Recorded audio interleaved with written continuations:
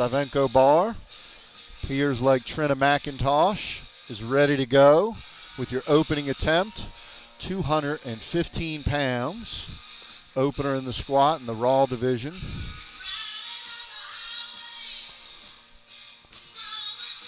Appears like Trina's PR squat is 231.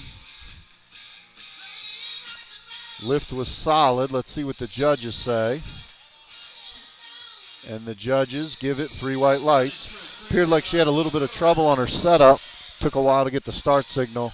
From my vantage point, appeared like she was not maybe standing completely erect with her shoulders locked and hips locked. But a very easy opener. We now move to Lauren Bowman. Lauren Bowman is your lifter. Bowman has got 220-pound opener in the squat. She's competing in the 57-kilo weight class. Interesting technique there, looking down throughout the lift. The lift was no good, 2-1. Appeared like that might have been that she didn't wait for the rack signal. We do not have judges' cards, I don't believe, today. So we're going to have to just guess on what we think the lifts are being turned down for. You'll notice in the top right corner of your screen that we've got the sponsors, logos. You see Team Rohr up there right now, so make sure you take advantage of supporting the people who support us. We've now got Kimberly McLaughlin, 242.5-pound opener in the squat. Kimberly looking very solid in her start position. Good, strong setup. She appears to be leaning a little bit forward at the top, but she does get a nice chest up there. Appears like depth was fine. Solid lift. A little bit of slowly in the transition, but a 3 white lift. For those of you new to the sport of powerlifting, we have 3 judges on the platform. Those judges are looking for rule infractions. If they deem the lift successful, they give it a white light. If they deem it unsuccessful, they give it a red. The lifter needs 2 whites in order for it to be a good lift. We now have Shelby Anderson. Shelby is opening at 242.5, lifting in the 63-kilo class. Very strong opener. She's got a wide grip for a small lifter. This will be interesting to see. A very tough transition, but a strong lockout for Shelby. Looks like if she can get a little bit more power out of the hole, a little bit tighter start position, she's going to have a lot more in her. All right, we now move to Jen Streaky Yates. For those of you fans of Georgia powerlifting and USA Powerlifting in the Southeast, Streaky has been a prolific powerlifter in recent years, competing in the Raw Nationals in 2015, competing in the Georgia States in 2015. She's now opening at 270 pounds, and it appears like her PR is 286. So she's probably gotten considerably stronger, you would imagine, if she's opening that close to a PR. You'll notice also these lifters are lifting in the Raw division, so there are no knee wraps, no supportive squat suits. They are wearing knee sleeves and non-supportive suits and a belt, of course. All right, very strong setup for Streaky. Very easy lift. The judges say 3 reds. I imagine that would be depth. She actually missed the squat command is what they're saying. I actually thought the depth was borderline too. So it'll be interesting to see. It was a very easy lift. I would imagine she's got upwards of 300 pounds in her today. Christina Myers will be your lifter. We've got Citadel Nutrition sponsor up on the top right corner. Christina Myers is opening at 275, 63-kilo class. Appears like we have the PR for Christina is 288. Christina, one of the taller lifters so far to step onto the platform. Let's see, the squat generally doesn't favor the taller, leaner lifter. She's a little bit forward at the start position. Very strong back. You imagine she's quite a good deadlifter. It was 2-1. Could have been depth on the one red light, but the lift was passed. Appears like she's got a lot of strength through the transition, so if she can get out of the hole, you'd imagine she's got a lot more left in her. We now move to Karina Baymiller. Karina Baymiller, 308-pound opener. The first time we're crossing the 300-pound barrier. We got Team Rohr sponsorship up in the top right corner. You need to go on their website. Josh Rohr does amazing stuff, coaching lifters, training lifters. All right, let's see what Karina's bringing to the table. Now, Karina, it appears like it's opening at 308, has a PR of 314. She set that lift at the Music City Open last year. So she's probably considerably stronger to be opening within 5 pounds of a PR. Looking completely down. Never even looked at the judge. Very deep. No question on depth. Strong out of the hole. Karina is going to be an interesting lifter to watch throughout the morning. I would suspect that there's a good bit left in her. Interesting technique to be looking down throughout the entire lift, but very strong and very deep. Probably the deepest squat we've seen so far this morning.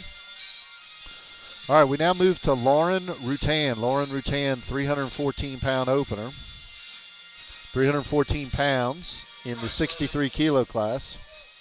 Lauren has lifted and set many South Carolina state records. She's actually got a PR to her credit of 325 pounds, so she's opening at 314. Now you can see her height compared to the previous lifters we were just discussing. This looks like she should be able to squat quite a bit. Very easy lift. And judges say 3 white lights.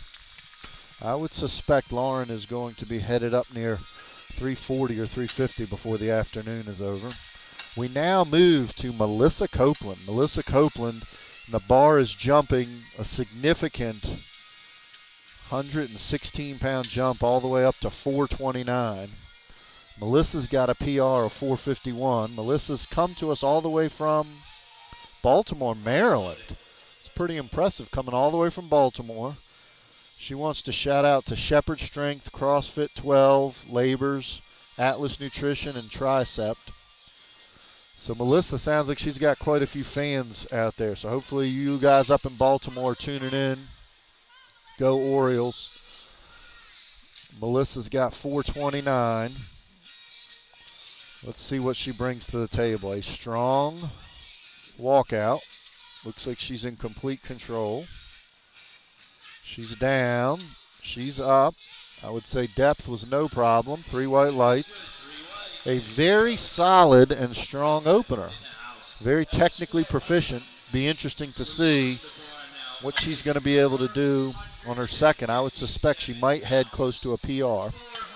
We now move all the way up to the biggest squat opener of the morning, 457 pounds for a local lifter, Becky Holcomb, who holds state records in the Georgia Raw and the Georgia Equip division just across the board. She has squatted as much as 501 Raw before. She's lifted in the Open Nationals with gear. She's lifted in the Raw Nationals. She's lifted in the Arnold 2 years in a row. The Raw Nationals the previous 2 years. A very colorful singlet she's bringing to the table. If you've never seen Becky lift, she is quite a deadlifter. She will deadlift over 500 pounds later today. Okay, she's got a very strong setup. Appears like chest is up. She got a big air and a very strong lift.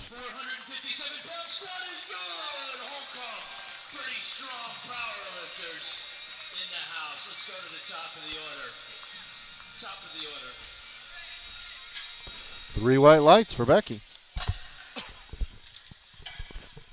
No breaks in between flights A and B. No breaks. Flight B, we're into our second attempts. Adjust your warm-ups accordingly. Flight B, we're into our second attempts. Adjust your warm-ups accordingly. All right, we now move to second attempts. Second attempts in the women's division. Lauren Bowman will be your lifter. Lauren was unsuccessful on her opener at 220. She's bumped it up to 226. Lauren comes to us out of Tallahassee, Florida. Go Seminoles.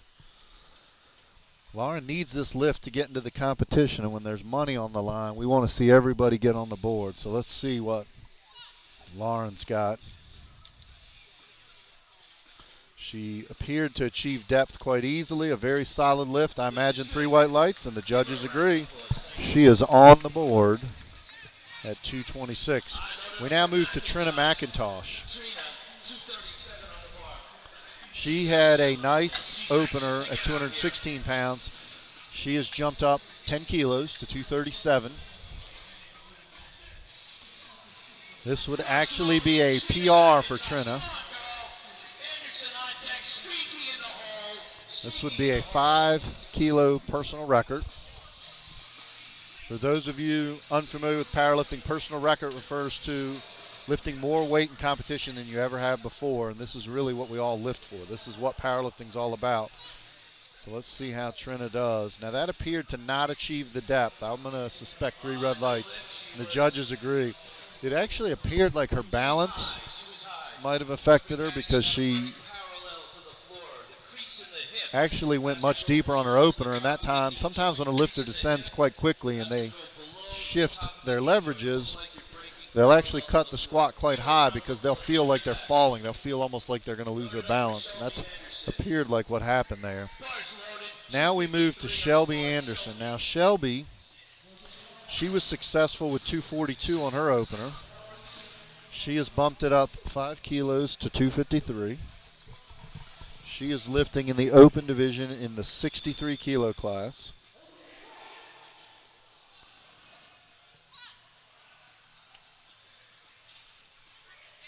Good catch by the spotters. Appeared like Shelby just did not have enough power out of the hole on that lift. She's going to get one more shot at that. We now move to Jen Streaky Yates. If you were watching a few minutes ago, she smoked an opener, but was having a depth issue. So the judges also, I believe, said that she did not wait for the rack signal. So I suspect she's got plenty in her on this one. In fact, based on how the opener looked, it looked like she probably had 300 pounds in her. So at 270, this should be a nice solid lift for Jen. Quite the colorful lifter, from her suit, her tattoos, and her hair. She is quite an entertaining lifter, and her shoes. She's covering the whole spectrum. Let's see how her squat technique is. Again, appears like depth is going to be questionable, and she did get 2-1, no lift. I agreed with the judges on that one. I thought that one was borderline. She did get 1 white from the head judge, but although this is not a national competition with money on the line, most of the referees here, in fact, just looking out on the platform, at least a couple of them are national referees. So you're going to see at the competition like this that the judges are going to be following the rules strictly, and the lifters are going to have to adjust accordingly, especially a lifter of Streaky's caliber. She's got a lot more in him. Now we move to Kimberly McLaughlin. Kimberly is moved up to 275. She did a nice 242 opener. So this is a relatively healthy jump for a lifter of this size. A female lifter in the 57 kilos jumping 33 pounds. That's a solid jump. Her opener was strong, though, so there's no reason she shouldn't have this in her. The walkout looks good. Let's see what the descent is. She appeared like she did not stay tight coming out of the hole. The judges are letting her know you got to stay with the bar. At 275 pounds, it's not as big of a risk, but with the weights that we're going to be seeing later today, you really want the lifter to stay with the bar. The spotter loaders are responsible for catching that. That's not something that they want to do when the bar gets up over 400, 500, 600 pounds. All right, Christina Myers is your lifter. Christina's looking to go 2 for 2. She would be the first woman of the morning flight to go 2 for 2. So far, we have not had anyone make 2 squats. So let's see what Christina brings to the table. She's from Birmingham, Alabama, and this would actually be a PR tying squat, 292 pounds. The setup looks solid. She got big air. The knees came in quite significantly, which slowed her in the middle, but she was able to complete the lift. It was 2-1. The judges, I believe, on depth. I actually thought that was a borderline squat and could have easily been turned down. But she becomes the first lifter to complete 2 squats. You'd have to figure that the money being on the line and the pressure of this occasion could actually be affecting some of the lifters, because typically you don't see in a Raw competition in the women's division this many misses. We've only had 2 successful squats, 1 lifter to go 2 for 2. We have a couple lifters coming up. In fact, the last 4 lifters who all had nice openers, so I suspect we're going to see some 2 for 2s. Karina Baymiller, she was very strong with an opener at 308. This is actually a PR exceeding, so we're moving to 319, which is more than Karina's ever done. She's got a solid base there, narrow stance. She was the one that buried her opener, and she buried her second attempt. That is an Olympic lifting style depth, and very powerful, very powerful. We're going to see a replay of this lift for those of you out there watching at home. You'll notice that the descent is very aggressive. She attacks the hull with tremendous amount of speed, the theory being that the momentum you get on the descent will help you out of the hole. The negative to that technique is that your balance and your form has to be on the line, because when you're going that fast, you can easily shift directions. So it's a Shane Hammond-like technique. For those of you who are longtime powerlifting aficionados would know, the dive bomb has the benefit of power but takes a little bit more precision. We now move to Lauren Rutan. Lauren Rutan, 331 pounds, second attempt. Now you'll notice her descent was a little more controlled, still clearly deep in a 3 white lights, but you'll notice the difference between Karina and Lauren. Karina very aggressive hitting the hole. Lauren, you'll see on this lift, we're going to review, it's a much more controlled descent, still hits depth. Her knees do come in a little bit. When the knees come in, the hips shift backwards. You can see how much harder that makes the lift for her, how much more difficult the transition is. So technique-wise, for her to be able to hit her third attempt, she's going to have to drive those knees out, keeping the hips underneath her to be able to fight through a third attempt. You'll notice a lot of lifters on their second attempts, particularly the knees start to come in, and by the third attempt, that's just about the most common mistake when missed third attempt squats, is the knees come in, forcing your hips to go backwards, and all your leverages are against you at that point. We now move to Melissa Copeland, again, coming all the way from Baltimore. She's got 446 on the bar. For Melissa, this would actually be just below her personal record attempt. If you were here earlier, watching a few minutes ago, she was very strong on her opener. She appears to be in control of the weight. And she's down, and she's driving up at a very strong transition phase. Now that was an interesting lift there, that she controlled the descent, came out of the hole pretty strong. She started to shift a little bit forward. You'll notice on this lift, her hips go a little bit back. The knees don't come in significantly, but they do come in a little bit. Right here, you'll see the knees come in a hair, and then the hips go back. But watch how she keeps the chest up, drives back into the bar. You'd have to figure that she's got a good deadlift with that kind of a lockout in the squat. Now, technically wise, she's going to be in trouble on the third attempt if she takes a big jump, because obviously if she shifts forward, it's going to make it more difficult. So we'll have to see if she can correct that to go 3 for 3. Now we're moving to the biggest squat of the morning, 479 pound, second attempt for Becky Holcomb. Now you'll notice Becky is very strong on her walkout and very technically proficient. She keeps the chest up and is controlled on her descent. Let's see how her power is today. Very easy lift. Let's see what the judges say. 3 white lights. I would actually go so far as to say Becky had more in her. Her second attempt looked better than her opener. Watch this lift now. You see the chest stay up, the knees stay out, the hips go back slightly, but she's got a deadlifter's back, so there's absolutely no problem for her in the transition. I would not be surprised if she squats 500 today. All right, we got Quest Nutrition here and Quest Athletics in the house. We want to make sure you guys support them. The only thing that Quest produces more than national champions is state champions. The only thing they produce more than world champions is national champions. So if you get a chance, go by his booth or stop by the website and say hello to Sherman Ledford. We're moving to third attempts now. Lauren Bowman's got 231 on the bar. Looking to go 2 for 3 in the squat here. These attempts are pushing it to the limit, so let's see what she's got. It appears like she hit depth. That actually appeared like there's a lot more left in her.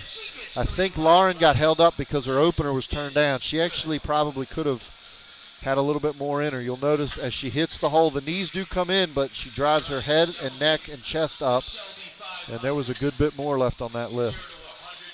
All right, now we're looking at Shelby Anderson. Now, Shelby, this is a comeback attempt. For those of you who were here earlier, Shelby attempted 253, and what appeared to happen was she just did not keep her tightness in the bottom, particularly the lighter lifters and particularly in the female division, not having as much upper body musculature. They have to really stay tight. They cannot afford to round. So let's see if she can keep that tight upper back throughout the transition phase. That time she appeared to stay tight. It just appeared like she didn't get as much out of the hole. That lift is no good. She's going to be credited with 242. Now we got Trina McIntosh. Now this would actually be a PR by a significant margin, a 33-pound PR. She's out of Cumming, Georgia. She's got a 285-pound PR squat to her credit. This is 259. So actually we've got numbers here that actually were incorrect. It said this would be a PR, but according to our updated numbers, this is not a PR, but I believe that's because she had her second attempt turned down. Let's see. She got a little bit forward there. Her second attempt was called on depth. That lift, it appeared like she just got forward on it, was not able to make that lift. She's going to be credited with just her opener of 242. Now this lift is to stay in the competition. Jen Streaky Yates, she really has just had trouble with depth today. She's got plenty of strength. They've actually even upped her attempt from a previous 270-pound attempt to 281 pound. Actually, Kimberly McLaughlin is the next lifter at 275 before Streaky Yates. So Kimberly will be your lifter. Kimberly, this is also a comeback attempt. She had tried 275 on her second. You'll notice 275, 125 kilos is a nice round 2 red Ivenco plates on the bar. Those of you in the gym are used to 2 plates as 225, and powerlifting in kilos is 275. A nice barrier for Kimberly to cross. Let's see what she's got in her. Now that appeared to be no lift. She was not able to make the lift, but also appeared like she might have been a little high. She'll get credited with her opener at 242. All right, now we move to Jen Streaky Yates, and this is what they call a do or die, bomb or go home lift. This is the type of lift where you're up against it. You've got to make a third attempt. It's not something any powerlifter ever wants to face, but a great lifter of Streaky's caliber, she should have no problem making the adjustments. The strength has not been a problem. She's clearly just going to need to be able to achieve the proper depth. She's coached by world-renowned coach Josh Rohr. I'm sure he's helped her in the back with the technical adjustments to be able to break parallel. Okay, that lift was clearly deep. That'll be 3 white lights. And as I suspected, a lot more left in her. It was just a technical issue. I think she had over 300 in her, but we're going to see this lift again, and you'll notice the difference here, how aggressive she is. She attacks the hole, clearly breaks parallel. The knees do come in slightly, but at that point, she just needed to get on the board. The frustrating thing is, what could Streaky have had in her if she was able to get depth on her opener? But that's the challenge in powerlifting. Everybody can tell you what they can lift in the gym, but it's a lot different when you got the judges in front of you, the crowd roaring. You got the LakePoint Sports packed to the rafters with screaming, adoring fans. We now move to Christina Myers, 303 pound. Third attempt. Now she's looking to go 3 for 3. She would be the first 3 for 3 lifter of the competition so far. This would be a PR exceeding lift for Christina. She appeared like she did what we call bottom out in powerlifting. she went so low that she actually lost her tightness. It appeared like, if you watch this lift, right at the part where she should drive up, she actually sinks a little bit lower right there, and there's just no ability to recover, particularly in the raw competition when you don't have gear on. You'll notice lifters tend to take it a lot deeper, but it's very difficult without precision technique to rebound when you're that low, especially with maximal weights. We're now moving to Karina Baymiller. Karina Baymiller is your lifter, 331 pound. Now Karina has put on quite an exhibition. She has been very technically proficient in the squat. She's hit a nice 308 and then a nice 330. She's moving up to, she hit a nice 319. She's moving up to 330. A very solid, strong walkout. This would be a PR exceeding. She broke her PR on her second. She keeps her head down, but she attacks the hole, and once again, lift is successful. When you watch this lift over again, what you'll notice here is she is just extremely aggressive. This is a true dive bomb technique. The knees do come in, but she has so much power out of the hole she's able to overcome. Watch the knees here. They do transition in. The hips go back. Forces her to have to work quite a bit more on the top of the lift. But if she can actually correct that technically in the gym, she has got tremendous power out of the hole, and depth will never be a problem for that young lady. I'd give her 6 white lights if they'd allow me to. All right, we're now moving to Lauren Rutan. Lauren Rutan is looking to go 3 for 3 in the squat as well. She is competing in the 63 kilo class. So she would be squatting 336 pounds, the 63 kilo class. This is well over 2 times body weight, 2.5 times body weight near. The lift is no lift. It appears like she hit depth. Appeared like she just did not have enough power out of the hole. You'll notice she comes out of the hole and then the knees come in. There's just not enough there. She appeared like she kept the chest up, so technically was proficient, just needs to work on a little more power. We now move up to 457 spine-crushing pounds for Baltimore, Maryland's Melissa Copeland. 457 pounds. Looking to go 3 for 3 for Melissa. Now her PR is 451. So this is coming all the way from Baltimore, looking to hit a PR.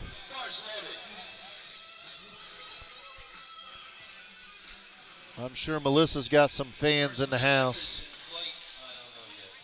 She's got a shout out to Shepherd Strength, CrossFit 12 Labors, and Atlas Nutrition and Tricep. So all you Melissa Copeland fans out there, move a little closer to your TV screen, your computer monitor, because we got 457-pound PR on the line here. Appears like a very solid setup. She got the squat signal. She's got the air. She hits depth.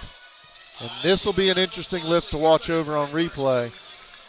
Our Ustream aficionado extraordinaire, Trey Cunningham, helping us with the replays. Now you'll notice on this lift, her descent looks pretty solid. She keeps the chest up and the knees stay out. And watch as she hits the hole, the hips shift back, the knees start coming in. It's just very difficult with maximal weights to be able to overcome that. We are now down to the final squat of the morning session of Flight A, I should say, and that is the women's squat. We've got 507 pounds. Now, this is a PR for Becky. If you watched earlier, she hit a nice 479. Based on technique-wise, I think she's got 507 in her and how much she had, but this will push her to the limit. Now, she's got a tremendous lockout. She is a deadlifter by trade. That is her best lift. So if the lift gets difficult, you'd have to figure she'll be able to fight through it. But with 507 on the bar, this is going to take a perfect squat. She's got the squat signal. She's got her chest up, big air. Appears like she did not go as deep as the second attempt. Let's see what the judges say. And the lift is 3 white lights. As you could see when you watch this lift over again, doesn't appear like she went quite as deep as her second attempt, but she shifts a little bit forward, but that strong back and that deadlift lockout gets her through the transition. So you'll notice here, Not as deep as her other one, but then she shifts forward, the knees come in, but a tremendous lockout.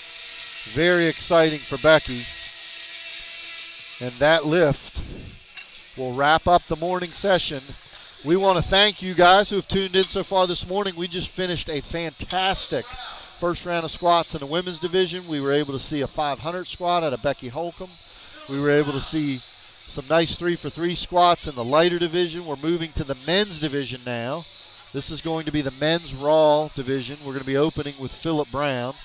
We are in Emerson, Georgia, approximately 40 minutes northwest of Atlanta. Josh Rohr putting on the 2016 Summer Showdown. We've got Gino Powerlifting announcing in the house. We've got our judges setting in. Amanda Carroll on the opposite side judge. We've got Latavia Bowens will be your head judge.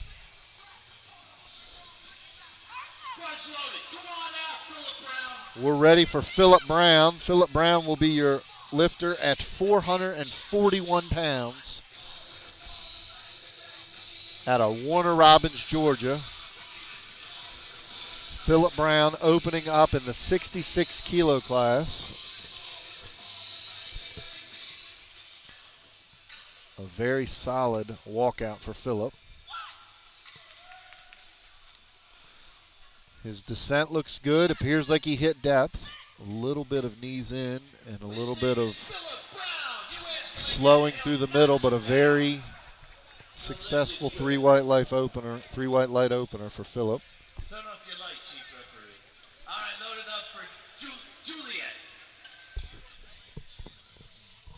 All right, I apologize in advance for what I'm about to do to this name, and if somebody within the sound of my voice can correct me, I will be happy to hear. All right, they say that I can just say Julian Anuha.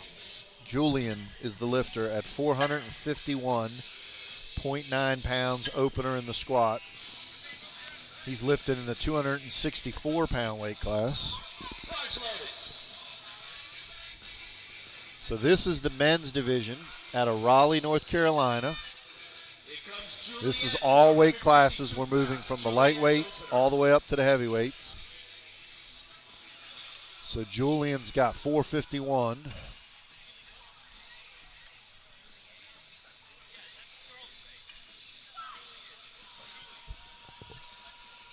A very interesting squat form. He's got the Mike Bridges flare for those of you powerlifting aficionados. He's pushing the knees out, wide stance squat, very, very strong. You don't typically see that as much in the Raw division because without gear it's more difficult to be able to get the bar moving out of the hole in a wide stance, very similar to a wide grip bench press. Generally with gear, with the tight supportive suit, you know, lifter like along the lines of Wade Hooper, you can squat with gear a little bit wider. But Julian is actually breaking that myth. We now move to Jake Randolph. Jake Randolph has got a 451-pound opener for him. Julian's opener, 451 pound. He's also completing in the 264-pound weight class. Jake is a very tall lifter. You can see the challenge here in the squat for a lifter of Jake's size is he is going to have a long descent and a long ascent. You'd have to figure, though, that he's probably quite the deadlifter. In fact, I see his opening deadlift is 650. Whoa, that was a very strong opener for Jake.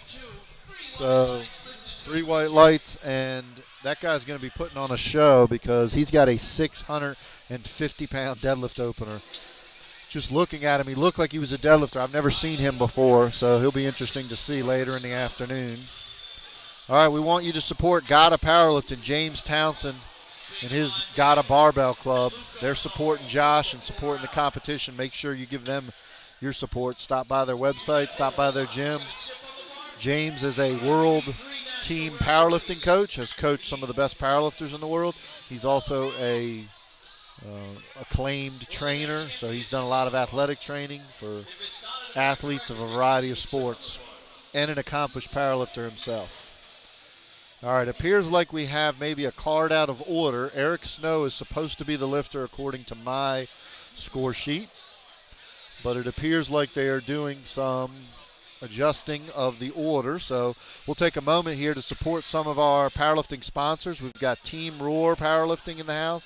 We got Citadel Nutrition. We got Quest Nutrition. We are at LakePoint Sports, a beautiful facility. If you're anywhere within driving distance of Emerson, Georgia, about 15-20 minutes north of Marietta, Georgia, just north of Kennesaw and Ackworth, Georgia.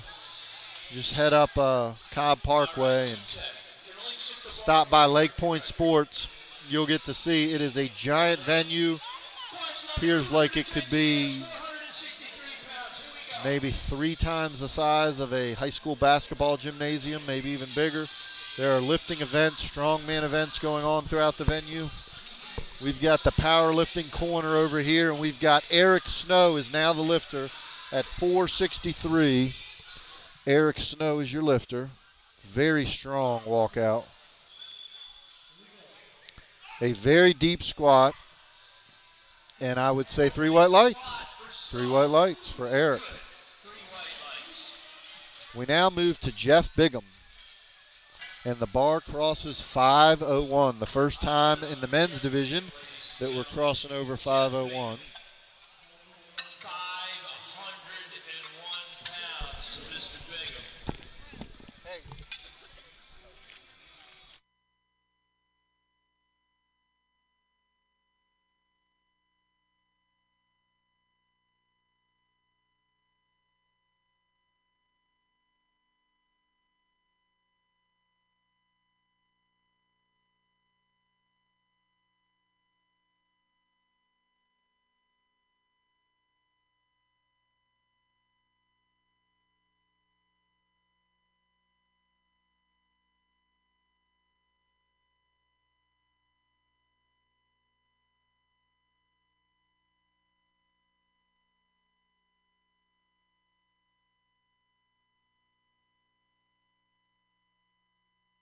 For Jeff Bigham. Lift is good at 501 for Bigham. All right, we're keeping the bar at 501 for Richard Aluko. Richard Aluko. Same weight, 501. We're going to adjust the rack height, and Richard's going to also a Masters 1 lifter. All right, Richard is competing in the Masters division, 40 plus. He's actually in the 1A, 40 to 44. Down from the Windy City, Chicago. Give Richard a round of applause. So I'm told Richard came all the way from Chicago 501, Richard Aluko. to compete in the Summer Showdown, opening at 501 in the 83 kilo class. A high bar position for his bar placement. You'll notice he's got the bar very high. This is a position that's going to force him to use his quads quite a bit. The knees stay out. Appears like he hit depth. I think that's 3 white lights. Let's see what the judges say.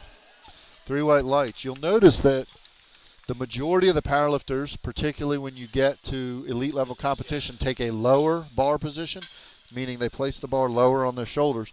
The reason being it gives you better leverages and allows you to be able to fight through a tough lift, use your hips, use as many muscles as possible. A high bar position, oftentimes used in the gym by a lot of lifters just trying to build up their legs and people who are just novice squatters. It just makes it more difficult. There are some world famous lifters. Nick White comes to mind, Dr. Fred Hatfield, who squatted quite up and down with the bar relatively high. But even they gradually moved it, Steve Mann as well, even they gradually moved it a little bit lower as the weights got bigger. Now you'll notice here with Nikita Koba, much lower, more traditional power squat position. He's got the low bar position. And now he's going to try and drive his knees out and his chest up. Now that lift was very easy. It appeared like depth was going to be borderline, and the judges agree with me. 3 red lights. He was extremely explosive, but it appeared like he did not get depth. So now we move up to 523 pounds for Brandon Maddox. And the rest of the way we're going to be having... I had to stop and say hello to the world famous, awesome Steve Goggins, powerlifter extraordinaire, is in the house. We got celebrities walking around this place. I see Josh Rohr. I see Sherman Ledford. I see Perry Ellis. He'll be lifting later today. All right, let's get behind Brandon Maddox. Brandon Maddox has got 523 pounds on the bar, and he is very deep and very explosive. That was a technically proficient, strong opening squat. If you want to learn how to squat, you might want to watch Brandon's attempts. He went so deep they should give him 3 extra white lights. Now we got Botsy Bailey, Garrett Bailey, coming all the way from Louisiana. For those of you who are Southeastern powerlifting aficionados, Botsy Bailey has become quite a fixture in Josh Rohr's powerlifting meets. We've seen him at the Summer Showdown previously. He is also a judge. He'll help out judging. But he is a world-class extraordinaire deadlifter. He will open at over 700 pounds in the deadlift this afternoon. So Botsy Bailey's got 534 on the bar in the 93 kilo class. You'll see he's got a very narrow hand placement, a very narrow stance. And watch the tremendous back strength as he comes out of the hole. Very easy lift. That's a 700-pound deadlifter right there. When that bar comes through the transition, the great deadlifters just smoke through. There's no problem for him there. I would venture to guess, I would say that for Barrett Bailey, we could actually be expecting something in the upper 5s in the squat this morning. We now move to Matthew Traherne. Matthew Traherne, 584 pounds. So we are closing in on 600 pounds in the squat. In fact, after Matthew, everyone, all of the openers will be over 600. In fact, we've got a couple over 700. Matthew's got 584, representing Citadel Nutrition, one of our meat sponsors. Matthew's got 584 on the bar. You'll notice 4 big Ivenco reds and 1 blue. We're closing in on 5 reds, which is 606. All right, let's see. Matthew had a strong walkout. He's got a big chest of air. The descent is clearly deep and a strong lift. I would suspect 3 white lights, and the judges agree with me. 3 white lights for Matthew. I'm confident he will be over 600 and by a decent margin before the day is over. Now we're starting to get serious, ladies and gentlemen. When you walk into any gym in America and you see someone squatting, let's say 315 on the bar, you notice that they're lifting some weights. Once they cross 405, you start to think, that guy's getting pretty strong. 500 is considered a barrier that you have to actually train for. You don't see a lot of 500-pound squats in local gyms. 600, which is what we're crossing into now, is truly starting to separate yourself. When you're squatting 600 pounds with just a belt, no knee wraps, no suit, you have clearly crossed into what I would consider an elite level of strength. The 600-pound raw squat is a big squat, and Bryce Lewis is looking to open at this in the 231-pound weight class. So what we're seeing here out of Bryce is at a body weight of 231 pounds, he actually weighed in at about 228, a 611-pound opener. A very solid walkout. He's got the chest up. Oh, man. We need to see that again, Trey Cunningham. That might be the most impressive squat I've seen so far today. Ladies and gentlemen, you need to watch this lift. Watch how he cranks the chest up, keeps the knees out, hits the bottom, and just explodes and drives into the bar. I would not be surprised. It'll be interesting to see because he does have a narrow stance, how much lockout he has, but I would not be surprised if we're looking at a 300-kilo squat there. That young man might have 661 pounds in him today. Now, if we thought the 611 was starting to rock the house, now we're going to jump all the way to 700 pounds. 700-pound opener in the squat. This is an elite squat. I don't care who you are. I don't care where you are. When you can put 700 pounds on your back with just a belt, you are a world-class elite squatter. And this young man, not only 700 pounds, he only weighed in at about 261. He's got the low bar position, as we said earlier. Appears like a solid chest up, solid walkout, and a very solid lift. Not as explosive as Bryce Lewis, but very controlled. And I would go so far as to say, when you watch this lift here, Jared might also have 50 pounds more to spare in him. Now you saw there an interesting thing on the video that I noticed. When they replay Trey Cunningham's replay, you could see his knees did come in a little and he lost a little bit of tightness in the bottom. So it'll be interesting to see how does Jared handle when the weight jumps. Bryce Lewis is actually jumping 33 pounds up to 644. I suspect Jarrett will have a similar jump. We'll let you know in just a moment once his attempt gets put in. But in the meantime, folks, you are in for a treat because the biggest squat of the morning, and what I suspect will be the biggest squat of the competition, Perry Ellis Jr. Perry Ellis Jr., he's got a PR of 793 that he did last year at this meet. He's opening at 738. Now, if Perry is on his game, if you've seen him lift before, he will absolutely destroy this lift. He is Georgia's top raw lifter, and he is in the Southeast and nationally one of the top raw lifters in the country. And Perry is strong across the board. He's going to deadlift close to 800 as well today. 738. Let's see what he's got. A very solid walkout. Big chest of air. He's down. He's down. Now it appeared like he actually came a little bit forward coming out of the hole, but it was such an easy lift. I suspect that was just a technical issue. If you watch this, as he hits the bottom, his chest slightly drops forward. He's just so powerful. This man's got an 800-pound squat in him. Watch as he hits the bottom, just right there. A little bit of instability in the tight upper back. Now, I suspect that was just Perry trying to make sure he got on the board.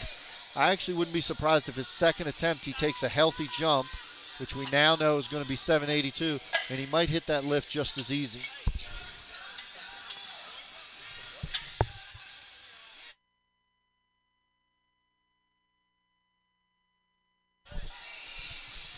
All right, we now are moving to second attempts.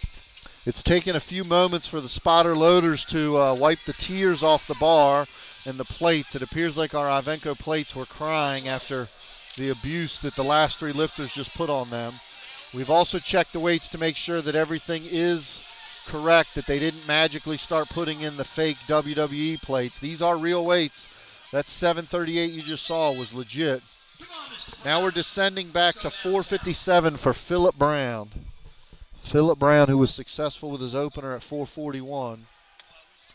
Lifting in the 66 kilo class. He's the only one in this weight class. And he's driving up. Good catch by the spotters. Appears like what happened there was he got a little bit forward. He's going to get another try at that. We now move to, let's watch the video over again of Phillip to see what happens here. It appears like he hits depth, and then the knees come in, knees come in, knees come in. And as we've been discussing all day, I sound like a broken record, but when those knees come in, if you just think on the laws of physics and biomechanics, your hips have to go backwards. You cannot have your hips come forward and your knees go in at the same time. When that happens, it just makes all of your leverages become disadvantageous. You'll notice some of the more proficient lifters, when you watch Perry Ellis, he drove his knees out as soon as he hit the bottom. We now move to Julian Anoha. He is lifting 479 pounds. Now, Julian will be a good, interesting contrast, because watch the stance that Julian takes. Julian actually takes a wide stance, very much almost like a sumo stance in the squat. Not commonly seen, but because of his height, this is probably the best position for him. And then watch as he hits the hole and drives his knees out. Very easy lift. Appears like that lift was 3 white lights. Appears like Julian has actually got a lot more left in him. We now move to 490 for Eric Snow. Eric Snow will be your lifter. Now this lift will tie the PR that he set at the Lift for Life competition earlier in May. He hit a 490 squat. Previously, he's lifted in the Georgia States last year and the Citadel Nutrition Open. So this will be his 4th competition in just about 6 months. Eric opened at 462. He's got 490 on the bar. You can see the veins bulging out of his forearms and his calves. He looks like he can squat 490. And the lift is 3 white lights. Now, the interesting thing on that lift was, you'll watch here, he's got a very narrow stance.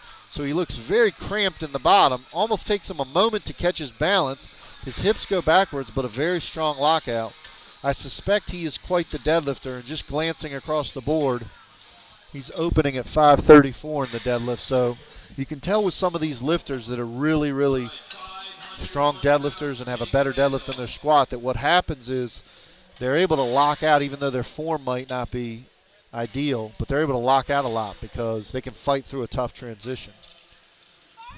As someone who's not a world-class deadlifter, I have to be perfectly proficient in the squat and keep everything upright to have any chance to make a lift. So I have a lot of respect for some of these lifters, this being one of them, the big deadlifter, Jake Randolph. Jake Randolph is the lifter, and Jake is jumped from 451 to 501, so a very large jump, but I suspect he's got more in him because he absolutely smoked his opener.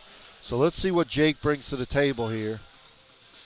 Now, it appeared like he might have started before the squat signal, and that's why he got reds. His lift was very strong, but you'll notice very strong depth, very powerful. But for those of you who aren't familiar with powerlifting, we have a head judge who's giving a squat signal, a start signal, as the lifter is standing ready to perform the attempt. The lifter must wait for that signal, and then there is a rack signal at the end of the lift. So whenever you see a lift like that turn down, strength and proficiency-wise, he's got plenty left in him, but it's technical. So it'll be interesting to see what his coaches do, what he decides. There's some theory to repeat missed attempts, but he had so much more left in him, and it was simply just waiting for the signal. I suspect he will go up from 501, and he does. We see him jumping to 529, a healthy attempt. Now, Nikita Koba is your lifter now, and he's got 518 on the bar. Nikita, if you'll remember, had very good technique. He just did not go low enough. You'll notice he keeps his knees out, he keeps his chest up. He looks very solid, but he's going to have to break parallel. Now, that appeared to be a little deeper than the lift before. Let's see what the judges say. 3 white lights. And see, that's the true test and skill of a lifter, that he can come back, and you'll notice here, clearly sink below parallel. The knees do come in a little bit. When you go deeper like that, obviously it makes the lift more difficult. It was not as easy as his opener. But I would suspect he's got more in him, and it looks like he's jumping 40 pounds. A quite healthy jump up to 556. All right, now Brandon Maddox put on an absolute show a little bit earlier.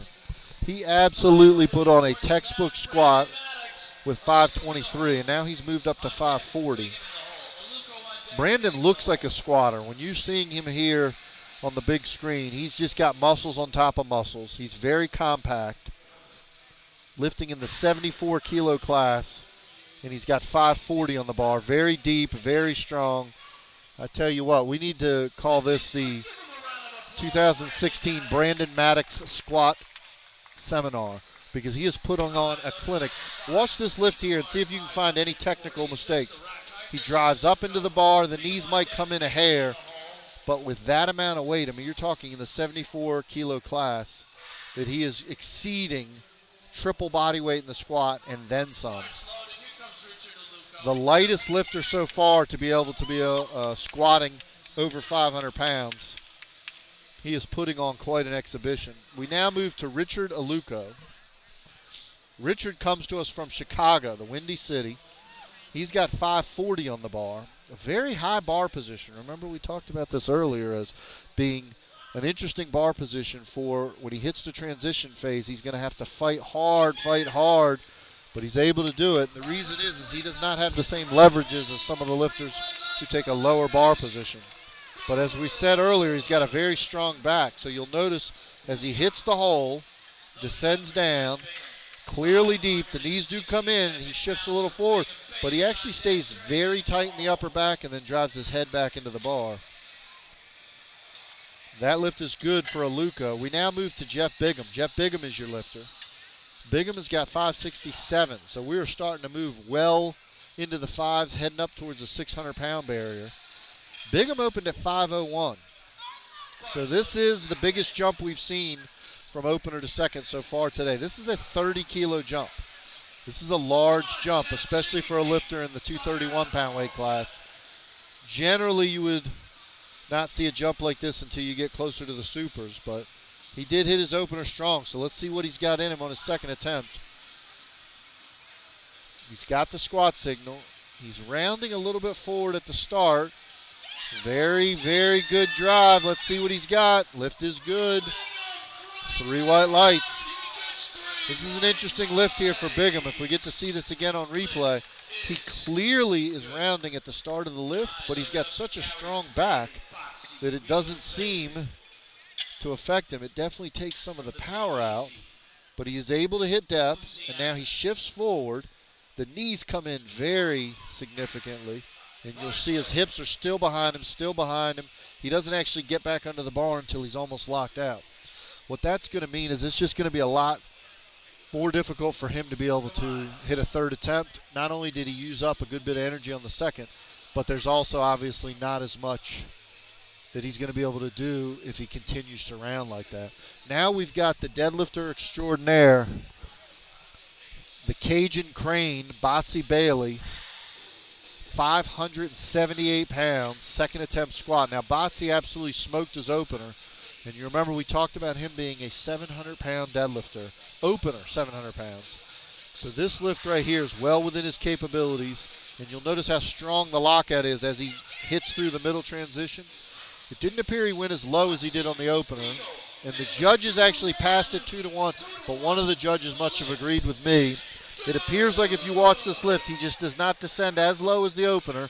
Interestingly enough, when you watch that video over, it actually appears like his left hip broke parallel and his right hip didn't. It appears like he's slightly uneven, and that can explain why you got one white light and why you didn't get one white light. Watch this again and watch the left hip actually appears lower than the right hip.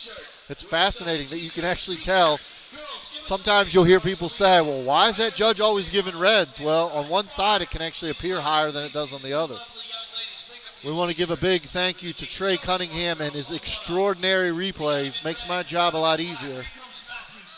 Matthew Trey Hearn will be your lifter at 617 pounds. Trey Hearn will be your lifter, 617 pounds.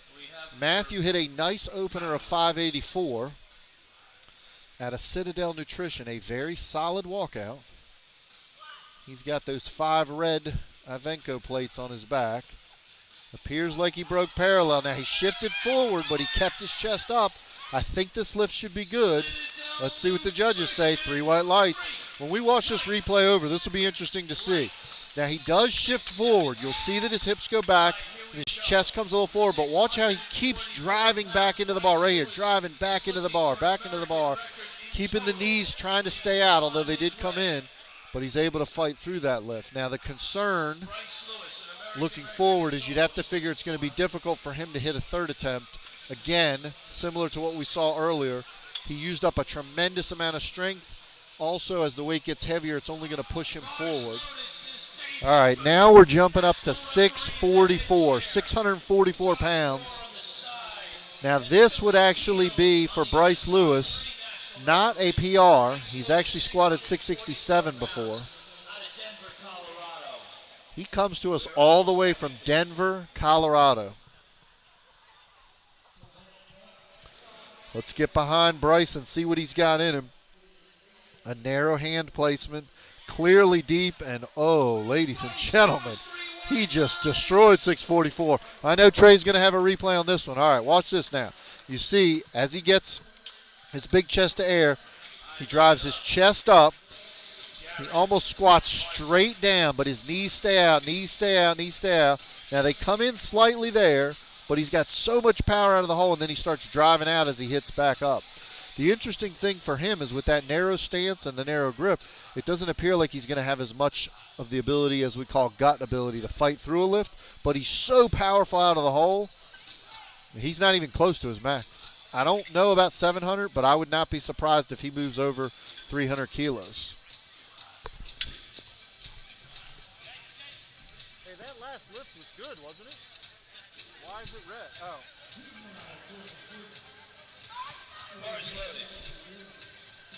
It was red a minute ago.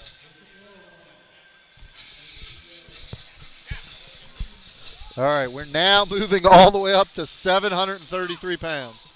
We're moving all the way up to 733 for Jared Martin. Jared Martin He opened at 700 pounds in the 264-pound weight class. Now, Jared, you'll notice, he looks like he's got legs that could squat 733. He's built like a squatter. He takes the bar out with a low bar position. He's got a good, solid stance. His chest is up. He gets the squat signal. He's down. His knees came in, but it's a strong lift. Now, his depth appeared to be a little higher than the one before, but it looks like 3 white lights, and the lift is good. Now, Jared has got a lot more left in him. Let's watch this lift over again. As he hits the bottom, he breaks parallel, but his knees come crashing in. But then he's got so much strength in the mid position. I would suspect we might be seeing 760 out of Jared, somewhere between 749 and 760.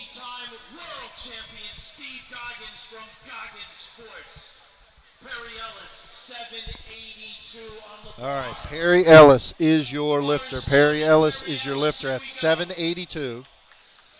Perry Ellis is the top raw lifter in the Southeast. He's the top raw lifter in Georgia.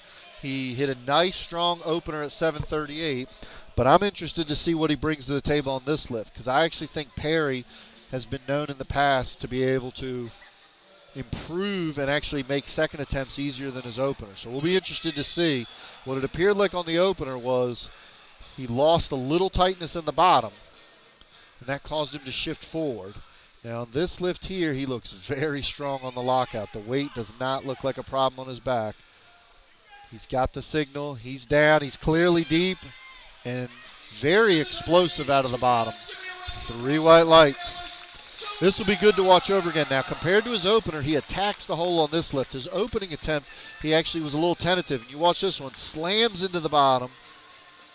He did get a little bit forward, so it'll be interesting to see whether he has 800 in him. I would say the strength-wise, he's got plenty in him. But when you start to shift forward like that, who knows what's going to happen.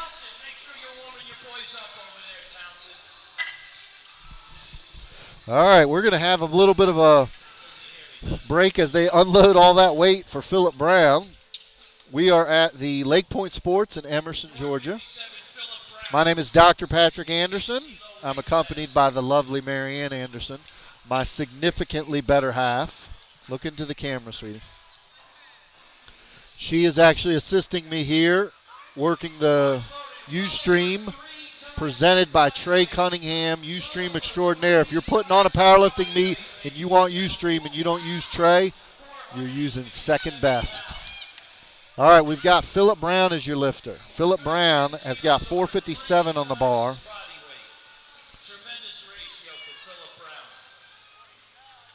This is a triple bodyweight third attempt for Phillip Brown. In the raw division, a triple bodyweight squat is a tremendous accomplishment. He's down. Little bit of difficulty on the transition. No lift for Phillip. Appeared like he got a little bit forward. We'll watch this attempt again. If you'll notice, it's just a little bit of instability as he starts driving up. His hips go back. And as we've talked about earlier, some of these tremendous back strength lifters, Botsy Bailey and the like, they can fight through that transition when they get forward. But as I was mentioning earlier, for most of us, you have to keep that very tight bar position, tight upper back to be able to transition through the lift. We now move to Eric Snow. Eric Snow is your lifter at 5:01. Snow is your lifter at 5:01. Now this will be a PR. This will be a PR attempt for Eric Snow. What that means, lifting for Team Rohr, simply is this is more weight than he has ever attempted in his life. I'm sorry, more weight than he has ever successfully attempted in his life. Now, it was interesting there. If we can watch that lift over again, Trey, as he hits the bottom, you'll actually notice his hands on the bar shift positions. His hands actually slide out, and he loses all his tightness on the right side. Very difficult to be able to make a successful attempt once that's happened.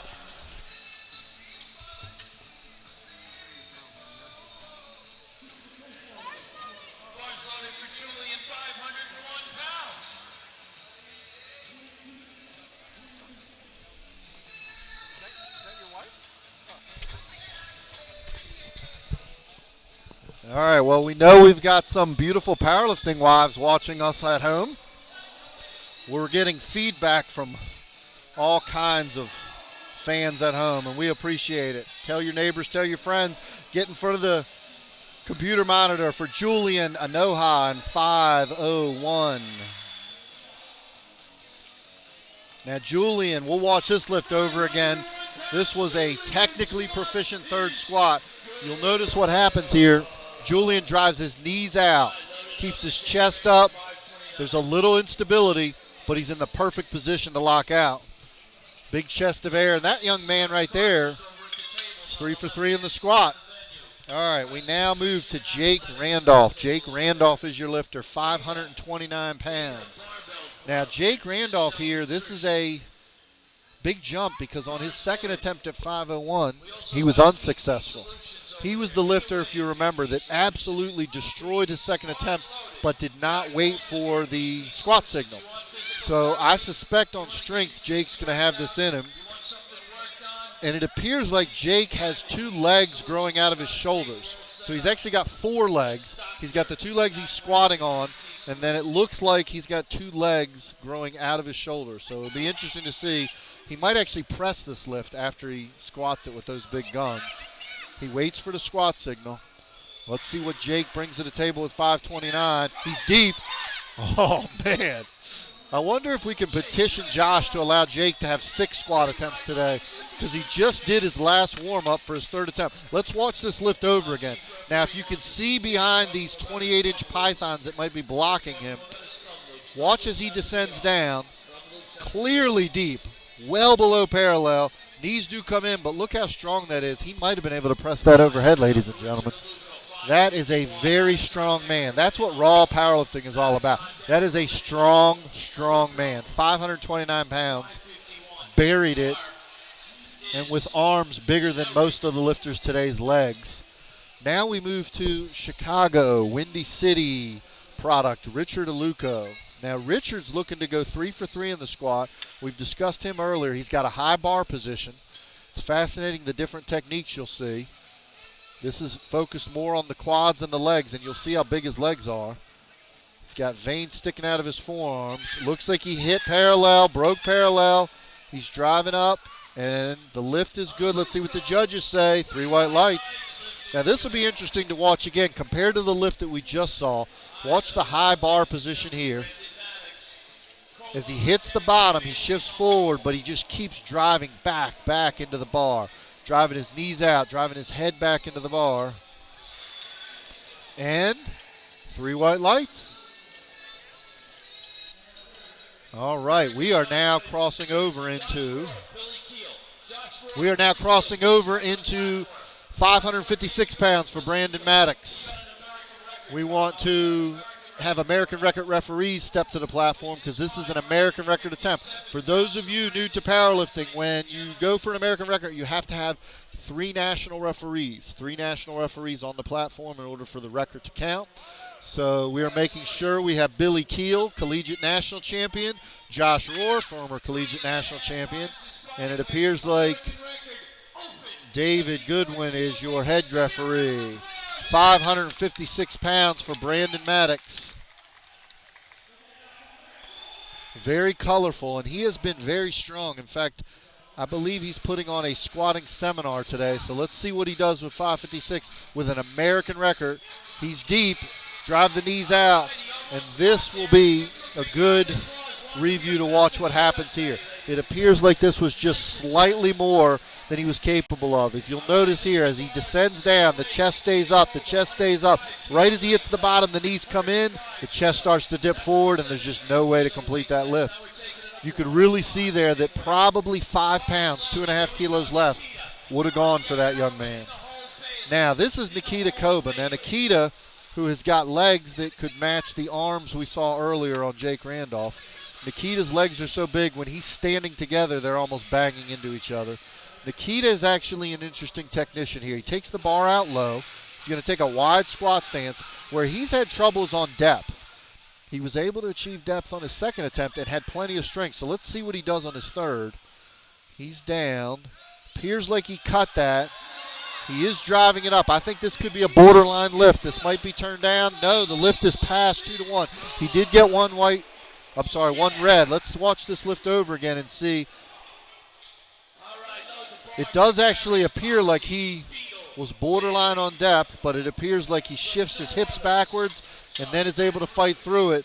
That's one of those classic lifts that just barely passed, but that counts on the scoreboard. In the newspaper tomorrow, all it's going to say, Nikita Koba squatted 556.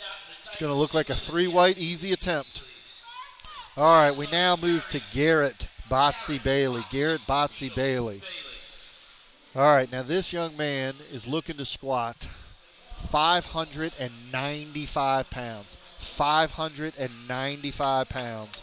Nearly squatting 600 for Botsy Bailey. Cajun power, the Cajun crane all the way from Louisiana.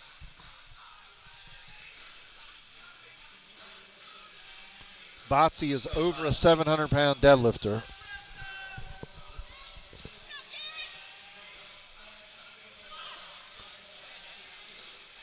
He's got a strong descent. It appears like he cut it, and spotters have to take that one. Let's watch this over again. We'll see. Appears like he might have brought this up from his previous attempt. That would have been close. I think that lift would have passed, but what happened was he just got a little bit forward. And in this situation, he's going to be credited with his second attempt of 567. I'm sorry, 578. We're now moving to the final 5 squatters. The final 5 squatters in the Raw division. My name is Dr. Patrick Anderson, and you are looking live at the 2016 Summer Showdown, brought to you by Josh Rohr and USA Powerlifting. You are seeing some of the top powerlifters across the Southeast. In fact, we've had lifters so far from Baltimore, Maryland, and Chicago, Illinois, Louisiana. So we're actually heading to the Midwest, a little bit up towards the Mid-Atlantic. Now we've got Jeff Bigham. Jeff Bigham's got 606, 5 big, beautiful red Ivenco plates on the bar.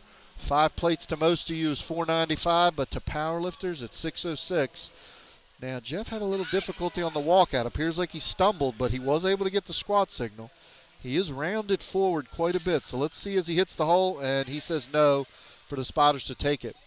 Let's see if we can watch this again, Trey. What happens here is it appears like he gets out of the groove actually on the walkout, loses his balance, has to reset, and then as he descends down, watch how his chest is just being pressed forward. There's just no chance for him to come out of the hole. He's just being pushed forward by the bar. Good catch by the spotters, though. Those spotters work harder than anybody else. If you have ever volunteered at a powerlifting meet, spotting loading is the most difficult thing, particularly for the deadlift. That's why I became an announcer, so I would never have to spot and load again.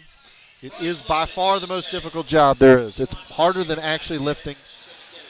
They deserve a big round of applause, especially as long as no bars hit the ground today. Now we move to Matthew Treherne. Matthew Treherne, 628 pounds. Now Treherne is actually representing Citadel Nutrition, and he's looking to go 3 for 3. We've only had a couple 3 for 3s. This would be the biggest 3 for 3 of the competition. Let's see what he's got. And once again, very similar to Jeff, great catch by the spotters. It just appears like Matthew actually kept his form. He appears like he hit the hole fine. It just appears like he did not have the power to come out of the hole. Let's see as he descends. His chest is up. Yeah, it's just the weight is just pushing him too far down. Matthew will be credited with 617. Now we've got Bryce Lewis. Now Bryce has put on quite a show so far today. He is actually moving up towards 305 kilos, 672 pounds. Representing StrengthAthlete.com, Bryce Lewis. All right, 672. Let's see what Bryce brings to the table. He walked out a little bit aggressive. He was able to maintain his balance. Clearly deep. Oh, and he absolutely smoked it. Bryce Lewis, we got to watch this one over, Trey. We might actually put this up on the video for the meet to be able to show everybody how to squat. Watch this lift here, ladies and gentlemen. Chest is up, knees are out, Knees come in just a hair, drives into the bar. I tell you what, ladies and gentlemen, that young man has a 700-pound squat in him. That has a 700-pound squat in him. All right, well, Jared Martin has said enough with the 4s and the 5s. We don't want any more 6s. We're going all the way to 771. 771 pounds. 771 is being loaded on the bar with nothing but the benefit of a belt and knee sleeves. This is a giant squat. A giant squat. If you talk to somebody who squatted 771 in competition with gear, that's considered a very good squat. 771 raw is tremendous. There are only a select few men in the country who can squat this weight right now with just a belt. 771, he's deep, he's driving.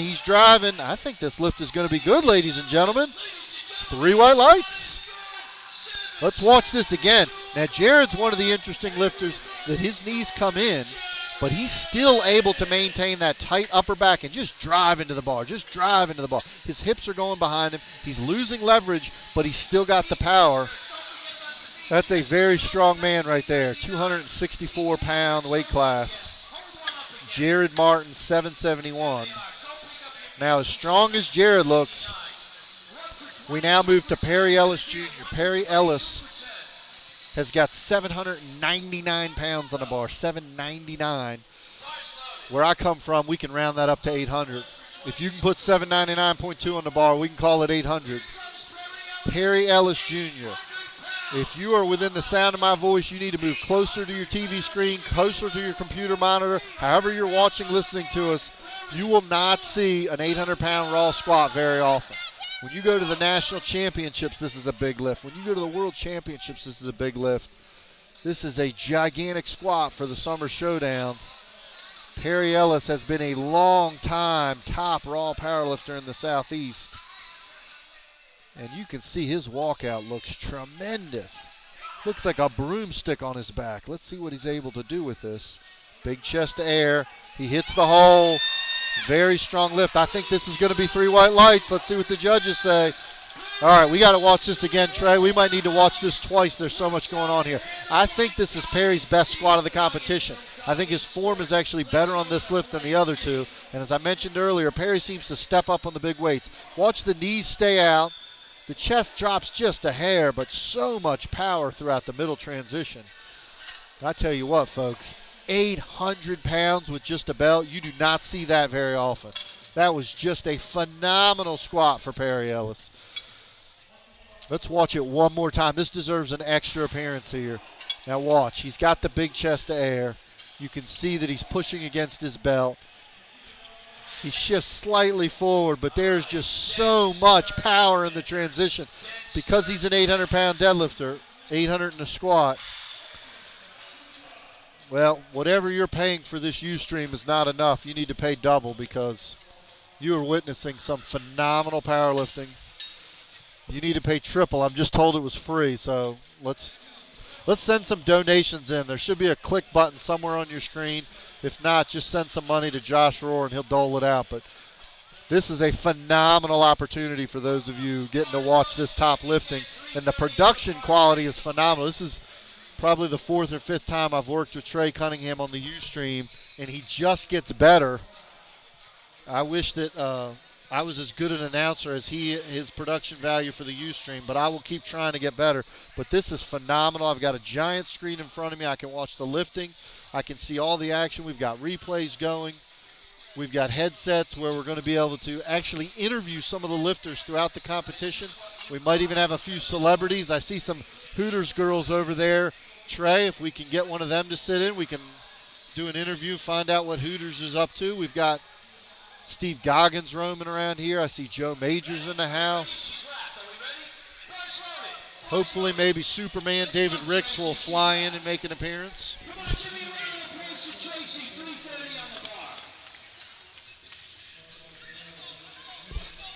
All right, we now move into the equipped division. So these lifters here will be lifting with gear. Tracy Dent will be the first lifter, 330 pounds. Looks like an easy opener for her. 3 white lights. All right, American record attempt in total. We got 3 national referees out there. Now Laura Sturm is your lifter. Laura Sturm is your lifter. Keel or Goodwin, we need 3. All right.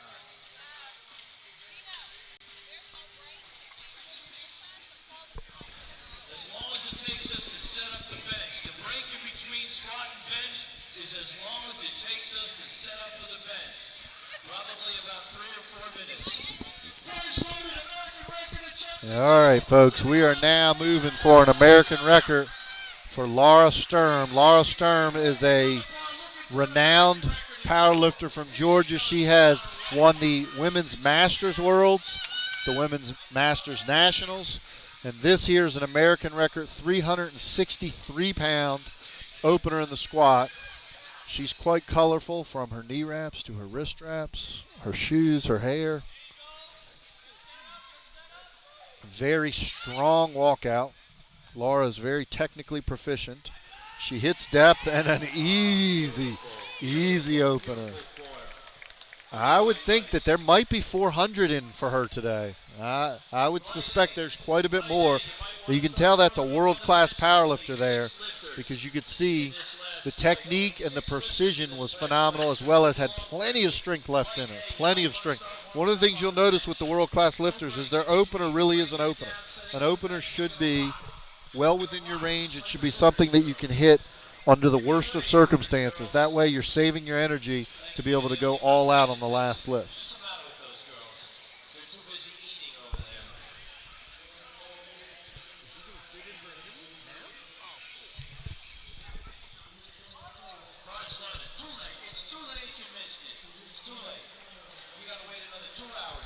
All right, we now have Noah Venters. Noah Venters is your lifter, 534 pounds. 534 pounds, Noah Venters is your lifter. We've just been told that squat extraordinaire Perry Ellis Jr. will be joining us for a live interview on the Ustream shortly. So stay tuned if you want to hear about Perry Ellis and hear some amazing thoughts from the man who just squatted 800 pounds. 3 white lights for Noah Venters. 3 white lights for Noah Venters. We now move to Demario Doc Holloway. If you have been around Georgia powerlifting, you know all about Doc Holloway. Doc is a world-class deadlifter. He has competed in the junior worlds, the open worlds. He has won multiple national titles. He represents Quest Nutrition, Sherman Ledford, and the crew.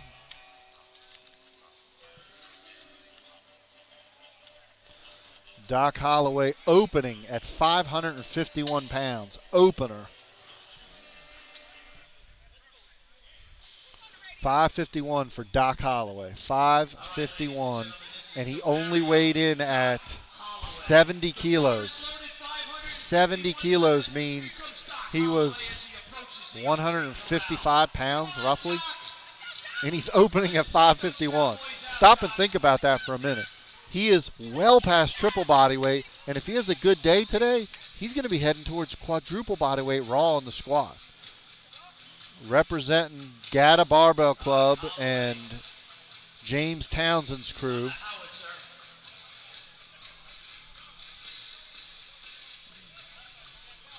He's got the squat signal. He's down. Very strong. Oh, man.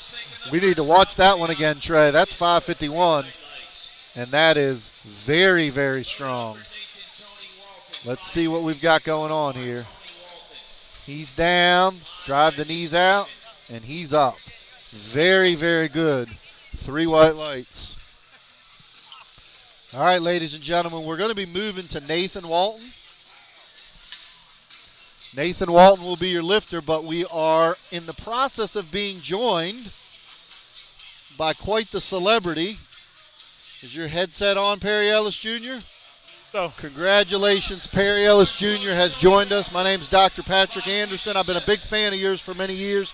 We're going to ask you some questions about your performance as we watch some of these lifters. okay.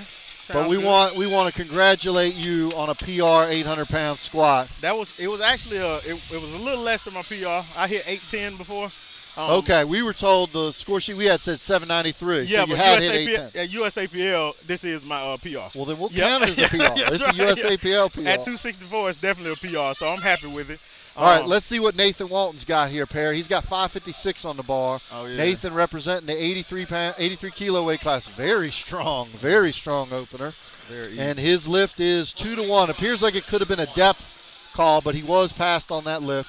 So, Perry, let's talk about what does 799 pounds feel like on your back? Most powerlifters will never know with gear, let alone raw. What does it feel like 799 on your back? It actually feels like, anything else to me at this point. I guess it's all relative. It feels like weight, but I think for you to get the weight, it can't feel heavy to you.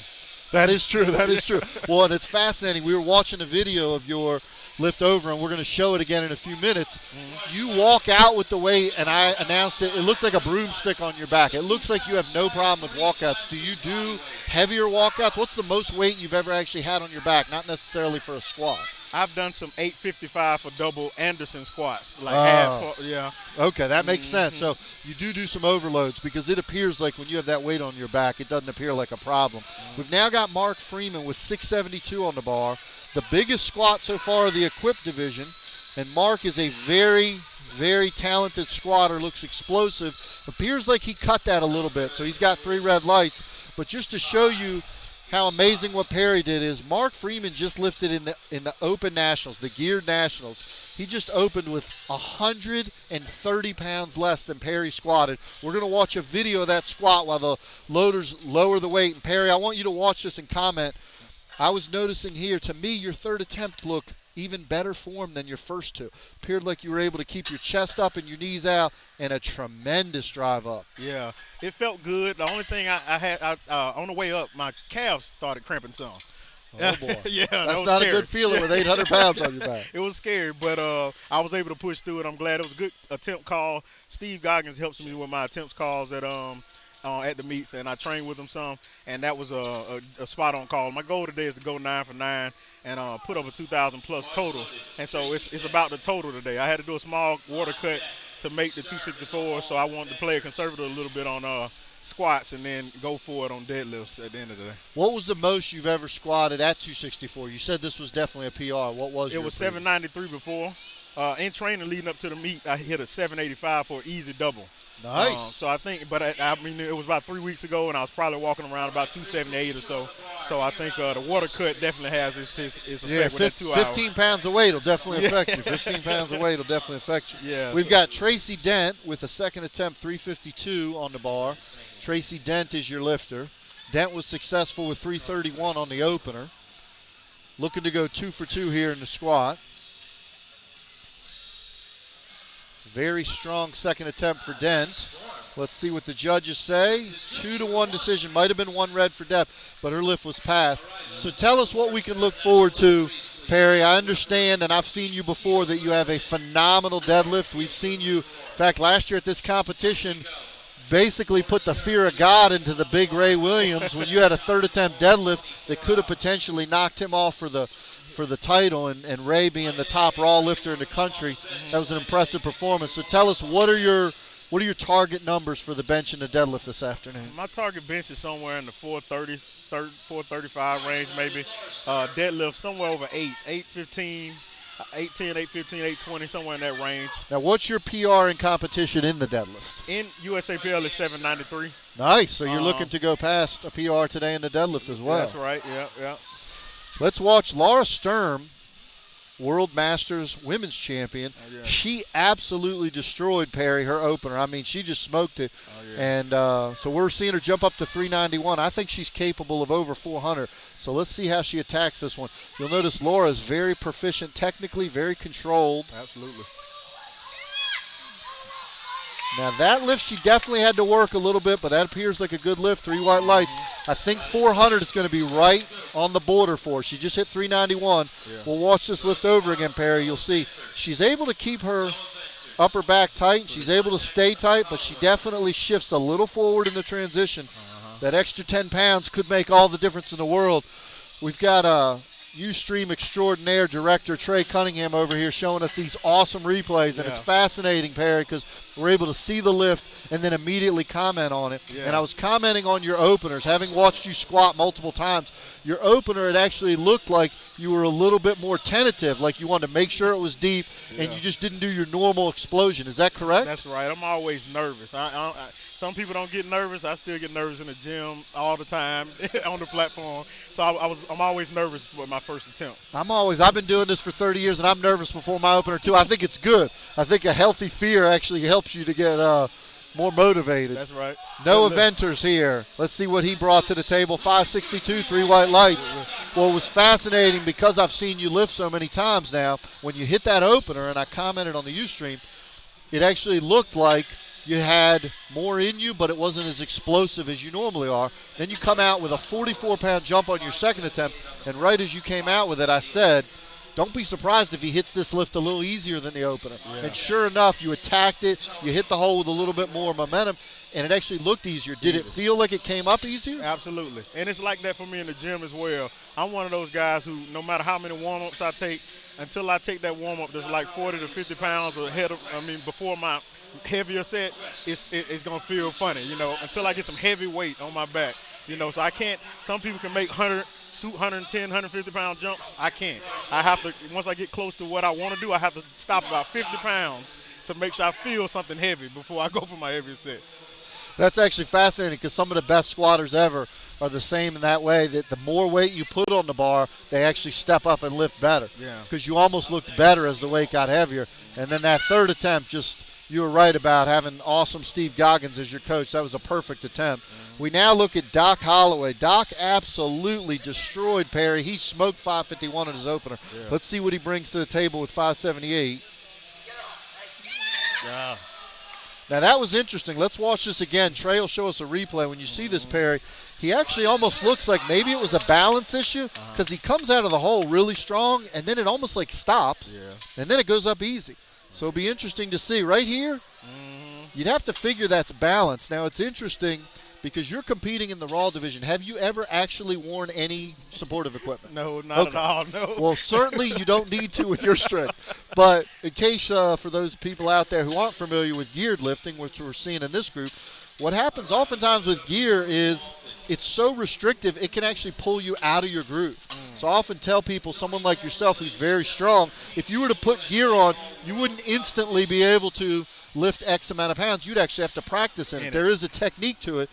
And what happens is you'll see with some of the geared lifters, like in Doc's case, it can actually pull you out of the groove. You'll see it a lot in the bench press where you'll see the bar drop to their stomach or go back over their eyes. Absolutely. So it's fascinating seeing Doc, if he can get that technique fixed out, he's actually jumping up another 10 pounds to 589. Be interesting to see if he can make that. Yeah. Now this guy, I'm sure you're familiar with Nathan Tony Walton. He's quite a deadlifter. Yeah. He's actually got a really phenomenal wide stance sumo deadlift. He's going to be opening the deadlift at 606.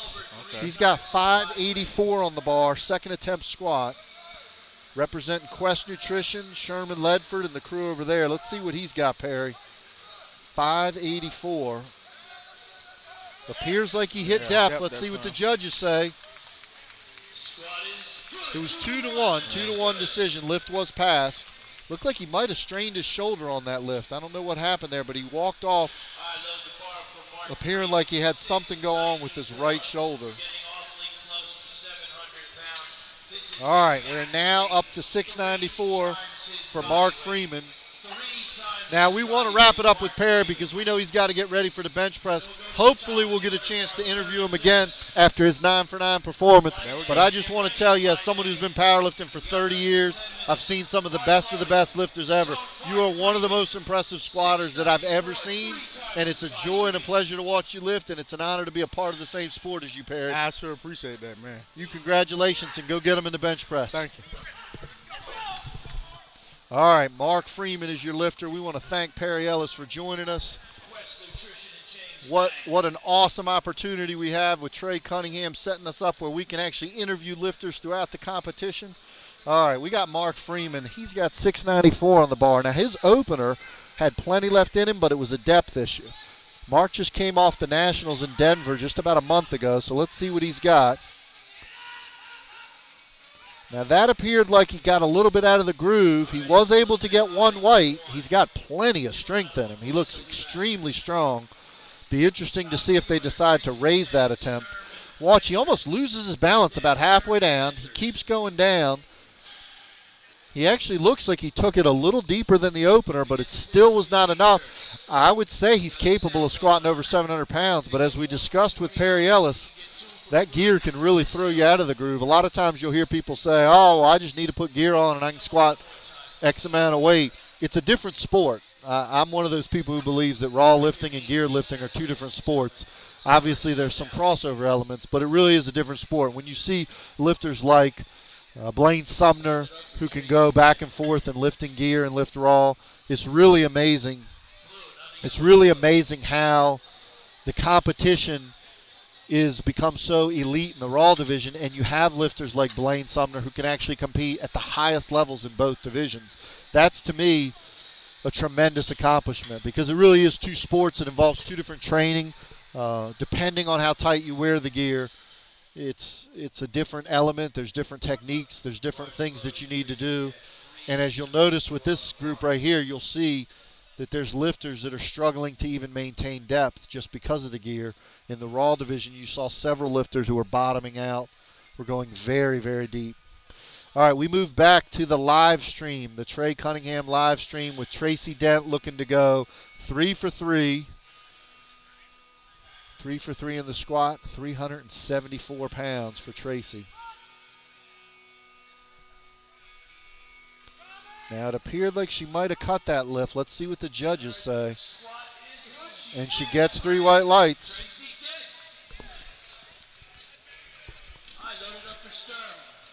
Fortunately, I'm not judging because I thought that lift was borderline.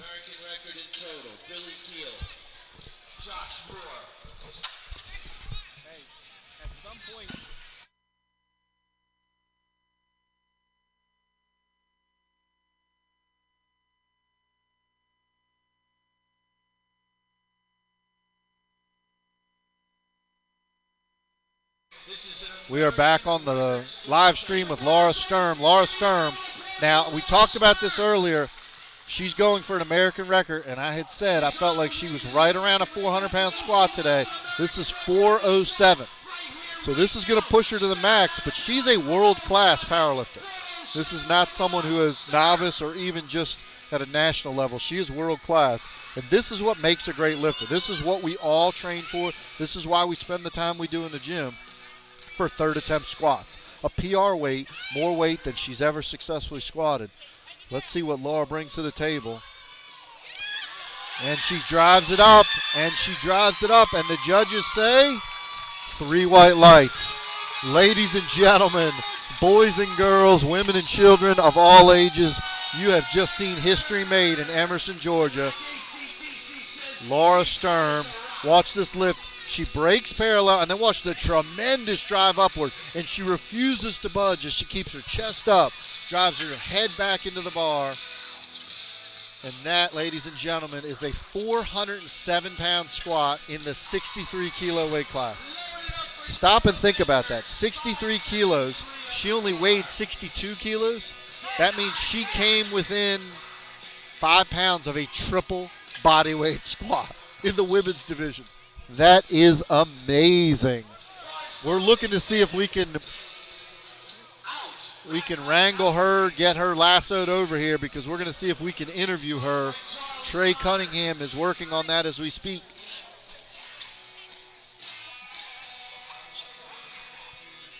We'll give Laura a moment to catch her breath. Congratulations on that big squat. Thank you. We're gonna watch a few lifters as we interview you. This is Noah Venters, 573 pounds, third attempt in the squat, looking to go 3 for 3. Interestingly enough, so far, we've only had 3 for 3.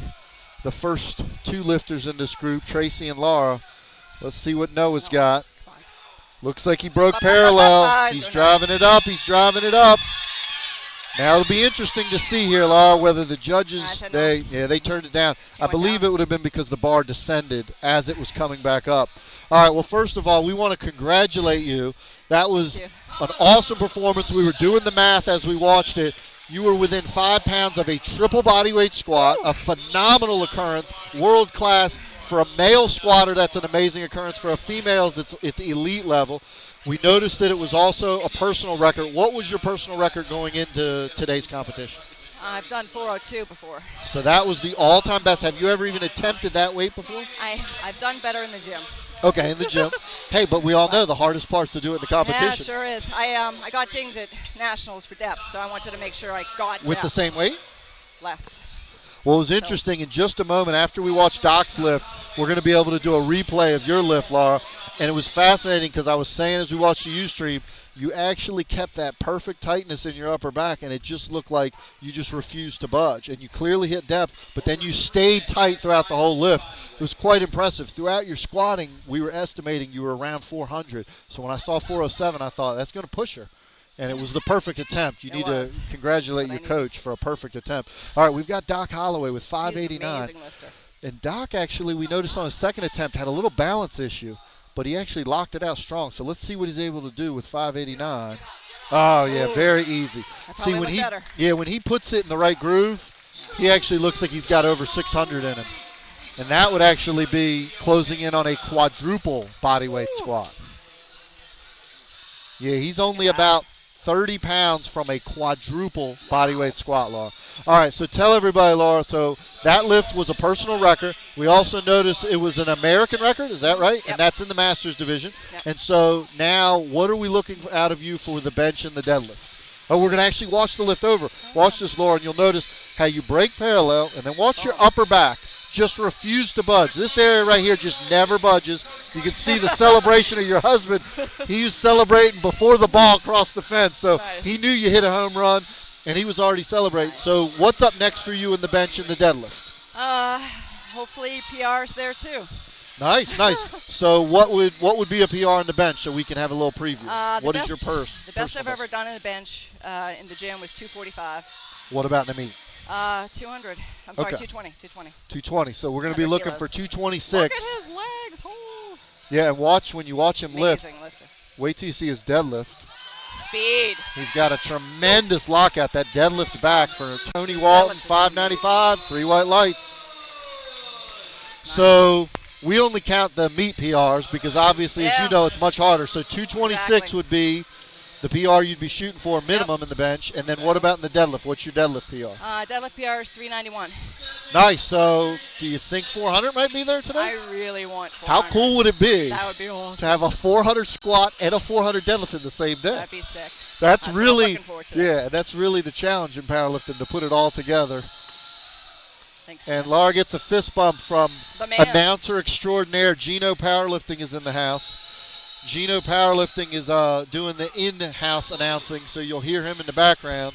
But if you're watching on Ustream, we are actually sitting here with women's Masters World Champion. How many Masters Worlds have you won? 2. 2 Masters Worlds, and how many Nationals have you won? Only 1. You only won 1 Nationals and 2 Worlds. That's a mark of a great lifter. That's a tremendous accomplishment. All right, now, Laura, Mark Freeman needs this lift to stay in the competition. He has absolutely smoked his first 2 attempts, but he had depth issues on both of them. He got 1 white on the 3rd attempt. Come on, Mark. On the 2nd, I should say. All right, now that appeared deep. That looked good. And it was very strong. And the lift is good. 2-1 decision. Lift is good. All right. Nice.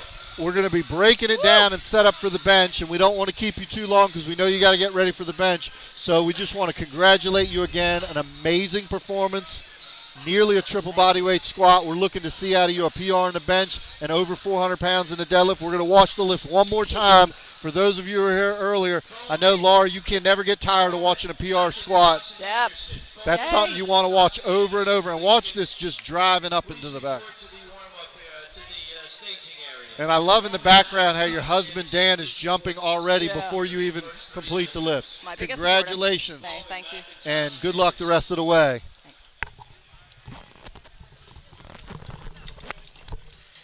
Good job, Gino.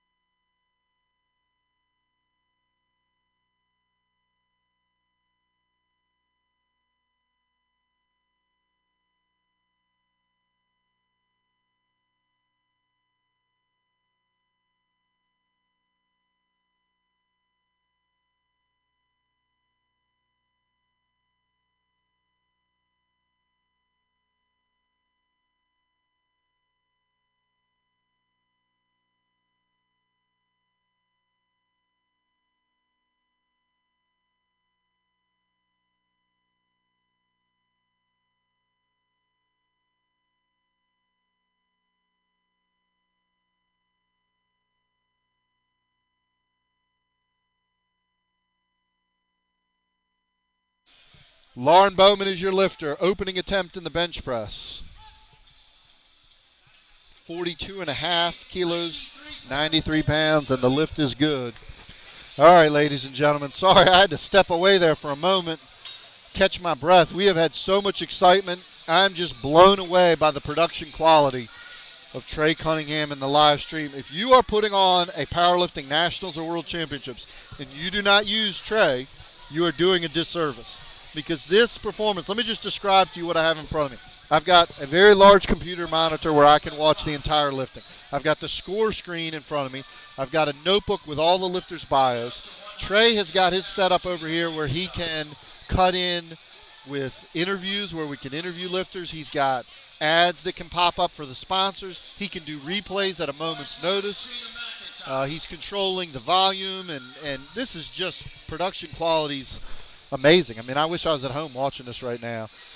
You can actually really follow along. If you're a fan of some of these lifters, if you're a fan of powerlifting, you can literally be able to watch this at home as if you were watching an event on ESPN or Fox Sports 1 or one of the broadcast networks. I mean, this is really tremendous. We got Trina McIntosh, opening attempt, 110 pounds, opener. And her lift is 2-1 decision. We can't see the judge's card, so I'm not sure what it was 2-1 good, but I'm not sure what the red was for. It appears like maybe the judge said her head came up. What we notice in the bench press is that the lifter's head, the butt, the shoulders, and the feet, the head, butt, and shoulders have to stay in contact with the bench. The feet have to stay flat on the floor.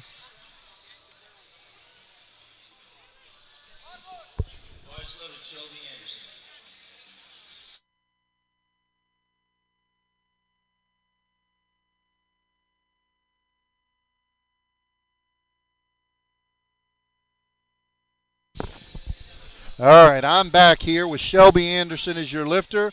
Opening attempt in the bench press. 121, lift is good. All right, we want to welcome John Jones. My name's Dr. Patrick Anderson. John Jones is from Maryland. That's actually where I'm originally from. I grew up there and started powerlifting there back in the 80s. John is benching tomorrow, and he's going to be sitting in with us watching some of the bench press today, and we're going to be discussing some of his lifting tomorrow, what his thoughts are on the competition as we go. So let's watch Christina here, John. Christina's opening in the bench press, 137 pounds. She's opening up in the Raw division, 63 kilo class. I love the environment here. It's a lot of support. It's good to see. It's good to have a lot of people supporting powerlifting. I'm glad that it's on the mainstream. Well, and I was just discussing, John, how amazing this Ustream, the live stream that Trey has created here. You can actually watch the lifting here. You can see Christina's lift is 3 white lights. I'll back up so you can see if you want to watch. Since Gino, the extraordinary announcer, is blocking us, we can watch it over here. So I'm not familiar with your lifting, so tell me a little bit about you, John. So you're doing the bench press only tomorrow? Yes, sir. I'm a new power lifter. I just started lifting last year competitively. My first You clearly look like someone who has been in the gym for a while, so you might have only been competing for a year, but you've obviously been training for how long? I've been training for 4 years. Okay, Seriously. yeah, you definitely look like someone who knows his way around a bench press platform and rack. All right, let's watch Kimberly McLaughlin here, John. Let's see what she's got with 137. Very solid opener in the bench, 3 white lights. So you started training 4 years ago, and then you started actual competing about a year ago. A year ago, yep. What weight class are you in? 120. Okay, so you're in the 264-pound, 120 kilos. Since most of our listeners are kilo challenged, I always like to convert it for them. So what is your personal record in the bench press currently in competition? What's the most you've done in competition? I actually had a full power meet a couple of weeks ago, and I hit 463. Nice, nice. Yeah. And I assume you're competing in the Raw division, Raw, so no yes, sir. gear. No gear. So 463 bench. What were your squat and deadlift? 573 squat, and I pulled 616. Nice, very good deadlift, especially for a big bencher. Usually the bigger your bench is, the less your deadlift. So that's very impressive. Yes, Let's check out Jen Streaky Yates here. Now, Streaky Yates had some trouble in the squat, John. She took 3 attempts to get depth, but when she got the third one, she absolutely smoked it. She's one of the top Georgia lifters. She's coached by Josh Rohr and Rohr Powerlifting. So let's see how she gets back on track in the bench press at 154. Opener in the bench. Very colorful lifter. I love purple the hair. hair. I Yeah. love the hair, yeah. Yeah, you probably wouldn't do too well with the purple hair, but everyone's got their own style, John. I'd have to dye my beard. So now tell me, you're from Maryland. I grew up in Maryland, so I'm very familiar with that area. So where do you live and where do you train? I live in Waldorf, actually. Okay. And I train at a gym called 301 Strong in White Plains. Okay. It's built around powerlifting, strongman, and group fitness classes. It's a pretty Nice. good environment. So what got you to actually do powerlifting competitively? What made you want to compete? Being an athlete in high school and trying out for football in college, you got to find something to still compete. And powerlifting is that outlet. You fell in love with lifting weights, might as well lift for competition instead of just fun. I like that. That's a common answer I get from lifters. We now have got Karina Baymiller. Baymiller is your lifter at 165, opener in the bench press. So far, we are perfect in the bench press, John. We have not had a miss, which is the way it should be. Your opener should be plenty of room to spare. Yes, sir. She's got a very, very good arch and a very good descent and an explosive. She was explosive in the squat as well. So now you've been competing, you said, for about a year. Yes, sir. So what made you choose the Summer Showdown? Is this the first time you've traveled to compete in powerlifting? This is the first time I've traveled, yes. So what made you choose this? I couldn't pass up the opportunity to come see some big names lift. You know, my first time at a sports expo as well, so couldn't pass up that chance. And I'm from Georgia. I was born in Georgia, raised in Maryland. Hey, so you and I are like, we're like transplanted brothers, because I'm originally born in Maryland. My family still lives there, and I've been living in Georgia for 20 years. So Yes, we just traded places. Well, they're both very strong powerlifting hotbeds. I grew up and lifted in Maryland when, you had Chalet's Fitness and Strength and Kurt Kowalski. Yep. And Matt and Susie Gary have a phenomenal gym in Maryland, and there's some tremendous powerlifters from that state. Yes, sir. Now we've got Lauren Rutan. Lauren Rutan, 182-pound opener in the bench press, and the string continues. We are 3 for 3 in the bench press. So you said you tried out for football in college. What college did you go to? Bowie State University. Okay, Bowie State. I went to Towson State University in Baltimore. Yep. So Bowie State actually has got a very renowned football team. So what happened with football? Were you able to actually play football in college? I actually made the team. I had a tryout as a walk-on and I actually made the team, but I transferred to Bowie. So I only had a year there. It was really just a test for me to see if I could actually do it. And so obviously you were lifting for football throughout. Did you play football in high school too? Yes. So you were obviously lifting for football. Now we're going to move to, this will be interesting. Were you here for the squat earlier for this young lady? She actually squatted 507 pounds. I saw it. It was with amazing. Just a belt. And Becky Holcomb is now opening at 215 in the bench press. She is one of the top female Raw lifters in the country. She's actually competed in the Raw Nationals the last 2 years, and she will compete again this year in Atlanta. The Raw Nationals is in Atlanta. Easy. That lift is smoked. Now, since the Raw Nationals is in Atlanta, have you qualified already? Are you considering trying to compete in that this year? I'm considering qualifying. I'm going to try to do a couple of more meets quickly to get some numbers out so I can qualify. I think my bench press and my squat and deadlift should be enough total-wise to get in. So do you know what you need to do? Because your total today would be eligible if it's high enough. Have you looked to see what number you need, tomorrow? Or are you just in the bench tomorrow? Just in the bench Okay, tomorrow. so tomorrow you wouldn't be able to qualify for the Raw Nationals. Correct. Just the bench press. Do you have a competition full meet planned coming up? I do. I compete also USA PL and 100% Raw. Okay. I'm actually going to be doing Worlds in October for 100% Raw. Okay. Where is that? In Pennsylvania. Okay. All right, so we've got Melissa Copeland. Melissa Copeland is your lifter, opening at 231 pounds. And she's from Maryland, too. Yeah, I noticed that. Baltimore, Maryland. That's quite interesting to have two Maryland lifters. Like I said, I grew up, my first competition in Maryland was 1987. Actually, interestingly enough, I competed in the first drug-tested powerlifting meet in the history of the state of Maryland. It was February of 1987. It was an 80 FPA teenage meet. Up until that point, there had been no drug-tested competition. The USPF was the only organization.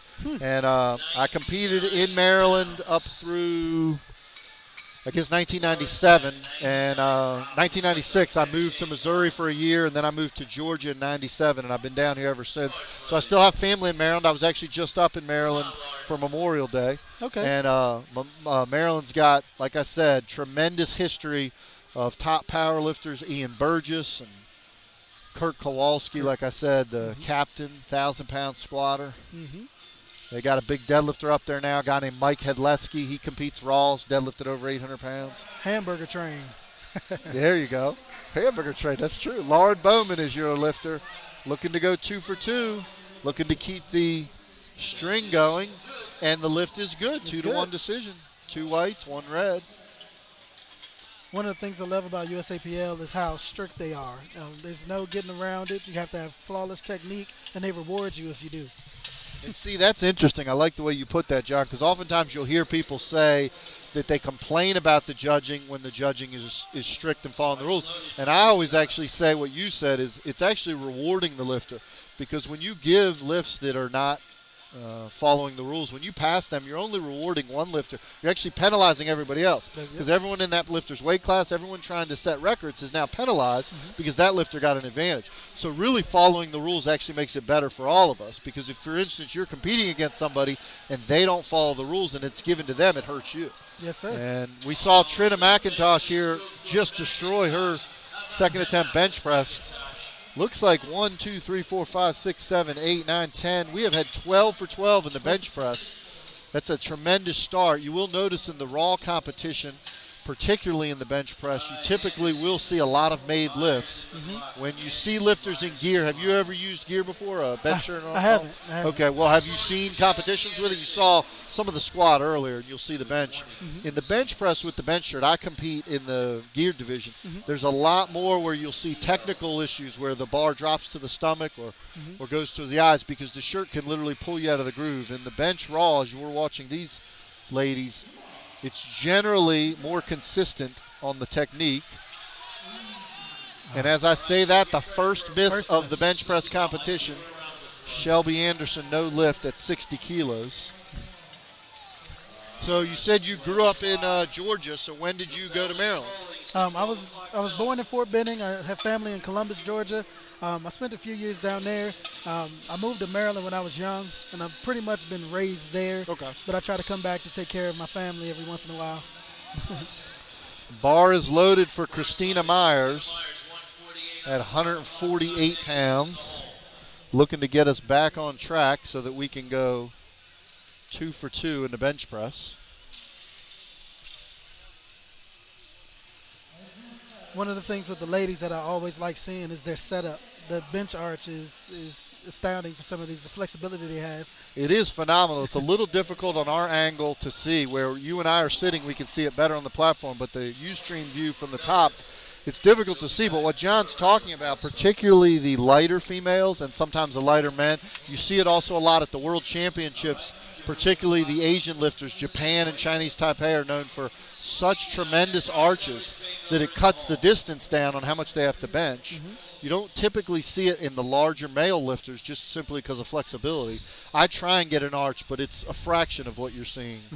Oh, actually, Trey Cunningham, as we speak, can change the angle. Let's keep it at this angle, Trey. If we can we go back to that angle? That angle is actually really good to watch technique-wise. We'll leave it here for just a few lifters, because what you can see, and I'll point this out on the next lifter when she comes out, you can actually see what John was talking about is how they get the arch. And when they set up, literally what they'll do is wedge their shoulders into the bench, and then in many cases try and walk their feet back and try and develop the arch so that their hips can actually get closer to their shoulders. What that simply does is shorten the distance. And for those of us, you know, when you're competing in powerlifting, the shorter the movement, obviously, John, the better it is. The less distance you have to move the weight, the better. And the real challenge, which you'll notice for some of these lifters, is keeping that arch under load. Because you can get the arch, and you'll notice here, Streaky Yates, look at the setup. I mean, if I tried to do that right now, they'd have to call an EMT and paramedics. But look at this, the view that Trey's got. You can see how she wedges her shoulders in, and now watch, she's just going to sink her hips so that her butt is just barely touching. And now look how short the distance is. And she's got long arms, and she's still able to cut that distance down by several inches. Now you'll also notice that the hips in this angle can sometimes come off the bench because you're very playing close to the vest where you're just barely touching the bench. So you'll see some lifters turn down. It appeared like her lift might have been turned down anyway because the butt might have come up, but she was unsuccessful with that lift. What kind of an arch do you do for a bigger guy? Do you do an arch at all? Not at all. What kind of a grip do you take? Are you wide or medium or close? I'm actually kind of medium. I'm pretty tricep heavy. I was going to say, you look like you got a couple of legs growing out of your shoulders, so it wouldn't be a surprise to us if you have a narrow grip over there. No, yes, sir. That's exactly what I do. I like keeping the bar as close to my body as I can. That actually is excellent from a football playing experience. What position were you in football? Linebacker. Yeah, so you know a lot of that being able to free yourself of blockers as a defender and then as an offender to be able to block. It's that closed grip motion. Mm-hmm. So watch Karina here. Now that is a tremendous power. Great lift. Tremendous power. Karina has been really powerful throughout the competition. You can tell some of the lifters, it was fascinating in the squat, John, some of the lifters are very controlled and the down and the up is controlled, and some lifters are just attack and aggressive. Are you more of an aggressive, you in the squat you hit the hole aggressively, and in the bench press driving aggressively, or are you more controlled? I'm aggressive. You look like you would be. That's probably the football background. Yeah, I don't like to play with the weight. When it's time to lift, it's time to lift. Yeah, I'm a big believer in the power. I think that if you can use power, you can actually use momentum to overcome weak points. When you lift slow, then you've got to grind through the whole lift, but when you use power, you can overwhelm the weight. Thank you very much. My lovely wife just stopping by with some Chick-fil-A. I don't know if they're a sponsor, but I'll promote them because they have helped me in my powerlifting pursuits many a day. All right, we've got Lauren Rutan. Lauren Rutan is your lifter at 192. Very tight setup, very strong. Let's see if she can transition. Now, it did look like she got a little out of the groove there, John. Got a little bit over her eyes. One of the things when you talked about using the triceps and more of that tight bench, it's critical that you drive it straight, almost pushing it towards your feet, because as soon as it goes back over your eyes, even somebody with a pair of legs growing out of their shoulders like you can have trouble locking it out. I imagine you've learned that when you can keep it in that groove, you can lock out a lot more. Absolutely. Staying in the groove is very important. That's why I like to be very tight on the bench so I don't waste any motion. I don't want to give the bar a chance to get away from me. Now, John, we're in for a treat here. Becky Holcomb, and I heard it in your voice when you saw it. She absolutely destroyed 220 on her opening bench. I mean, just lasered it up. She's only actually jumped up. It was must have been 216 that she opened with. She's jumping to 231. It's only a 15-pound jump. So it'll be interesting to see. She might be one of those lifters that's just very conservative, or she might know that she has a difficulty at the top because it was so explosive. I would actually suspect she's got a lot more in her. So let's see what it looks like at 231. Big chest to air. Very solid lift. Very solid lift. She stays tight on the bench. You can see she gets her big air. Yeah, it looks like she's got more in her. I don't know. I don't believe 250 might be there, but I think 242 might be there. Now we've got Melissa Copeland with a 248-pound bench press. Now think back. I always tell guys when I'm watching a women's powerlifting, think back when you were in high school and benching 225 and all the guys that was a big deal. Yeah. Picture if some girl walked in the room and did 248. I always tell guys, when you see 248 by a woman benching in the Raw division, anything that's over 200 pounds, that's extremely impressive. That's very powerful for a woman. There's guys who lift, year-round who aren't benching this much, and if you walk into a gym and see a woman with 248 on the bar, that's impressive. And this is only her second attempt, and she's been really strong. Let's see how she does. Closing in on 250. Now she got a little bit out of the groove there, John. Yep. You know what was interesting? Are we able to replay that, Trey? What happened on that lift here, I'll just review it for you, was she actually brought it down, as we talked about, with a tremendous momentum and really dropped it into her chest. The negative to that strategy is when you have to pause, you can't get any momentum. See, in the squat, you can hit it aggressively and bounce out. But in the bench, there's actually a lot more to be said to bringing it under control, because the faster that it hits your chest, the more you have to stop it and restart it back up. And it almost looked like that hurt her there, John. That's exactly how it looked. As soon as she came off her chest, it came out right out of the groove. She didn't have a chance to get it back. This is a nice facility, too, by the way. It's a very beautiful building. Yes, LakePoint Sports. LakePoint Sports in Emerson, Georgia. If you're somewhere driving around the metro Atlanta area, head up 75 North to Emerson and stop by and say hello. Drive it up. This is Lauren Bowman. Lift is no lift. Now, she actually will be credited with her second attempt at 45 kilos. We now go to Shelby Anderson, 132 pound, third attempt in the bench press. So tell me a little bit about who are your favorite power lifters, either lifters you've seen from afar or lifters you know personally. Who would you say are your mentors or people you really look up to? I really have a good training group at my gym at 301 Strong. Give a shout out to some of them. They might be watching. Yeah, I got. They better be watching tomorrow, right? They're definitely going to be watching tomorrow. They got some problems. Yeah, we'll give a big shout out. 301 Sports? 301 Strong. 301 Strong. Yep, yes, All right, sir. we'll give a shout out. That's located in Waldorf? Yep, right in White Plains. All right, White Plains. Yes, sir.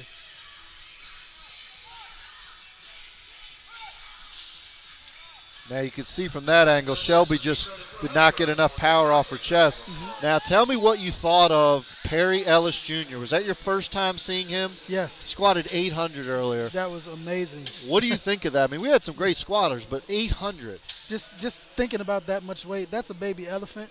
That's the best way to describe it. And just seeing how much power he had was astounding. Well, the thing I always look at is if you go into any gym in the country and somebody's got 405 on the squat bar, you kind of notice it. And 500 is a big deal. I mean, somebody's squatting 500, you know they're strong. 600 is when you really cross into being a top, national competitor. And 700 is elite. I mean, that's just as big as you get. 800 is just so rare for a raw lifter. And he's just so strong, and he's close to an 800, if not more, deadlifter. That's amazing. Usually when you get that good at something, you're a specialist. But to be able to do both lifts just as strong is impressive. Yeah, wait till you see him later today in the deadlift. He actually was telling me his PR is 793, but he's hoping to go over 800 pounds. So he might actually squat and deadlift 800 pounds. And then in the women's class, we had, if you got to watch, Laura Sturm lifting in the Masters division, did almost a triple body weight, 407-pound squat, and she's hoping to deadlift over 400 this afternoon. So we're seeing top national and world-class level lifters across the board, and throughout the weekend we're going to see even more. Yes. This is Christina Myers, and she's got 148 on the bar. Christina Myers, third attempt, looking to comeback attempt. She was unsuccessful on her second, looking to hit a comeback attempt on her third. Good setup, big bear. Yeah, she does look tight, very controlled. And see, this is the interesting thing here. When you see raw lifters, one of the things you'll notice is the most difficult part for most lifters is getting it started. So typically with the shirted lifters, when you watch them later, you'll almost never see the bar not leave the chest unless they lose the groove. It almost always explodes off. But in the raw lifting, it's sometimes you'll see it, and we saw it in the squat. We had two squatters, as soon as they hit the bottom, they just said, take it. So it is I was announcing it earlier, it's two different sports in my mind, James. It literally is that different. Oh, it's very different. Whenever I hear somebody who does one and they talk about, well, if I did the other, I could do this, I always say, hold off. Until you do it, don't tell me, because it's two different sports. And some guys can do it. We've seen some top lifters do both, but most people are not as successful at both forms. No lift there for Kimberly. Nope. All right, Jen Streaky Yates. This is one of Josh Rohr, the meet director, the host for this event. This is one of his lifters. Josh is a world-class lifter himself, won the collegiate nationals, held the collegiate deadlift record, has competed in the nationals and in the worlds. Josh and I actually lifted in the world championships on the same team in 2009. Okay. He is coaching numerous lifters. He's the beat director. He's a national referee. I think he'll be selling popcorn and washing cars in the parking lot before the afternoon is over. Josh literally does about a million things. I just want to thank him for extending the invite. Yeah, he's been really good about promoting this event and turning into getting lifters to travel, come from other parts of the country. So hopefully each year it's going to grow and we're going to get more lifters. Jen Streaky Yates, 75 kilos, 165 pounds on the bar. Nice fight, nice fight. Let's see what the judges say. Very good fight. 3 white lights.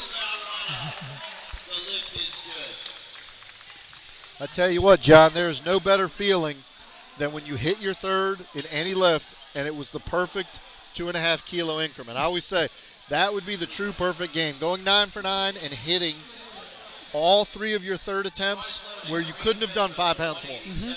That's exactly what you're supposed to do. Don't leave any pounds on the platform. But that's the hardest thing to do Mm-hmm. because when you get to those max weights, it's so easy to go just a little bit past. Mm-hmm. And the true great lifters can actually hit that. And that was a great finish because she had to fight it. It was a comeback attempt. All right, now Karina, John, I've been talking about her. She has been power personified. So let's see if she can keep it up. She was explosive in the squat. She actually took that out with no lift off. No lift off. And very explosive. I tell you what, Karina is extremely impressive. Taking the bar out of the rack with no lift off.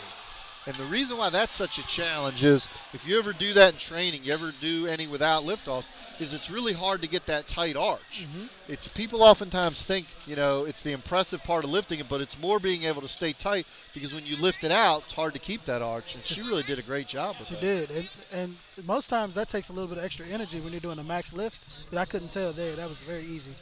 Yeah, I would suspect for most top lifters, you could easily add 20 pounds to a max bench press if you had to take it out yourself. So that's really impressive. Mm-hmm. All right, we've got Lauren Rutan. Lauren Rutan, comeback attempt, 193 pounds, lifting in the 63 kilo class. Another very tight descent. Let's see if she can fight it. It looked like if she could have gotten it just another inch, she might have had it. But that was a tough attempt, just a little more than she was capable of. All right, now, we talked about this earlier here, John. This is Becky Holcomb. Mm-hmm. Now, she hit 231, and I predicted 242 was what I thought was there. That's what they've chosen. I really think this is going to be that perfect attempt. She's going to have to keep it in the groove, particularly for her bench groove. She's going to have to drive it straight. If it gets back over her eyes, it's going to make it much more challenging.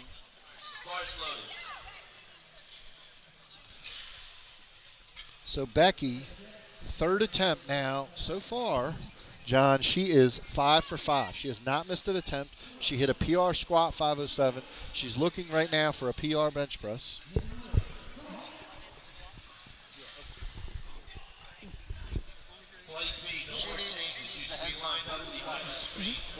We're gonna say goodbye to John. We're gonna bring in Laura Rutan. Good luck, John, tomorrow. Let's see what Becky's got. Laura, can you hear me? Yes, I'm here. All right, we have got Becky with a third attempt. Oh, actually, we might not lose John. John, can you hear me? Oh, beautiful. All right, so what we're going to do here now is we're going to keep John here. Laura, I'm Dr. Patrick Anderson. Hi. This is John Jones. Hi. John Nice to meet you. is going to be lifting tomorrow in the bench press competition. And we just Awesome. first wanted to congratulate you Thank and you. find out, was that a PR that you just hit? No, it was not. My meet PR is 85, so I wanted to jump 2.5 kilos to try and beat that. Okay. So I've Now- hit it in practice, but not. And see, that's the competition. challenge we Yeah. all learn. Now, I understand, I've been told, a little birdie's been feeding me details, that you have both CrossFit and Olympic weightlifting experience. Yes. So how long have you been competing in powerlifting? I started training for powerlifting September 4th of last year. So you're new to the Yep. sport. I did my first meet November 4th of last year. So what made you cross over from the other sports? Well, I really do still enjoy CrossFit. I went to weightlifting because I realized I needed to get stronger for CrossFit. And then I really ended up liking weightlifting, so I stayed there. And then I went to a powerlifting meet on Labor Day of last year, and I was like, oh, I got to do this. And so I came home, and that Monday I started training for powerlifting. Excellent. Well, let's watch Melissa here, Laura. Melissa Copeland has got 248 on the bar. This would be the biggest bench press of the women's division so far. Remember, we talked about John. She dropped really fast. She lost some of her tightness and was unable to lock that out.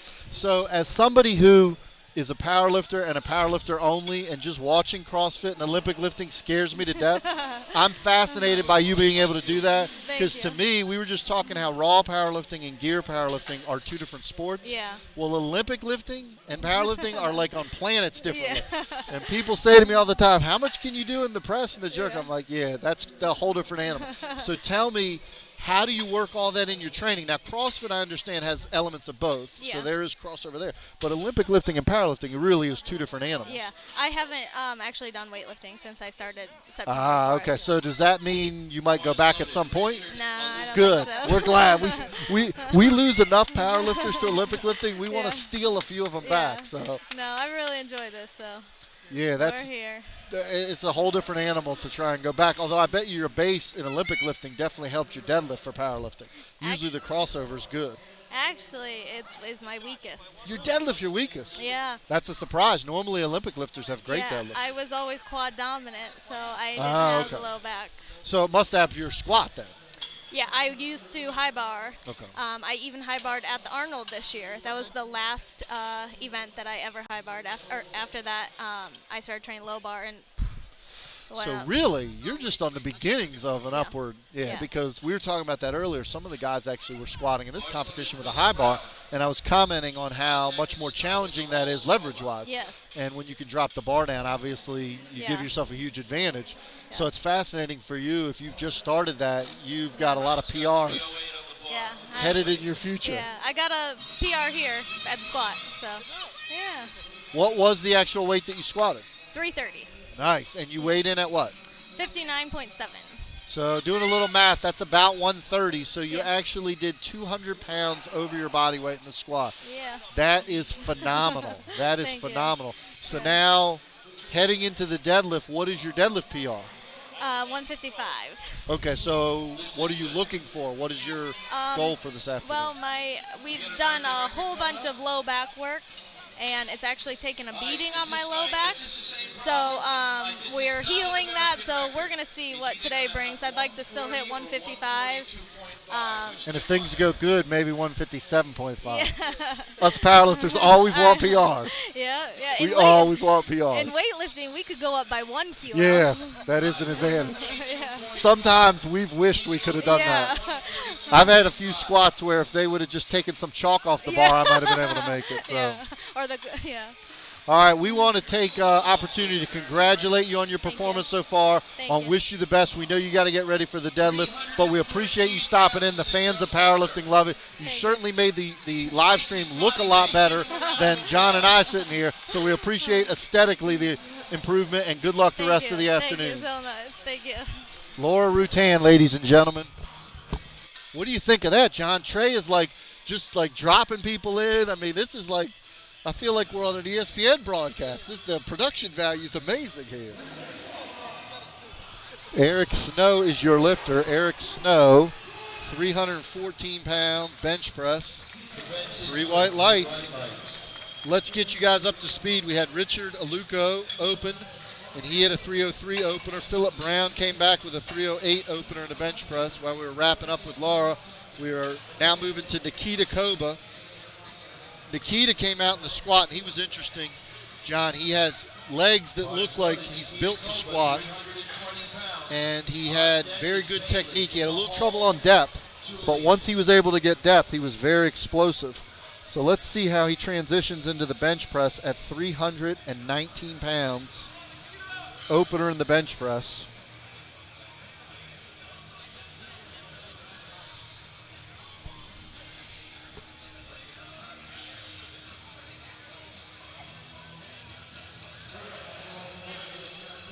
And the lift is good. 2-1 decision. It was hard to tell what the judges saw there. That could have been his heels. It looks like his heels came up. One of the side judges caught that. That goes back to what you said earlier about the judges following the rules of performance. You really want your lifts to mean something. His mic, John's mic, might need a bump up.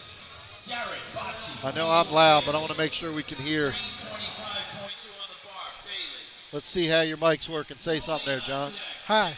Yeah, we got you. All right, we got Garrett Botsy Bailey. Now, this young man, if you've never gotten to see him, John, he is over a 700-pound deadlifter. He will open at 700 pounds in the deadlift.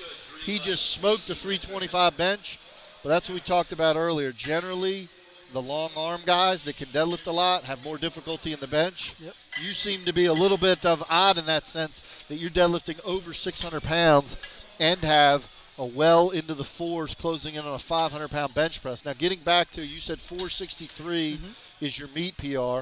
Have you ever done more than that in the gym? I have done more than that in the What's gym. the most you've done in the gym? 470. So clearly, in the distance, you have to be thinking of a 500-pound bench press. Because, I mean, once you get to that, that's got to be your goal. And that's just a benchmark in the sport of powerlifting that historically, going back from the beginnings of powerlifting, sets you apart, puts you in a different category. Once I hit 500, I'll retire. There you go. Maybe on that same day, right after you hit 500. I'm with you. Just camp out wherever that meet is. All right, so now we are seeing, this is Julian Anuha. Julian was very impressive in the squat. He smoked all of his squats, and his opening bench looks easy as well. 352 in the bench press. Lift is good. Load the bar for Jeff Bingham, 352.7. Masters 1. His opening attempt, 352.7. So far, all the attempts for the guys have been good. Yes, we actually are on a roll here, hitting all of our bench press attempts, which is very good to see. Up next is Matthew. In the hole it's Jake. And then Brandon. Next three lifters, Matthew, Jake, and Brandon. Matthew, Jake, and Brandon. I don't know if they can see, but I love his gold mic. Gino is announcing with a gold microphone. You have to know Gino to know. That's very fitting for him.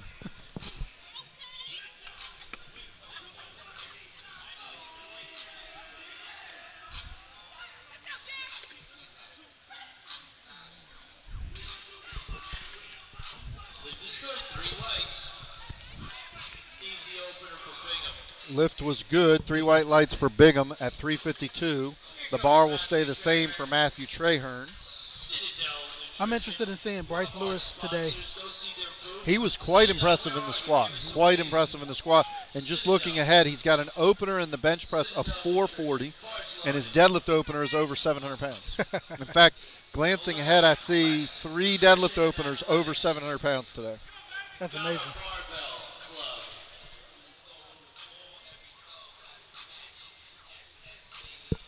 Traherne is your lifter, 352 pounds.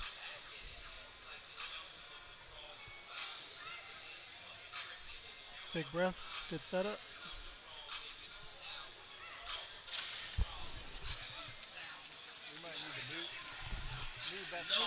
No lift. Lift was no good.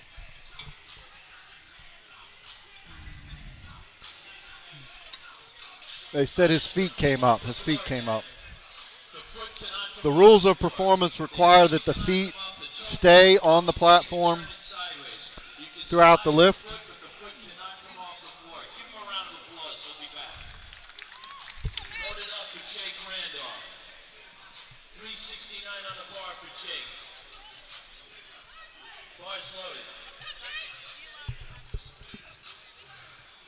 Actually, he's not, but Sleeves have to be down. He does have some big arms. yeah, we were noting earlier, John, that this young man, Jake, very much like yourself, has a pair of legs, quads that are growing out of his shoulders. It's a fascinating concept when instead of triceps, he has quadriceps. So let's see if he puts those to use. Now his head came off the bench, so I believe that'll be no lift. No lift. 3 red lights. The rules of performance require that your head stays in contact. I tell you what, this guy Jake, you can tell is just raw power, because in the squat, he took a 501 second attempt and absolutely destroyed it, but he didn't wait for the squat signal. And I said on the live stream that he's capable of a lot more. He jumped up to 530. Waited for the signal and absolutely destroyed it. So you can see here in the bench, that lift was very easy. He's got plenty left in him. All right, now this guy's been pretty impressive, John. We've been watching on the live stream. Brandon Maddox actually put on quite a squatting exhibition. He hit 2 technically sound squats. His third just was a little too much weight, but he was going for an American record. But you'll notice on him, he is very technical. So let's see if he can continue that in the bench press. Usually guys who are technicians in the squat, they carry that over. So let's see how his technique is in the bench. He's got a really good tight setup on the bench. Oh, man. He is a strong man. That's 385 pounds. But listen to this. He only weighed in at 163. I mean, maybe even less, 162, 385 pounds. That's very impressive. All right, now we move up to some of the bigger guys. We're going to move all the way up to the 264-pound weight class. And Jared Martin. And Jared Martin has called for 396.8 pounds, as close as you can get to 400 in the sport of powerlifting and not going for it. 396.8 opener. This is a big bench press Raw.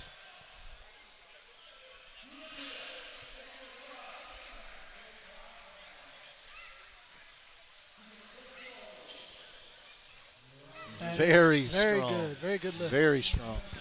3 whites. 3 white lights. Look is good. All right, Perry Ellis Jr. How about 402 pounds? 402. He's being handled today, and he works out with Coach Goggins. Steve Goggins, multi-time world champion Steve Goggins from Goggins Sports. It seems like Goggins has forgotten more about powerlifting than I've ever learned. Yeah, Steve is quite a legend. Steve has actually competed in the IPF Worlds on a couple of occasions, winning the bronze medal. Steve has actually won the what was the USPF Senior Nationals to qualify for the IPF Worlds. He also holds some Georgia state records that he's competed in the USAPL in more recent years, the Masters division. Steve has coached and is coaching some of the top lifters, and you'll see here he's coaching the 800-pound squatter Perry Ellis. Perry was telling me he's looking to bench 435 today, so this 402 should be well within his limits.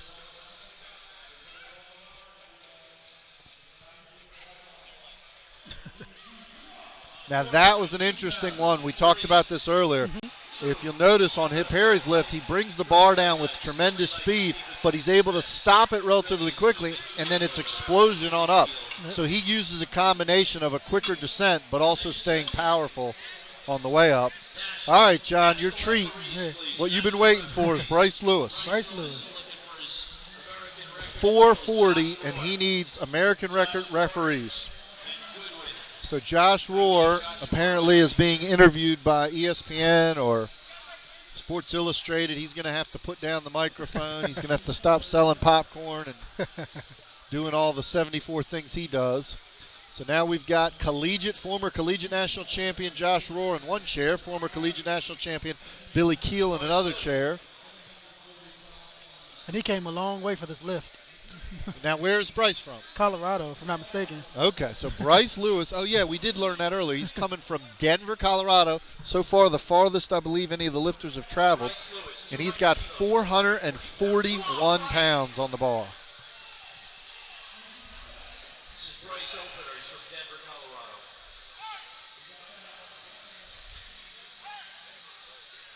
Colorado. Wow. Wow. I might have to say that backwards. Wow. Wow. That was impressive. We're going to watch this lift again, John. Watch the tremendous drive upward. And he keeps it, as we talked about earlier, he keeps it driving it straight. He doesn't start to go back over his eyes until the last part of the lift. And that's really the key. The truest bench press years ago, there was a mathematical analysis, and the truest bench press actually does have a slight arc to it, but you don't want to start going back over your eyes off your chest or you won't have leverages.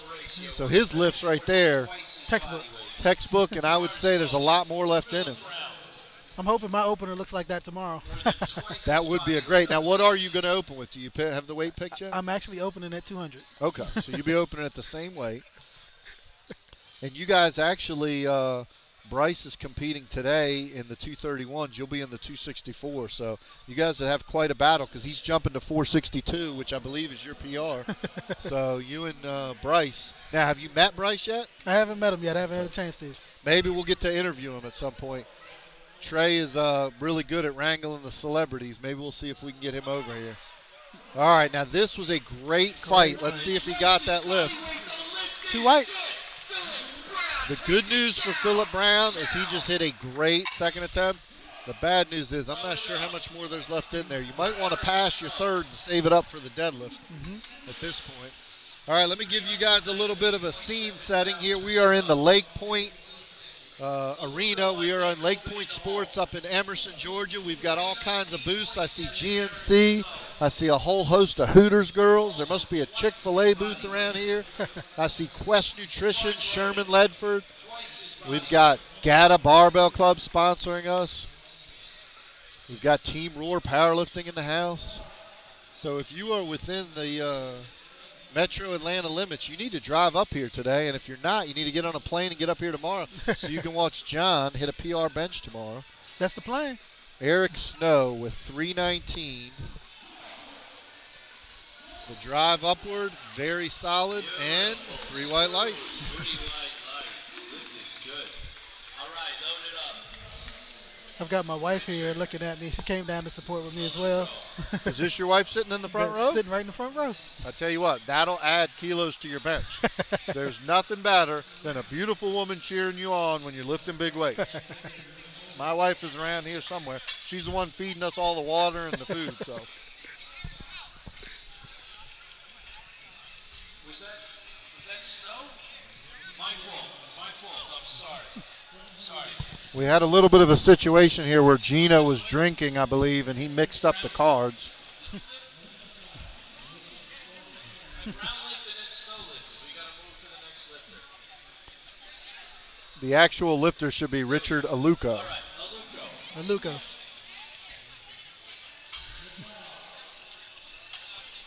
All right, I'm Dr. Patrick Anderson, and I'm joined here by John Jones. John Jones from Maryland. From Maryland. You know, there's a UFC guy, John Jones, and he's got a brother plays for the Baltimore Ravens. Yep. So I tell you what, we could tell everybody that I'm sitting here interviewing John Jones. We might be able to pack this house with all kinds of fans.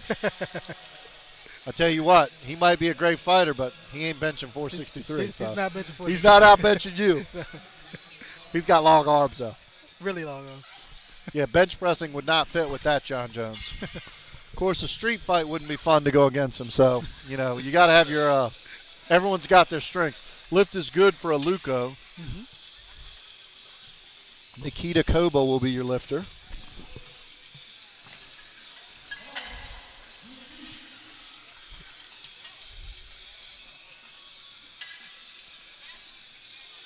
One of the things that I don't think people realize is if your gym does not have calibrated plates, the way the bar feels with a calibrated plate versus regular steel or bumper plates is totally different. Oh, yeah. It's a different ball game.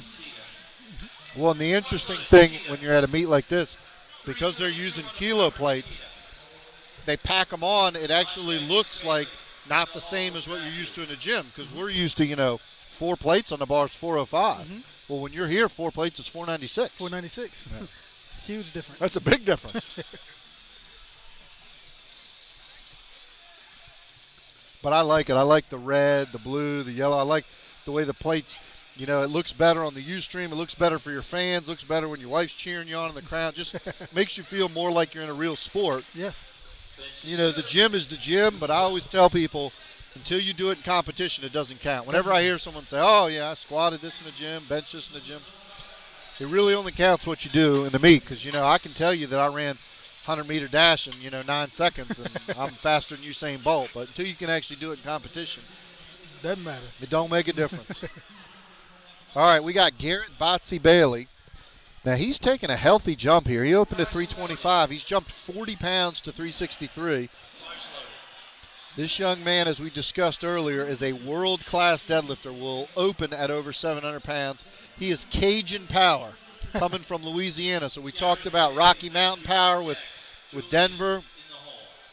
We got some Maryland power in the house, some Chicago power, and this right here, Garrett Bailey from Louisiana. And I know there are some world-class powerlifters out of the state of Louisiana. Wade Hooper, one of the best powerlifters of all time from that state. 3 white lights for Garrett Bailey. Louisiana Tech College producing some of the top collegiate powerlifters, including our live stream director, Trey Cunningham. Quite the stud in his day. Collegiate national champion, open national champion. Sorry. He was in a rush. And now he's the best live stream producer that there is. There is nobody close to what this production value is. I'm blown away, and I've worked with Trey before, but it is getting better and better. I almost wish I could go home and watch this myself. I don't know if we can figure out a way I can do the live stream and watch it. All right, we got Matthew Traherne, 363. Now, he needs this lift to stay in the competition. A little bit uneven. The spotters actually did a good job of not grabbing it, but that lift is no good. And we've been told that we do have at least some fans because Trey's wife is watching us. So we at least have some people out there we know are watching, cheering us on. And tomorrow we know the guys from White Plains are going to be cheering you on. Absolutely. Make sure they know that we're going to be having you on the live stream. And now that the fans get to meet you today, you're going to even have more support tomorrow. Starting to notice the bleachers are starting to fill up. Yes, sir. That's getting pretty exciting. We're starting to see more fans in the crowd. Mm-hmm. There's a little bit of traffic, but, it's Atlanta, so what do you expect? That is true. That is true. Appears like Gino has set his gold microphone down. He's probably got to sign some autographs or something.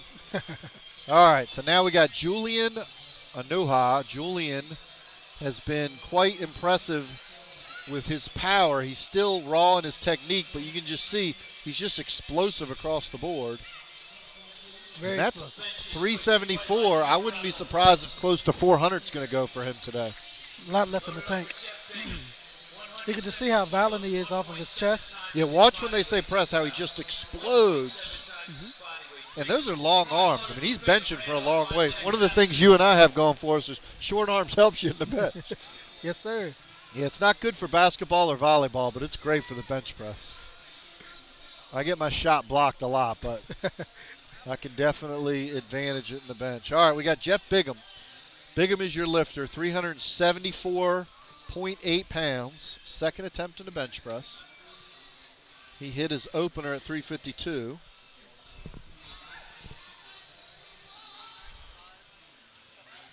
Drive. Now, he got a little bit out of the groove, but he locked that out. That'll be interesting to see how much more he's got in on his third. It appeared like the bar went back over his eyes, as we discussed earlier. Watch this lift, John. He comes off the chest, and there's a transition where it shoots back just a hair. So watch, he comes back, and then right there it kind of goes back, and he almost has to catch his elbows, his triceps, underneath the bar. Mm-hmm. Now, if he corrects that on his third, you'd have to figure there's more in him, but with that type of form, I'm not sure if he's going to be able to lock out much more. The next weight will go back.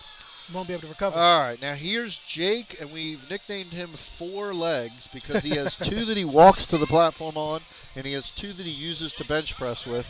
Jake Four Legs Randolph. Jake absolutely destroyed the bench, but his head came off. So let's see if he can push his head into the bench, and he can bench 407. I have confidence he's going to make this lift. Oh, my God. Very easy. And 3 whites. Yeah, I'm calling him Quad because he's got 4 legs. Quad. Jake Quad Randolph. He's got quads growing out of his shoulders. And you know what's interesting here, John? He's got a narrow grip for such a long arm lifter. Mm-hmm. It makes it even longer. Yeah, he's really actually not using all the biomechanical advantages. Here I am talking about my short arms, and I grip it as wide as they'll allow me, use as much short distance as possible. And this guy's doing, like twice the amount of distance I am. Mm-hmm. But, I guess if I had muscles on top of muscles like that, maybe I'd try that too.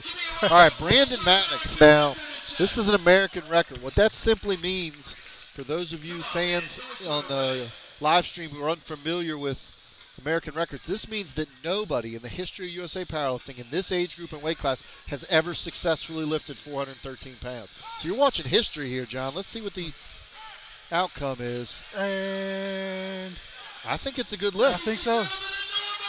And I'll go so far as to say I think he's got a little more left in him. I think he's got more in the tank. Be interesting to see where they take him, but let's watch this lift again. This is the difference between this one and the previous. Watch how he drives this, and it goes back, but very tiny. But he actually keeps his triceps driving, and a strong lockout. I might actually say 10 more pounds might be there. That was a very strong lift. That record's not going to last long. Yeah, won't that be interesting? The ink won't be dry, and he's going to break that record again.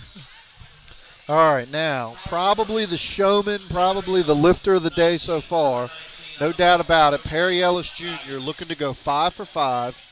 Coached by awesome Steve Goggins. Goggins Force Powerlifting.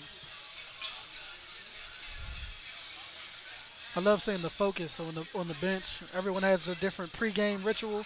I love seeing how some of the guys just go into a different place before they lift. Yeah, and it's fascinating when you come to a competition like this, John, really getting to watch all the different techniques. You can learn things and pick up things you can introduce into your own lifting. So let's see. Perry drops pretty fast. Let's watch. And then he explodes up.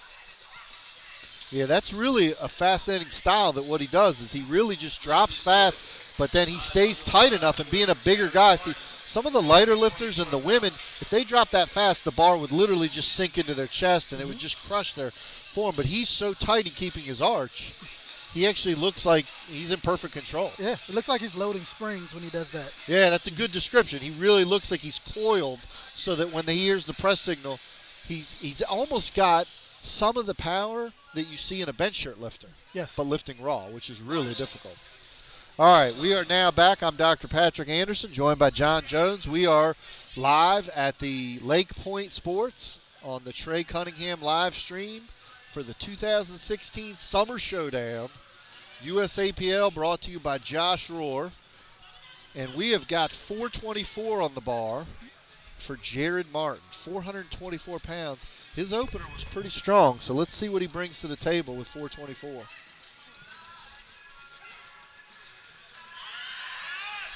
Now let's see if we can replay that, Trey. I want to point out something. If we do a replay on this video, John, it was fascinating. When he brings the bar down, he almost coils, and then when there's a press, he kind of sinks it in a little bit. Yes. Now technically that's actually turned down illegal, because once you hear the press, the bar has to go up, but it was so subtle they didn't catch him on it. It's really an old school strategy of a way to get more drive off the chest. You see that a lot in the raw lifters. You do. All right, now how about some Rocky Mountain power?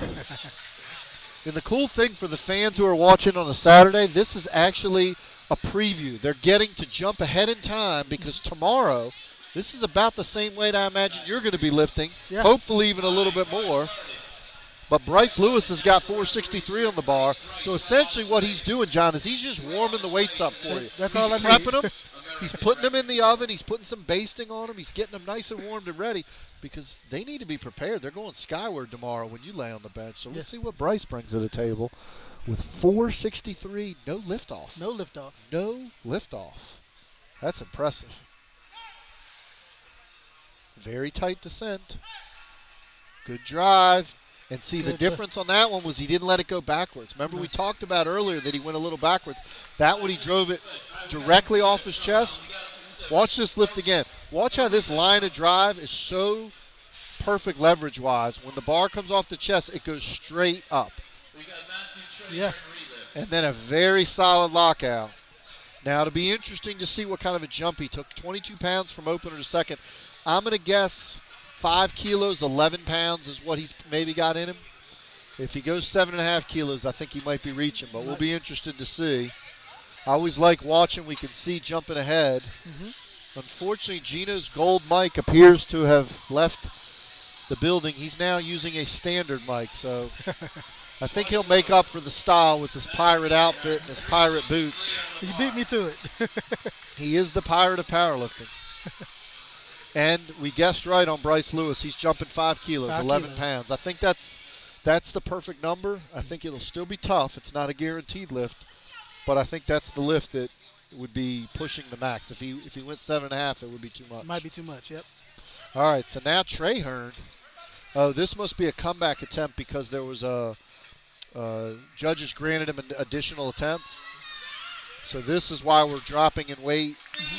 363, lift is good. Good lift. Trey Hearn.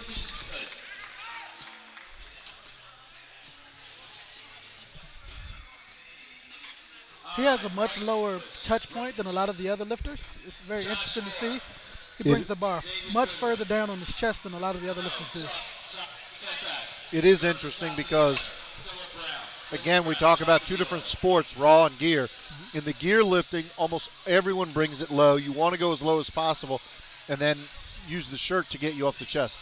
In raw lifting, the problem when you go that low is the tendency is it's hard to get it moving. Your leverages are beneath you, and you'll tend to throw it over your eyes. So you're right how it's fascinating how some lifters are taking a low bar path, but the majority of the raw lifters are taking more of a medium. We have seen a few high ones. You don't see a lot that are high because your leverages aren't as good when you bring it too high, but you occasionally have seen some of those.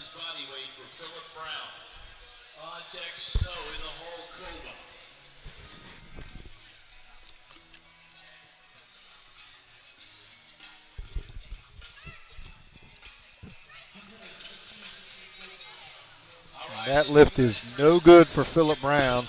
He will be credited with his second attempt. If you remember, he was the one that we said didn't have any more left in him, so he might have been better off passing his third. Yep. It's not a huge strategy thing in a competition like this, but when you're at the big meets, the nationals and the worlds, where you need every pound, and the meets sometimes are running very fast, it's oftentimes not a bad idea if your second attempt is an absolute max to pass your third. Gives you more time to warm up for the next lift. Obviously, it saves your energy. Yes. And the risk of wasting the energy was only going to gain him 5 pounds on his total anyway. Yeah. All right, now we got Eric Snow. Now, he's also only jumping 5 pounds, and he only jumped 5 pounds from his opener to his second. So this is a pretty narrow group here. He's going 325 after doing 314 and 319. But I think he might have a shot. And not able to lock it out. There was a transition, John. I thought he might have it. It was close.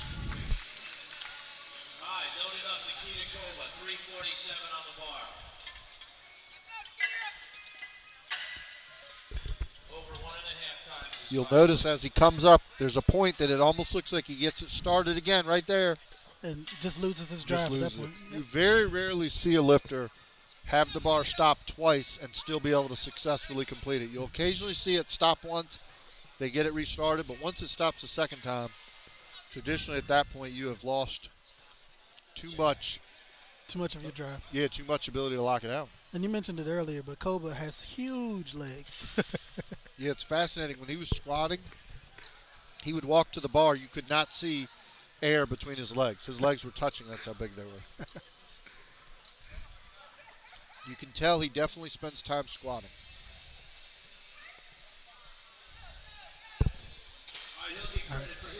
No lift for Koba. No lift. We need somebody to go 3 for 3 here, John. We're starting out with 3 misses. We need to go 3 for 3. Let's watch this lift over and see if we can see a technical issue. He actually looks tight. You know, it just simply looks like that was too much weight. Just too he heavy. looked like he actually was in a good groove. Sometimes the weight's just too heavy. Yep. All right, now this is interesting. We talked about Denver before. We talked about Maryland. This guy comes from Chicago, Illinois, the Windy City. Richard Aluko. It's a pretty good range of travel from different parts of the country. We've seen Louisiana. We've seen South Carolina. We've seen Georgia. We've seen Maryland. Denver, Colorado. Josh Rohr deserves credit for a meet of this caliber, bringing in lifters from all over the country. And interestingly enough, not only are the bleachers full, I'm starting to see some standing room only, some people that are standing in the back. So I think what happens in Atlanta was we're just getting some people waking up on a Saturday morning, getting out of bed, getting moving. Yeah. Plus, I really think a live stream is so phenomenal that probably the word's getting out. People are like, man, I got to go watch that. I gotta meet. go see. So I think that we might need to give a kickback to Trey for any extra money that they make on this event, because I have a feeling we're getting some good responses. And please stop by and say hello if you enjoy the telecast. Botsy Bailey, no lift at 369. All right, we need somebody to go 3 for 3. We've got some chances here still. Yeah, actually, we had such a good start on the first 2 attempts. We've actually got quite a few lifters who have a shot at 3 for 3. We just need somebody to close the deal. Now, this is interesting here, John. Because Matthew had a repeat attempt, he's actually going very close together. Because you remember, he did his second. Then he had to repeat at the end of the seconds. Now he's repeating in the middle of the thirds. So he's literally doing 3 benches in the equivalent of 1 round of attempts. So this is a challenge. You'll see here whether he's got a lot of fatigue built up from the 374 having to repeat an attempt. He appears solid on the descent. Yeah, I have to think that doing 3 attempts in a short distance, that just affects you. You know, this group, the size of this group is just the right where you have, you know, a good maybe 10 minutes between attempts. Well, he ended up having to do 3 attempts in about that same time frame. Yeah. All right, we now move to 391. So we're closing in on 400, and we've got Jeff Bigham as your lifter.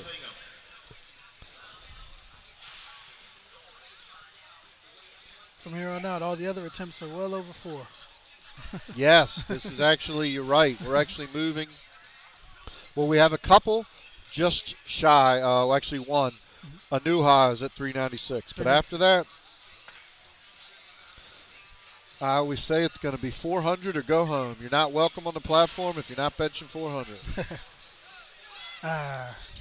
Now, that was really fascinating because you could see he tried to time the press perfectly, and he got it moving, but he just needed, watch this, as soon as she says press, he explodes. I mean, he's like right on the press, but you can see the butt came up too, so that probably would have been no lift. No lift. All right, Julian Anua. Now, Julian has a chance to go 3 for 3, and this is what we've been looking for. We really want to see 3 for 3. And he's been making pretty big jumps as well, 10 kilos at a time. Yeah, he's had some healthy jumps, 22 pounds each, and he's looked like they were within reason. So it'll be interesting to see. You can tell this seems like a newer power lifter. He seems like he's got some raw power. Let's see how he does with a big bench. I mean, he's closing in on 400 here. Yeah, you can definitely tell there was, when you compare to like what we see with Perry Ellis, he just didn't look as controlled. Didn't look like he had it as controlled. Yeah, halfway down on the descent, you can see the bar just falls to his chest. Hey, you talked about it earlier. You were Miss Cleo. You were fortune telling in the future that Brandon Maddox was going to set another American record, and Brandon said, "Okay, I'm going to do it, John." He's gone for 418. So we can find out here what your fortune teller capabilities are compared to your bench press skills. We're going to find out. I'm actually with you here. I'll jump in the boat with you. I think Brandon Maddox, he was so technically proficient on that second. I think he's got this one. American record. More than 2.5 times his body weight. Drive, drive, drive. I think he's got it, John. 3 lights. In fact, you and I, when we said it earlier, we felt he might have 10 pounds in him. They only jumped him 5. I think he might have had an additional 5. I think so, if too. you watch this, it slows a little bit, but it's not a gut buster. It would have been close. It would have been close. He's got one of those strong lockouts, so you never know. Running up to 424 for Perry Ellis. Martin on deck, Randolph in the hole. All right, we are up to Perry Ellis Jr. looking to go 6 for 6. Now, Perry told me earlier he wanted to go 9 for 9. 9 for 9 is the goal for almost all lifters. Yeah, it's just about the hardest thing to do in powerlifting. At one point in my career, I got pretty good at it and did it a couple times in a row, but it's been 6 years. 2010 was the last time I did it. It's just very difficult to hit the third attempt across the board. And so Perry is hitting max weights. And this right here, 424, is a little less than he told me he was capable of. So I think he's going to have this in him. Now, he's got a little bit of a lockout issue. You'll notice at the top, one of his elbows doesn't quite lock out. Yeah, and I think he knew. He knew. No lift, so he will not go 9 for 9, but that 800-pound squat will not go away. Now, watch this here, John, on the review. You'll see the power off the chest is tremendous, but it just rides back over the eyes a little, and then you see that left elbow just unable to lock out. That's the difference when you're lifting the big weights and how close the technique was. If he could have kept the bar a little bit lower and kept it more driving straight, he might have had a shot to lock it out. Absolutely. All right, we're moving into the John Jones territory. We got 430 on the bar for Jared Martin. So we've only had 1 3 for 3, but Jared's got a chance to add to that. Now, Jared, if I recall, in his second attempt, he worked a little bit on it. So this could be a tough third attempt. He's only jumped 5 pounds, but it's tough to be able to hit a third attempt after a tough second. I always remember I had a buddy of mine tell me one time, whenever somebody says, well, why'd you only jump 5 pounds and how did you miss it when you only jump 5 pounds? And he used to say, well, when you do jump 5 pounds, you have to lift that whole other amount. Like in Jared's case, he wasn't just lifting 5 pounds. He had to lift the 424 again plus the 5 pounds. That's the tricky part. If we only had to lift 5 pounds, we'd all be good. But it's having to lift the other weight plus the 5. All right, what do we call this young man? We call him Quad. We call him Quad. Jake, 4 legs Randolph, because look at those things. I mean, he's literally got quadriceps and hamstrings growing out of his shoulders.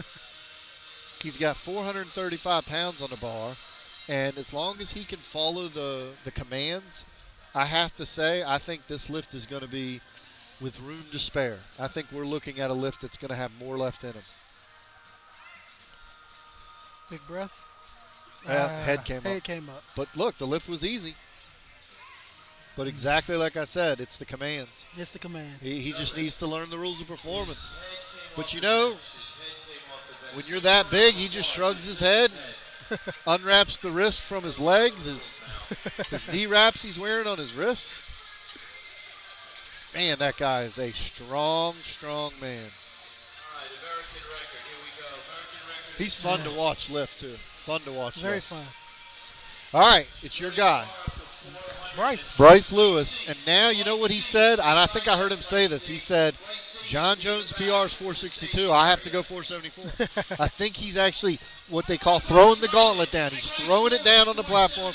He's saying, John, I'm laying it on the line. Now tomorrow you got to beat this. So this should get you fired up just watching this. 474 from Denver, Colorado. 474. With no liftoff. No liftoff. I think this is going to push him to his absolute max. Good lift. I tell you what, he looked even a little better than I expected. I expected that would be an absolute max. I don't know if he would have got 5 more pounds, but it was not an absolute max. Watch this lift, and watch the technique here, John. He drives it and keeps it in the groove, and you can see a little instability, but he just keeps driving through. That's a very technically sound bench press. Very technically sound bench press. All right, the only break we're going to need is to load for the deadlift while I get something to eat and drink. Oh, are we bringing Bryce in?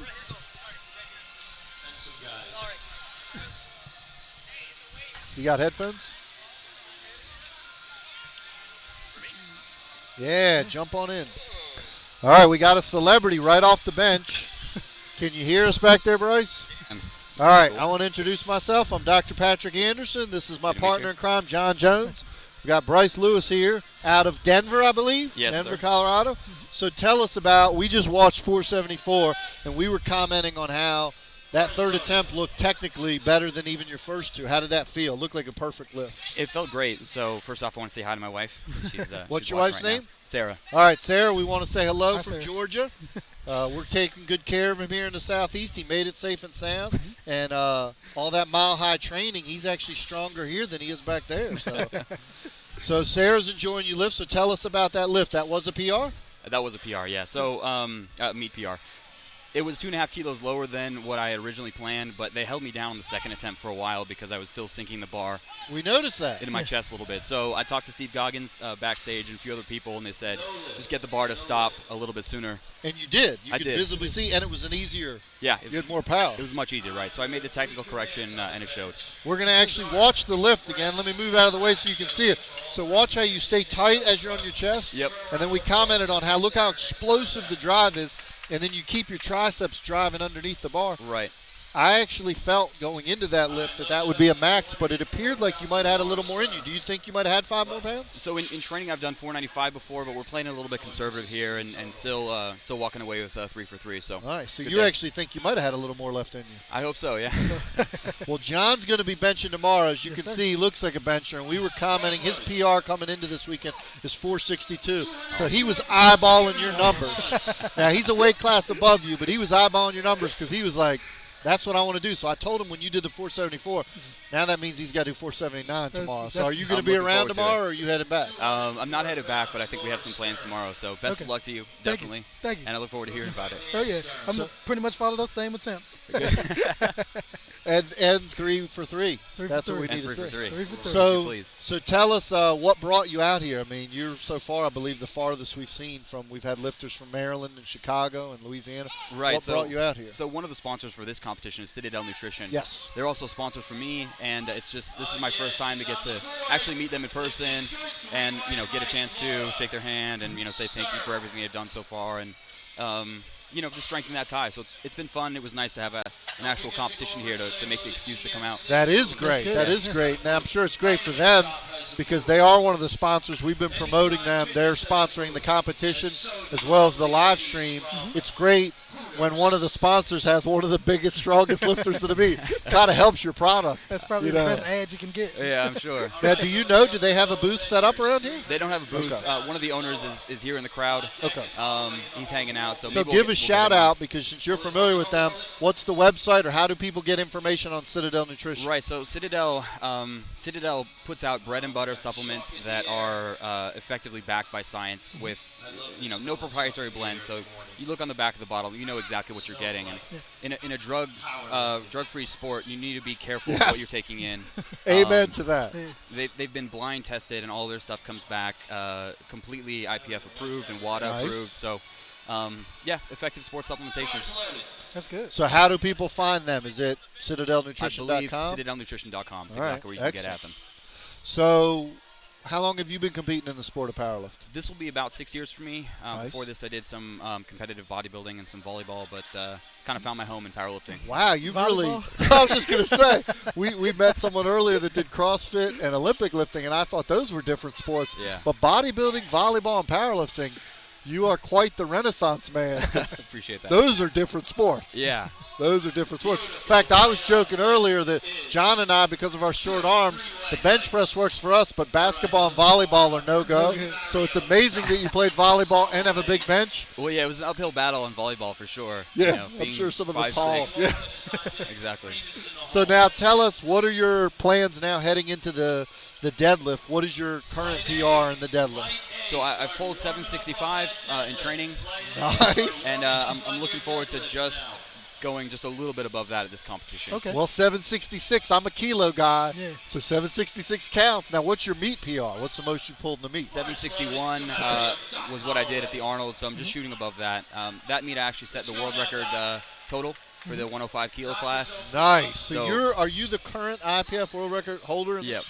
That is a tremendous accomplishment. I've been competing in powerlifting for 30 years, so I'm a huge aficionado of world records and world record accomplishments. Nice. And the raw lifting is obviously newer. It's coming along. True. Well, what was the actual total? What was the weight that you did? It was 1897, like 860 and a half kilos, something like that. So you did that at last year's Raw or no, at the Arnold. At the Arnold in March, yeah. In March. So now the Raw Nationals this year is in Georgia. Are you Yeah. coming back for that? Yeah, so I'll be here in Georgia again. I'm really excited about that one. It looks like Josh Rohr is going to do a really good job with that. Yeah, he will put on an amazing meet. I've actually seen some of the previews for that. The meet hotel is going to be the Westin in downtown Atlanta, and Josh puts on an amazing show, but he's actually doing something really fascinating. He's doing what's called primetime powerlifting. You'll probably be involved in this. The top lifters in each weight class will actually be lifting on one platform at night, showcasing just the best of the best. Because part of the problem with the Raw Nationals, it's a good news, bad news. We have so many lifters. We have so many platforms. As you probably remember last year, Yeah. with 4 platforms, it's hard to really focus and acknowledge the great lifts. Right. It's hard to recognize records and accomplishments. So what Josh is doing to promote the sport is in the evening time, the best of the best in each weight class will be one platform, And it's going to be a tremendous show. We're going to have Trey Cunningham there with the live stream. So you definitely want all your family, all your friends, coworkers, neighbors, the mailman, everybody that you know back in Colorado needs to be sitting in front of the live stream other than the ones coming with you, because they're going to be able to watch you as if they were in the meet. And that's a cool thing to me. You got family and friends. Yeah. You're in Atlanta, and John's from Baltimore, or from Maryland.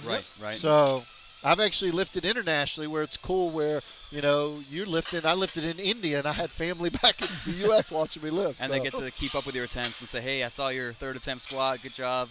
And that's how you find out when you lift internationally how good your friends are. Yeah. Because sometimes you're lifting at 2 o'clock in the morning, Yeah. and then you find out most people are like, yeah, I couldn't stay up. So. Speaking of which, we've got IPF Worlds coming up. That's in Texas this year, so I'm really excited about watching that. IPF Raw Worlds, excuse me. Okay, so now because you lifted last year's Nationals, are you on that team? No, I was a reserve, but Okay. Eli Burks will be representing the U.S. He's a insanely strong 105 Yeah, kilo we've guy. got a stacked team. We do. We do have a We've got, stacked I team. mean, if you look at some of the between Blaine Sumner and Ray Williams and Dennis Cornelius, and, Yep. yeah, we're seeing raw lifters. Yeah. I was explaining to John, I compete in gear only, but it really is two different sports. Have you ever competed in gear? Have you ever? Put I in the gear haven't, on? so you're right about it being two different sports, so I'm kind of sticking to my sport here. Well, as 'cause it's very somebody true. who needs the gear to lift even remotely decent weights, you don't need to put the gear on. If I was as strong as you, all it is it cuts into you, it's miserable, and it doesn't make you any I've heard. stronger. Yeah. Yeah, you're good. Stick with it. If I was starting powerlifting now, I've been doing it 30 years, I would do raw. You do raw. The problem is when you've been doing it this long and you have like PRs and everything is based on it, it is Yeah. hard to like completely switch. And it's a different, I was explaining to John, you have different form, different technique. It's very true. Yeah. You don't have to worry about pulling the bar down to your chest in the bench press, right? No. Gravity does a good job of that. Yeah, exactly. Well, and I was explaining when you watch the lifting here, you'll notice the lifters who have a wider grip in the bench, wider stance in the squat, the hardest part without gear is getting it started, either off your chest or out of the hole. Right. You'll actually see some lifters who get stuck on their chest or stuck in the bottom. In gear, you almost never see that unless it's a technique issue. Right. And it becomes more of a lockout. Yep. It's how much can you lock out. Yeah. And Absolutely. I was telling John, whenever I hear somebody on one side talk about I could do X on the other side, I always say, unless you're Blaine Sumner, Yeah. because Blaine has, don't tell me how much you could do until you actually do it. Yeah.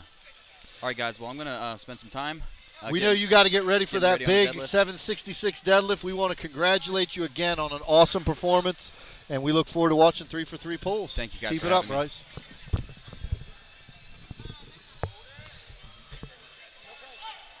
Bryce is going to step away, and so is John. We want to thank them both for taking their time out to talk with us, and we want to see 3 deadlifts out of Bryce and 3 benches out of John tomorrow. I know I wasn't focused on the first round of bench press attempts, but we got a lot going on here, and you guys sometimes want to enjoy interviews with some of the lifters. That was exciting to meet the world record holder in the raw total in the IPF. But now we're back to the bench press in the gear division. So let me get you guys caught up to speed. We had everyone make their opening attempts except for Tracy Dent. She just got on the board with her second attempt. So now we are at Masters World Champion, and she set a PR in the squat with 407, Laura Sturm. Now she told me 220 is her meet PR, so this 214 will put her right up against a PR. So let's see what Laura has. She is quite technically proficient, has a very good arch, very good groove. Let's see what she's able to do. Now that appeared like she got a little out of the groove, like the bar actually might have gone a little too low. So you'd have to figure she's going to have another shot at that. And it'd be interesting to see if she's able to get that on the board on her third attempt. All right, no inventors.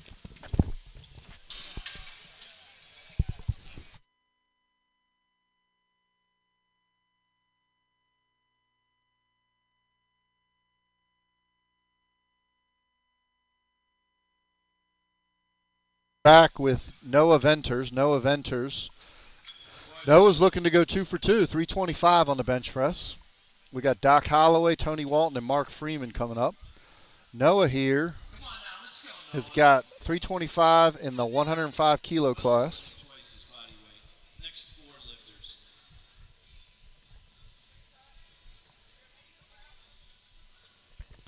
Noah's in the teen 3, so that means he's in the 18, 19-year-old division. You can see a very controlled descent and a very explosive lift, and the lift is good, 2-1.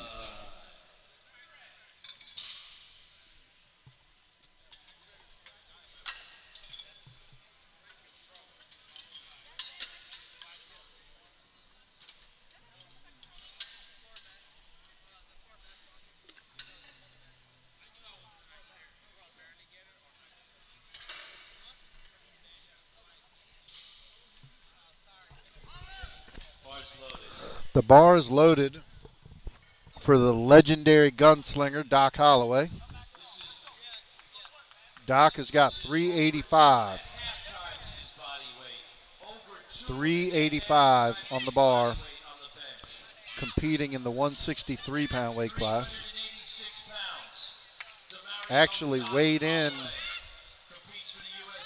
looks like at about 155.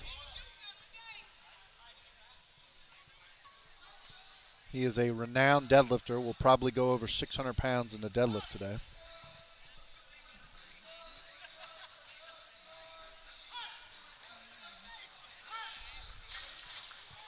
Very easy second attempt for Doc. Now Tony Walton will be your lifter.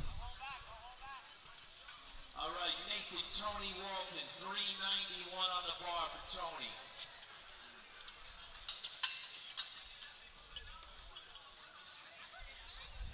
Tony Walton will be your lifter at 391.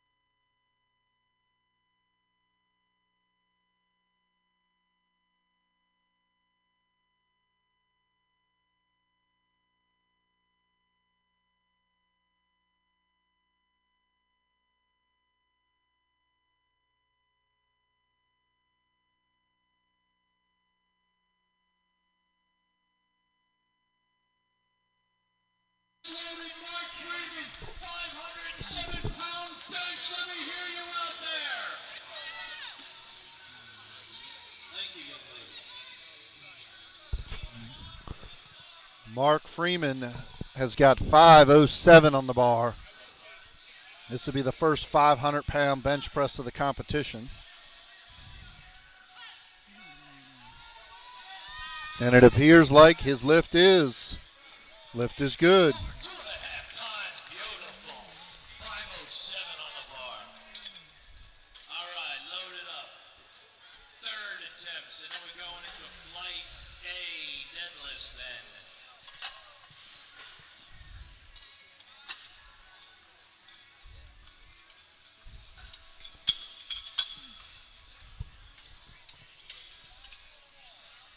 All right, we're now moving into the final round of bench press attempts, and then we will take a slight break as they load up for the deadlift. So we've got 1, 2, 3, looks like 6 benchers, and then we're going to take a slight break heading into the deadlift while they get the platform set up. We want to take a moment to acknowledge all of our sponsors. We got Team Rohr Powerlifting in the house. We got GATA Powerlifting, GATA Barbell Club. James Townsend's crew is in the house. We got Citadel Nutrition. We already met Bryce representing Citadel. We've also got Sherman, Ledford, and Quest Nutrition in the house. So please support the sponsors if you're out at the venue, and if you're at home listening, go on their websites and support them. We want these meets to be able to grow, and the way we do it is by having sponsors. So please support the groups who support you.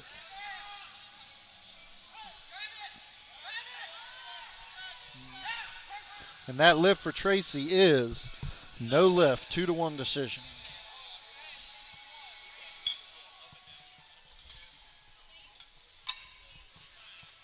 We now review this lift for Tracy. It appears like the bar went back down, and you could see that on the replay. That's what gave her the red lights. Once the judge says press and the bar is descending upward, it's not able to come the bar itself back down. If there's some uneven extension, that is allowable. But if the entire bar dips, the judges will red light that. So now Laura Sturm is doing a comeback attempt. This is a comeback attempt of 214 pounds. Now this is just below what she told us earlier is her PR.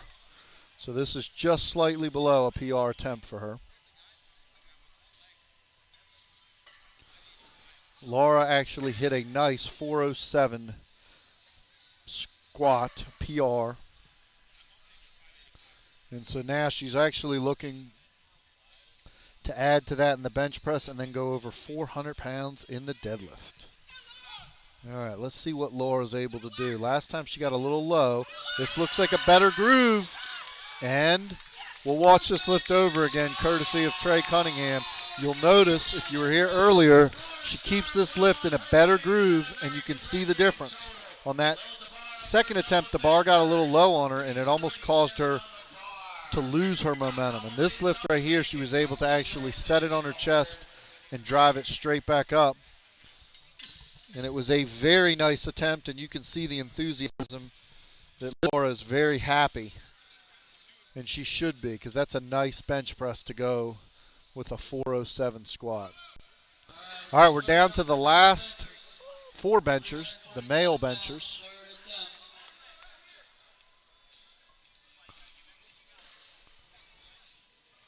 Are we being joined by the world famous? Ladies and gentlemen, boys and girls, women and children of all ages, we have got a treat because Gino of Gino Powerlifting, the world famous announcer, is joining us on the live stream. Welcome, Gino. Hey, Dr. Patrick, thanks for having me. How are you today? I am loving life and getting better. How about these last, not to interrupt you, how about these last few lifters doing 2.5 times their body weight on the bench here?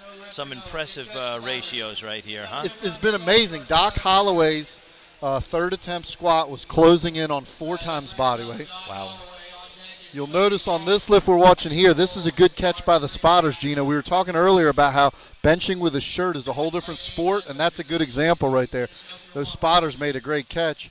Laura Sturm does a third attempt squat that was within 5 pounds of triple body weight. Wow. Triple body weight for a woman. Unbelievable. And then Perry Ellis, 800 pounds. Are you kidding me? And he walks out like it's a broomstick on his back. Yeah. That was amazing. He told me he's done 855 for 2 in like partial squats. He's not double, all, okay. not all the way. Okay. But because I said you must do some walkouts or overloads, because usually when you see a guy in his third attempt, and you know from all the meets you've been at, I mean, it looks like it's it's crushing him. Yeah. He walked out with 800.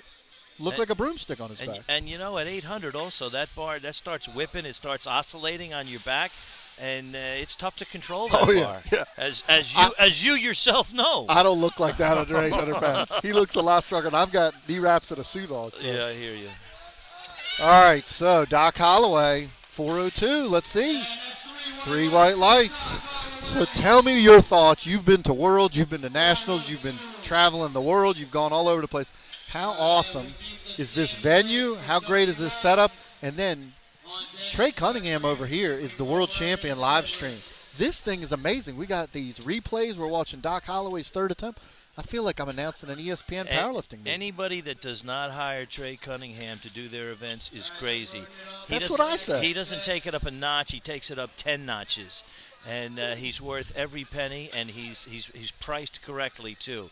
You can put on a good meet and still manage your budget accordingly with Trey Cunningham. Let me tell you that. Well, I've been so impressed, and I've worked with Trey before, but his production value has gotten better and better and better.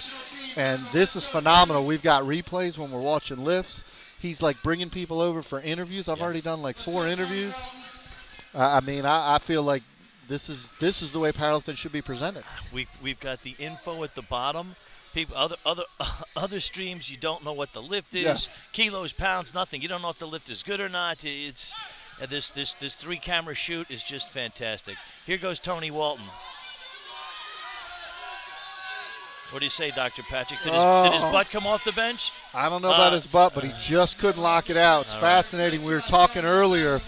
Tony is a phenomenal deadlifter when you see him deadlift, but you'll see what happens here, Gino, is he actually drives off the chest pretty good, but you'll see his elbows flare out. And the problem when your elbows flare out and you have a long movement because these long arms, at a certain point you just run out of steam. You can't lock it out. Right. Some of the shorter lifters can get away with that, but the longer lifters really need those elbows to be underneath them. Yeah. And it's fascinating when we watch the live stream how much technique, especially with Trey being doing the replays, where we can immediately see. We had a lifter in the squat earlier that got 1 red for depth and 2 whites, and the 1 red was on the side. And we rewatched the replay, and you could actually see the lifter was uneven. So 1 hip was deep, and 1 hip was high. Got you. And I thought, how fascinating is that? Because normally you can't. You don't see that you can't very see often. that. But it was clear as day. Here comes our last bencher, 529 pounds on the bar, Mark Freeman. Now, if he can get it to touch, it's going to come up pretty fast. Yeah. You were darn right about that. His issue has been getting it down there, but once he gets it down there. And we hear Josh Rohr in the background. Whoa! He may have a new career.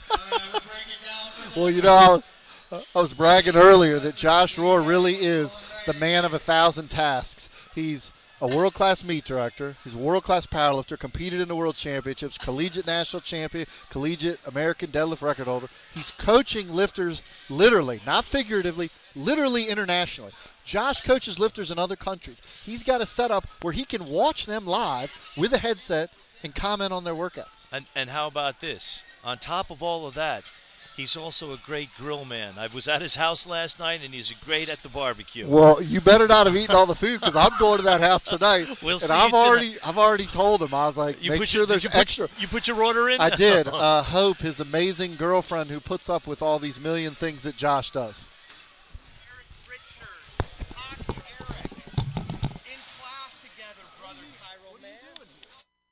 All right, here we go. We're going to break down the set now. Are we off? We're going to break down the set now and set up for the bench. One of Dr. Patrick's many fans came over to say hello. Sorry about that pause. My fans are like, you know, some middle-aged powerlifting guy. You get all the hot chicks coming over, all the Hooters girls coming over wanting to take your picture. I'm a legend in my own mind. Hey, my wife's got a crush on you. So although she doesn't have the best taste in guys, so I don't really know how much that says, but she does think the world of you. Well, I appreciate that, and I think the world of her. She's a good one. Always good to see her. And she puts up with a lot. You did pretty well. I outkicked my coverage. You married up. I'm a world champion when it comes to marriage. I'm like Blaine Sumner, Brad Gillingham, David Ricks. I got them all. Like, I'm the best when it comes to that. Because in terms of out of your coverage, she's out of I'll tell you, the best part of this job now for me has been the world traveling that I've been doing, Dr. Patrick. Last year, I got to Sweden, I got to Finland, I got to Luxembourg, I got to Brazil, I got to St. Croix. This year, I've been to Denmark. They wanted me to go to South Africa, but I had to do the equipped national championship here in Colorado. I'll be going to South Africa next year and Iceland maybe later this year. Estonia possibly for the Masters. I'll be on that team. I'd love to announce I hope you're announcing that. And one. do you know a couple of days ago I just got an invite to go to New Zealand in December. What meet is that? Pacific. The Pacific Championships. It's like our North Americans. It's their regional. Yeah. So beautiful country. So I hear. Sure. Can't wait to see that. Costa Rica for the NAPF bench, and of course in about a little over a week, we're going to be in Killeen, Texas for the Raw Worlds. And there are going to be some amazing lifts. That Raw World team, the U.S. team is out of this. I mean, it's out of this world. Let me ask you this, because you've traveled so much, and I've been blessed to be able to travel a decent amount. Of all the places internationally that you've been to so far, what's your favorite? Not the Ooh. meet, but the country Yeah, and the you- city and stuff. you I know it's tough. You know, it's tough because there's so many. But if you're gonna make me pick one, I've got 2, so I'll see what yours well, are. I'd like to pick 3, but I'm gonna give you one Okay, because you give me asked one. for one. I'm gonna say Sweden. Nice. I'm gonna say Sweden. What about Sweden? Because that's a place I have not been to yet for powerlifting. Not The women. Not, of course, the women. The women number 1. Yeah. There you go. Of course, you knew I was going to say that. And good vodka. But the vodka's good. Let me tell you something. The water is right out of the tap is Ah. the purest water I've had anywhere in the world. See, I would love and that. they're known for that. And they're doing a lot of good. They're a small country. I think they're about 8 million people, so it's a lot easier for them to manage a lot of the benefits in that country that you get. A lot tougher for us to pull that off financially, but they have some great benefits. Maternity leave. They're out for like a year and a half. They're taking a lot of the refugees that are coming from some of the countries that are in turmoil right now. So it's really good. And I've to see always the heard people they there. have tremendous crowd support. What was the crowd like for the powerlifting? God, they had that in a huge amphitheater. We had just about 1,000 people for the super heavyweights. I felt like it was, at the Hollywood Bowl with the Beatles, with the way the crowd was cheering for them. That was at the World Bench last year. Okay. Quite an event. One of the best venues I've been to in terms of audience seating. I've always heard Sweden and Finland is another one that have some of the best powerlifting crowds. I've never been to either. And I'll tell you, just as many Finnish people showed up in Sweden for that event as there were Swedes. They really get behind their powerlifters. Oh, yeah, when a lifter comes out for their country, yeah. I mean, it's like the collegiate nationals in the U.S. I always say the one meet that we put on in the U.S. that is close to like those international European crowds is the collegiates. Yeah. It's the one time where you see 30, 40, 50 people rise up all in the same color. It makes – now I'm going to tell you, the lifters like it when the crowd gets behind them, but it's a long day, as you know, and it's tough sometimes for me. It's like, pulling teeth to get the audience to cheer for them, especially halfway through the benches, but the great thing about the collegiates is all I have to do is kind of stand back, start off one of the college cheers, and they rock and roll from there. And I must tell you, I lifted in the collegiates way long ago. I won't say how long ago. Yeah. But I hadn't been to a collegiates in about 20 years when I got to go to the one here in Atlanta. Right. And I've been telling everybody ever since, the job you did announcing that meet was the best powerlifting announcing, in-meet announcing, in-house I've ever seen. I appreciate you knew the team songs. Yes. You knew exactly what to say, like one line, and then all of a sudden it would get the crowd going. You knew backstories. You obviously knew a lot of the lifters, but to me, that was impressive because, like you said, the hardest part, people don't realize, and I love announcing, the hardest part is trying to make every lift mean something. And every lifter feel as important as the next one. Not just the super heavy or not just the person doing 4 times their body weight, all of them. What do you think of the colors that Jen Streaky Yates brings to the table? Oh, my God. You think I could go out in purple hair next competition? My God. I was digging that cowhide belt she had on before. Is she wearing it now? Yeah, there it is.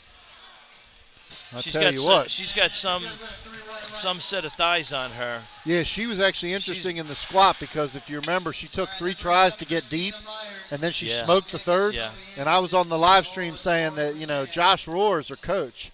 So if, she bombs out on depth, we might have to, have a discussion with Josh about his coaching. So in addition to his million duties, he came through on the third attempt. By the way, I don't know if you said it earlier. Do you see him literally running from coaching someone, and then the very next lifter he has to jump into a chair because it's an American record attempt, and you need a national referee. He's literally running from station to station. And if he's not doing that, he's fixing the computer over here, or he's fixing my music with the live stream on his cell phone. The guy is literally a jack of all trades and master of all. Well, and what's amazing is I heard rumors that he was selling popcorn at one point. He was parking cars, valet out in the parking lot. I did not know that.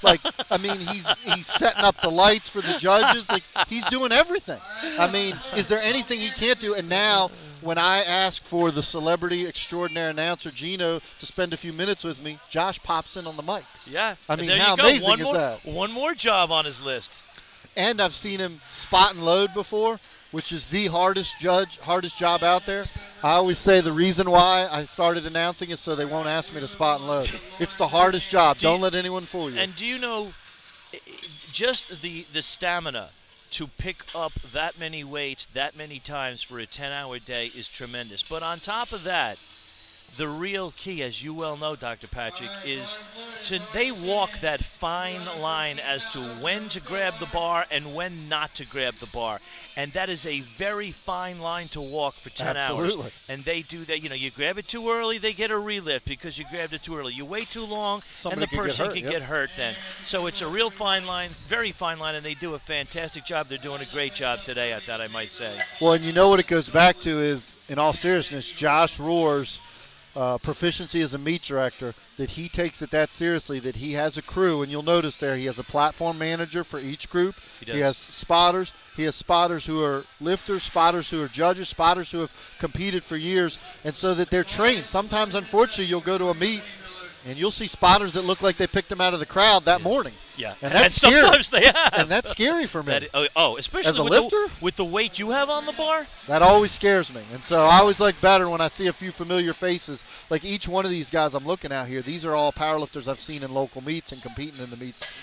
Can I brag a little, or can I make you brag a little, please? About my wife? I will brag about her.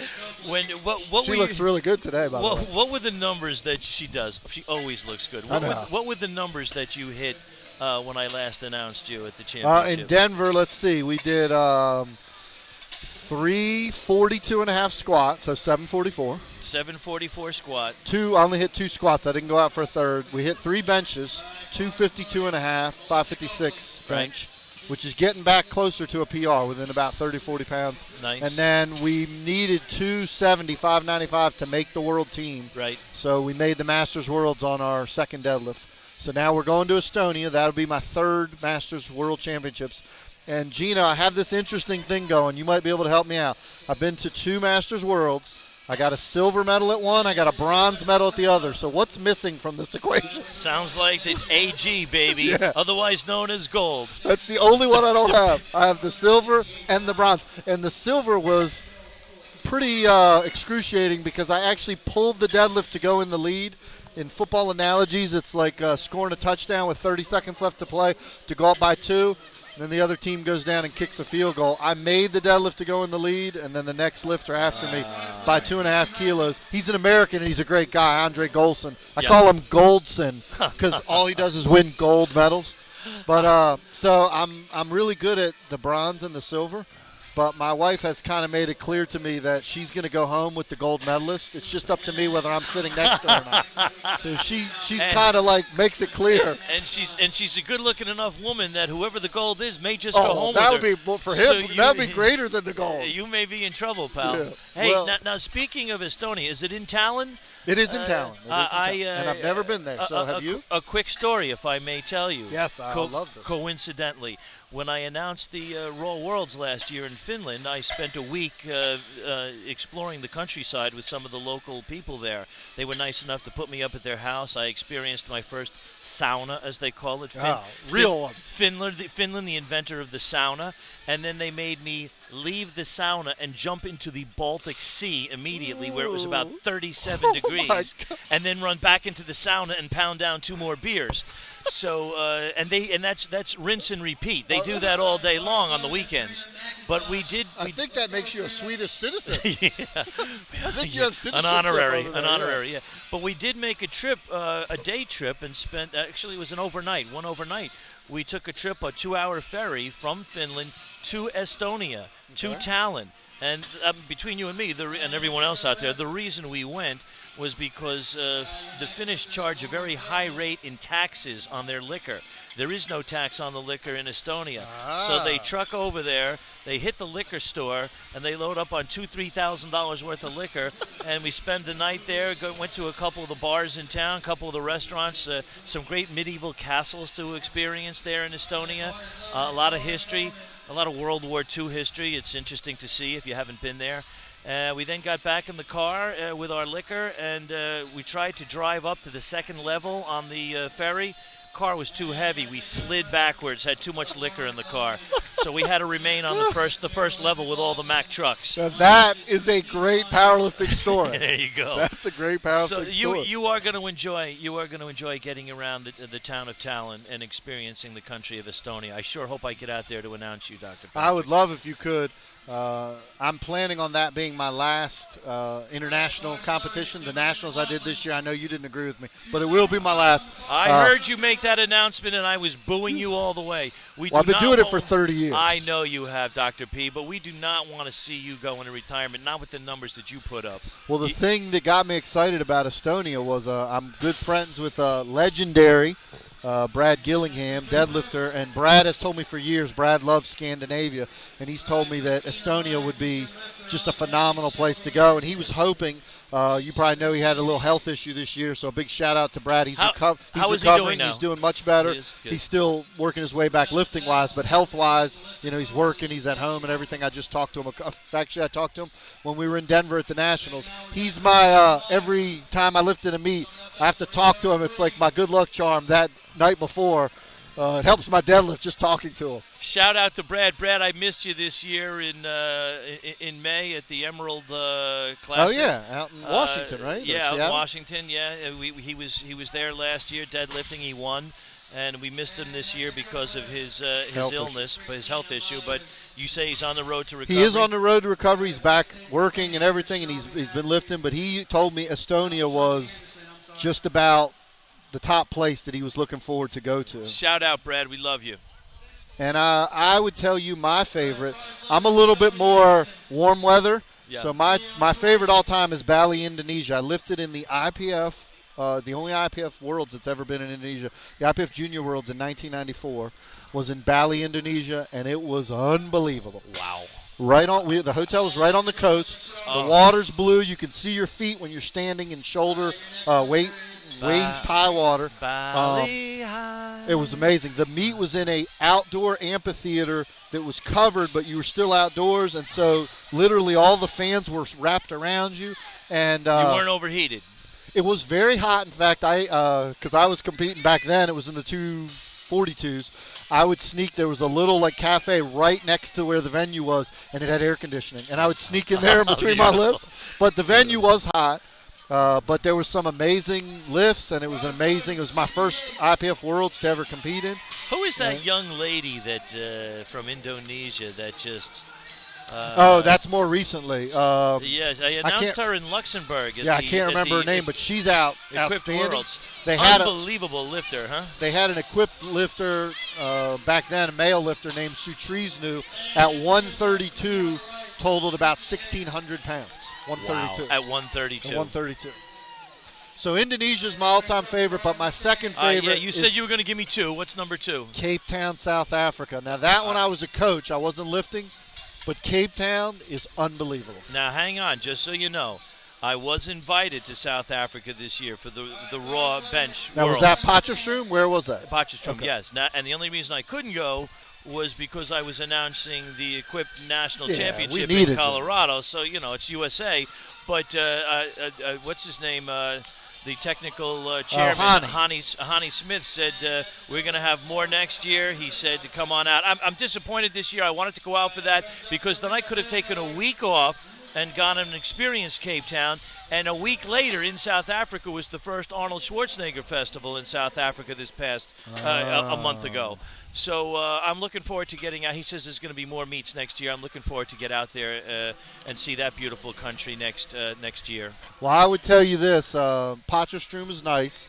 I've lifted actually in Potchefstroom, and I coached in Johannesburg, and I coached one in Cape Town. But Cape Town is really the best of all of them? Yeah, Cape Town is the equivalent of the South in the U.S., but also the great culture, the great scenery. Gotcha. We got Karina Baymiller. Karina Baymiller is your lifter. Karina Baymiller's got 363. Now, she's been really explosive all day.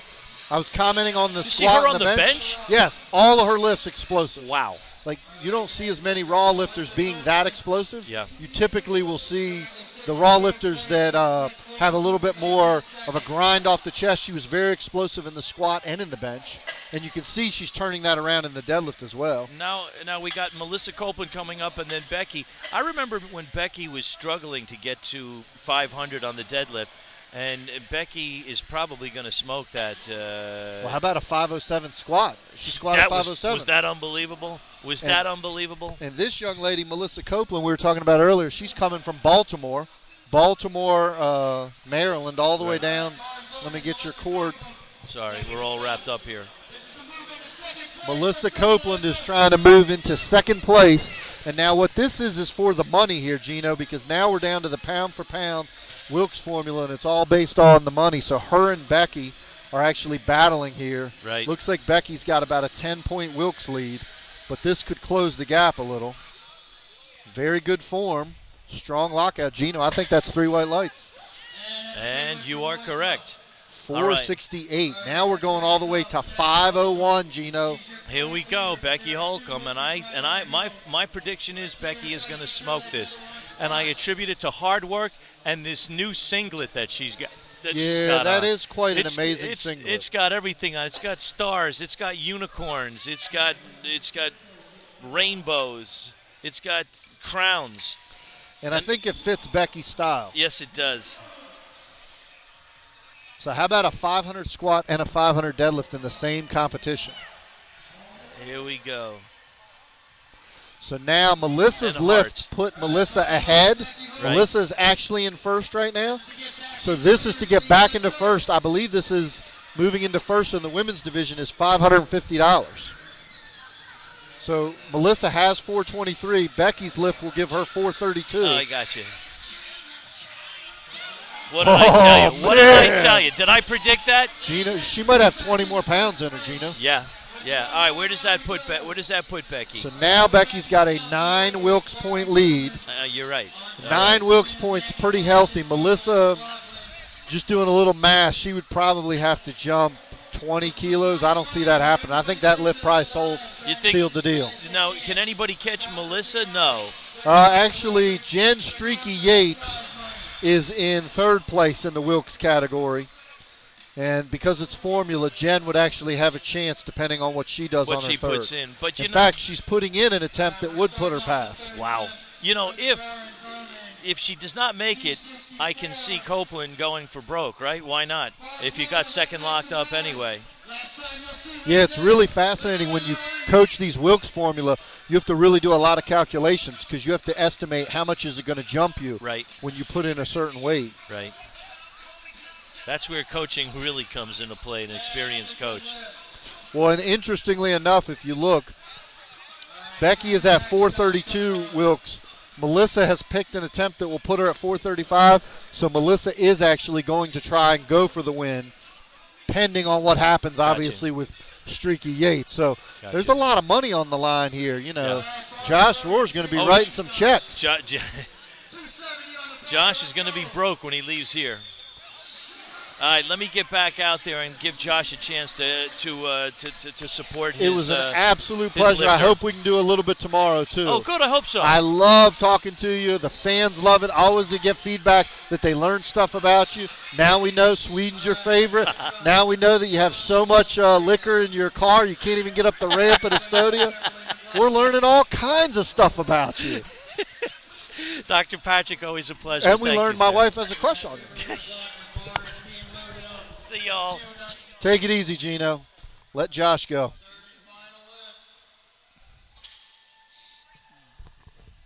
All right, ladies and gentlemen. Gino and I could talk about all kinds of stuff. Now we're going to try and get back into talking real powerlifting. Get back into the money on the line. Kimberly McLaughlin is the lifter. McLaughlin is the lifter.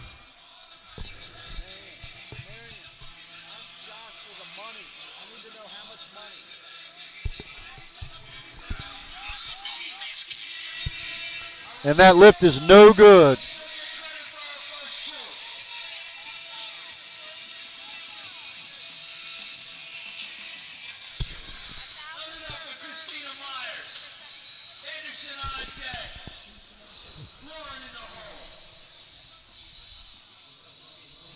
All right, ladies and gentlemen, I have just been given the update that in the women's division, we've got $1,000 for first place, $350 for second. So we are going to be having some heated battles coming up because right now we are separated from first to third place by just 13 Wilkes points, and it looks like Laura Rutan will actually be trying to move into second. Laura's currently in third, so she's going to be trying a deadlift to get to the money, and then Melissa Copeland's going to be trying a deadlift to get to the first place money. So we're going to have some excitement and some money on the line. Shelby Anderson is your lifter at 314 pounds. Shelby is currently in 7th place. She's got 350 Wilkes points. She's looking to move up to 355.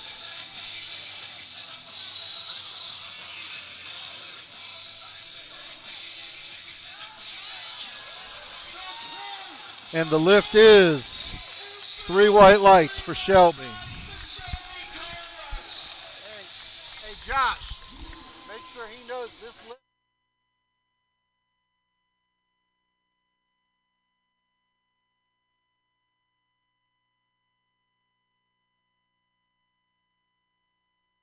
$350 on the line for Laura Rutan. If she makes this lift, she will move into second place. 325 pounds on the bar, $350 on the line. And for a powerlifter, $350 is big bucks. Laura has put on quite a show so far today. She's got plenty of strength and a strong lockout and a big smile, and she is now in second place. So now we're going to watch a replay of this and watch how strong the lockout is, and then the big smile. That's a smile for $350. She is currently in the money. Melissa Copeland will have a shot to catch her. Jen Streaky Yates is your next lifter. Streaky Yates is your next lifter at 352 pounds. 352 pounds for Jen Yates.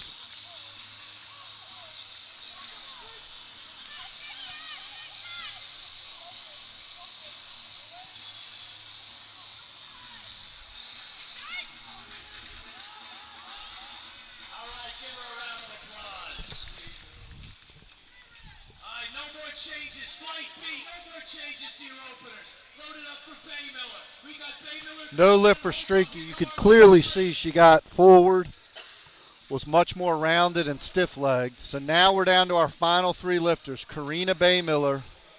Baymiller is currently in 4th place. She has put on quite a show, though, today. She has really made quick work of a lot of her attempts. And she has got 385 pounds on the bar. 385.8 pounds for Karina Baymiller.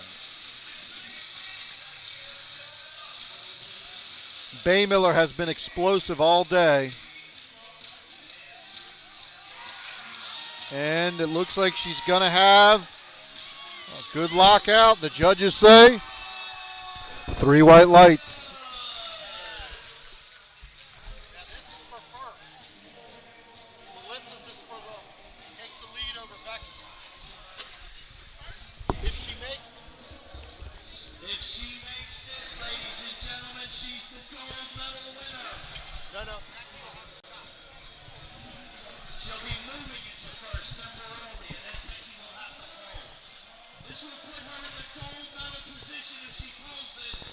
So Melissa Copeland now, if you're a Melissa Copeland fan, if you're up in Baltimore, Maryland, you need to move up to your screen. You need to watch closely. This is to move from 3rd place all the way up to 1st. So this would put her, she's actually currently in 2nd place. This would actually put her in the $1,000 spot. So she's got the $350 wrapped up for 2nd. This would put her into 1st. No lift. So Melissa will actually be credited with her 468. So she actually dropped down.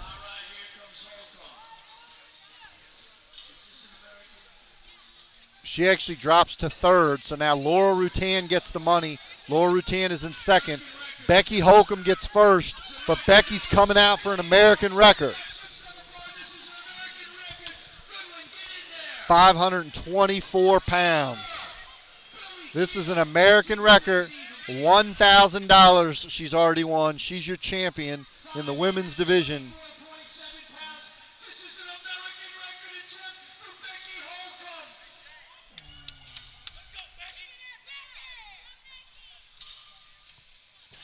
Becky Holcomb, 524-pound American record attempt in the deadlift, putting on quite a show. She's already won the money. Now she's going for an American record. And if you've watched Becky deadlift before, she has got tremendous power. It's all going to come down to, can she stay tight? Can she keep that bar in line? Once she gets going,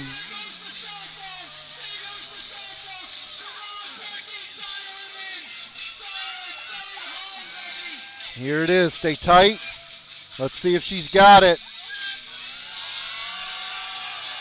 And the lockout, very tough. No lift. Very, very good power off the floor for Becky. Big round of applause. You'll watch this lift again. Gets a little bit in front of her, and at the top, she just cannot lock it out. She has to do a little bit of what they call hitching, where the bar descends and instead of making a smooth lockout, gets caught right at the top. But a tremendous finish and $1,000 on the line. She won the money regardless. We are going to take just a momentary break as we get set up for Flight B deadlift.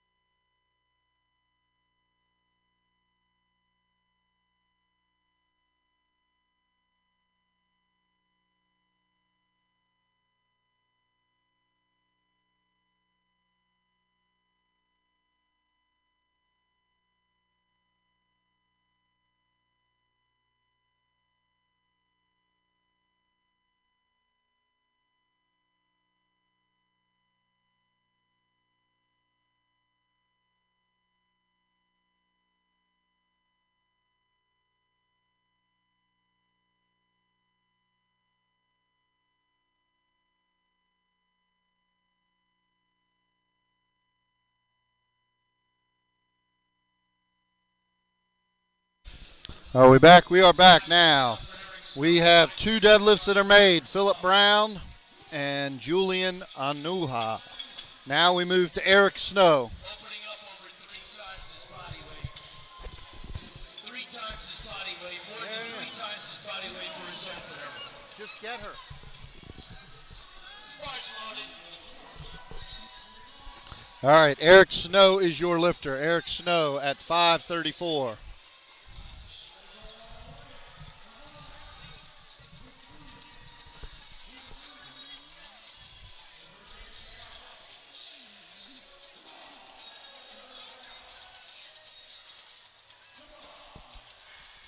Eric Snow is your lifter.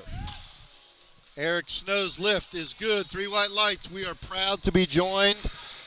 Can you hear me, Becky? We are proud to be joined by the newest $1,000 winner of Josh Rohr's money, Becky Holcomb. Congratulations on an awesome performance. Thank you. PR 507 squat that we all went crazy for, and a 524 deadlift that was within about a pound of being made. How does it feel, first of all, to win the money? And powerlifting, winning any money is great. So It's excited. Like, I've never won any money, and to do this well, because I just competed 3 weeks ago at the Equip Nationals in Denver, so yes. It was good. So walk back to the squat, because that was such an amazing performance. Everyone was fired up.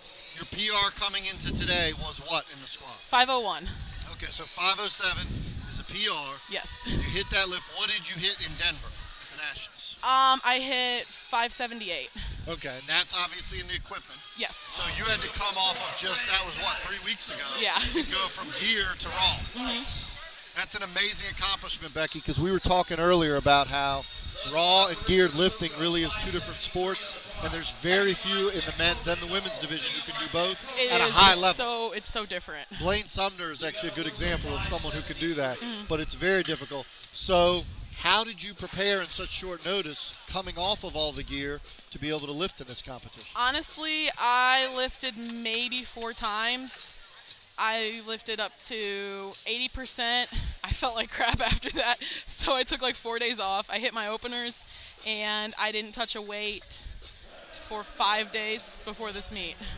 Now, what was the most in between the two meets? You said 80%. What was the weight, the most you did from Denver to now? I squatted 435, and I benched 215, and I didn't pull at all. So that's pretty amazing to go from 435 to squatting 507. Yeah. Just think if you'd actually trained for this competition. I know, it would have been awesome.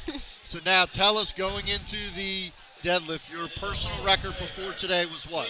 Well, I pulled 518 at Equip Nationals Raw, but my previous PR before that was 507.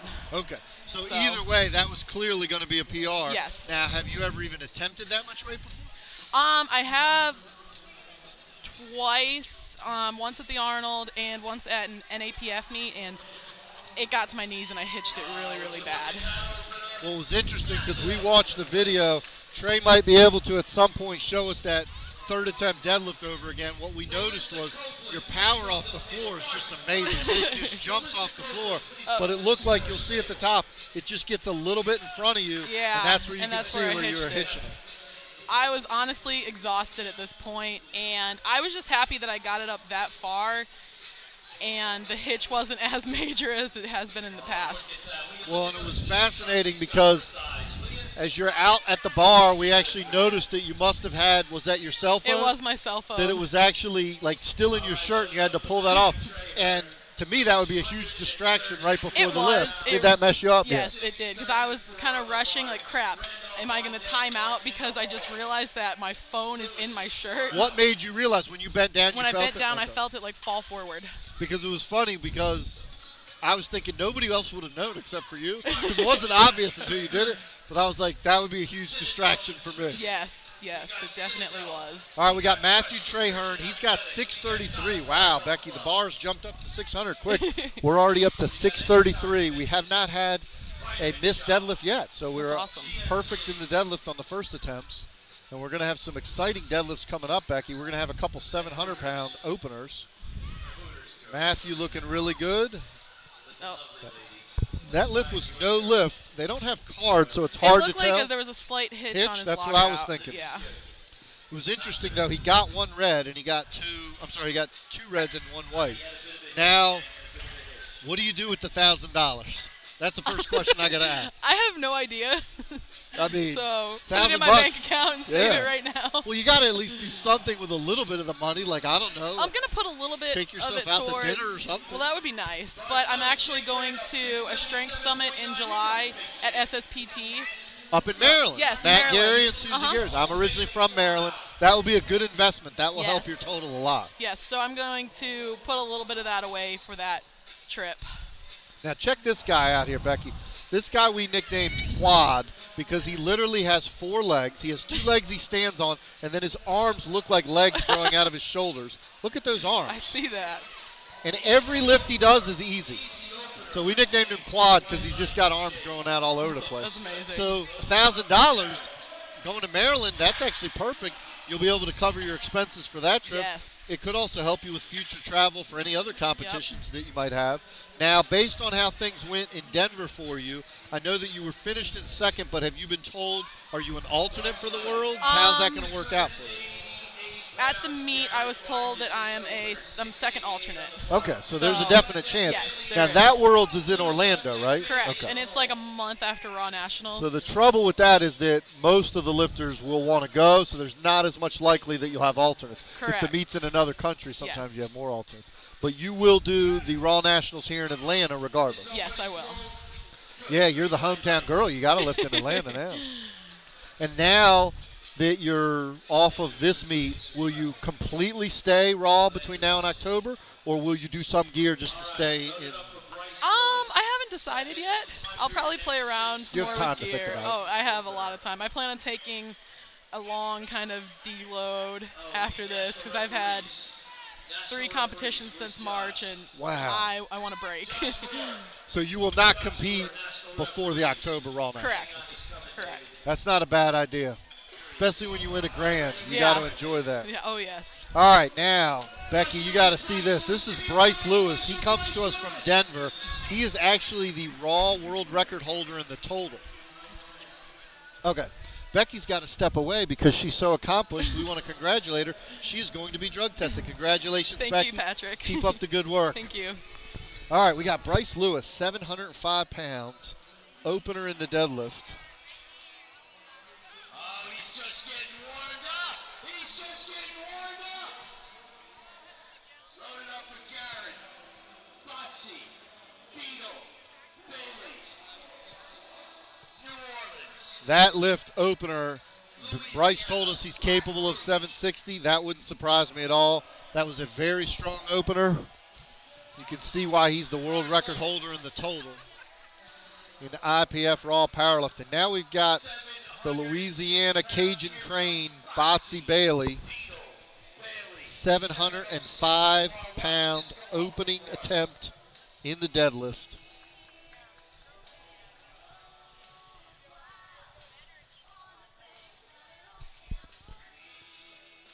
And he absolutely smokes it.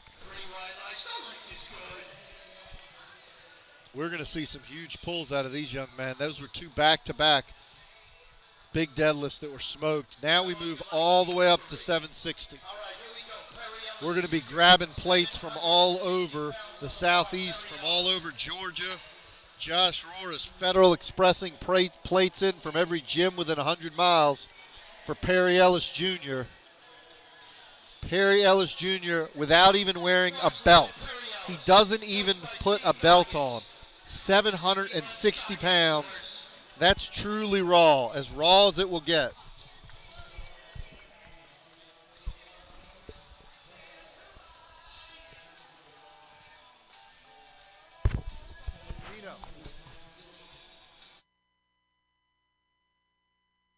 £760 for the absolutely powerfully explosive Perry Ellis. Doesn't even phase him. Big weights, raw, 800 squat, 760 with no belt. How about that, gang? How about that? And not a problem whatsoever. Let's go to the top of the order, second attempts. Now watch his form here. You can see that he keeps his chest up. He drives big off the ground. Big leg drive and a strong lockout. He was mentioning earlier that 793 is his PR, and I would say he's right on target for an 800-pound deadlift today.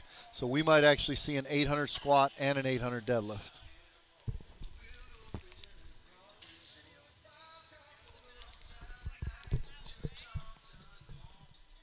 All right, we are back to Philip Brown.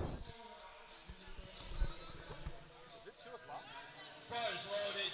Philip Brown. We're going to be done by, well, the lifting will be done by. Philip Brown is your lifter. Philip Brown is your lifter. Philip Brown has got 518 on the bar.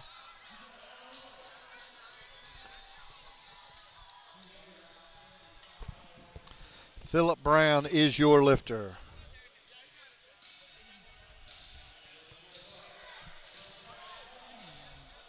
He got a little bit forward, was able to lock it out, but no lift, 2-1 decision.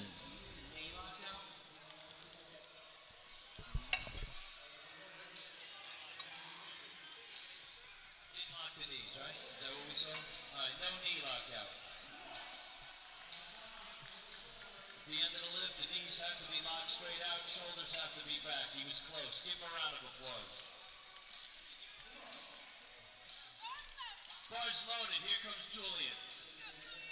On deck is Maddox in the hole in snow. Julian's got 540 pounds on the bar. Julian Anoha, 540 pounds. Stiff-legged, bent over, head down, but strong as can be. 2-1 decision.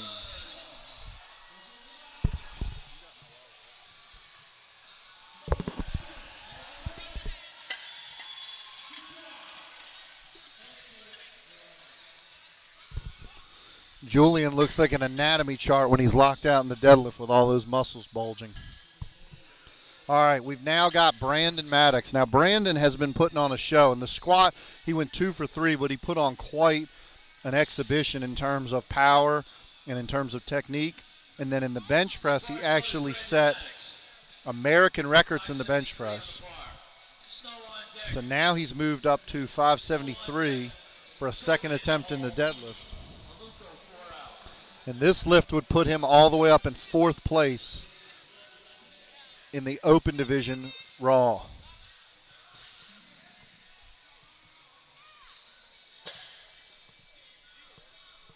And the lift is good, 3 white lights.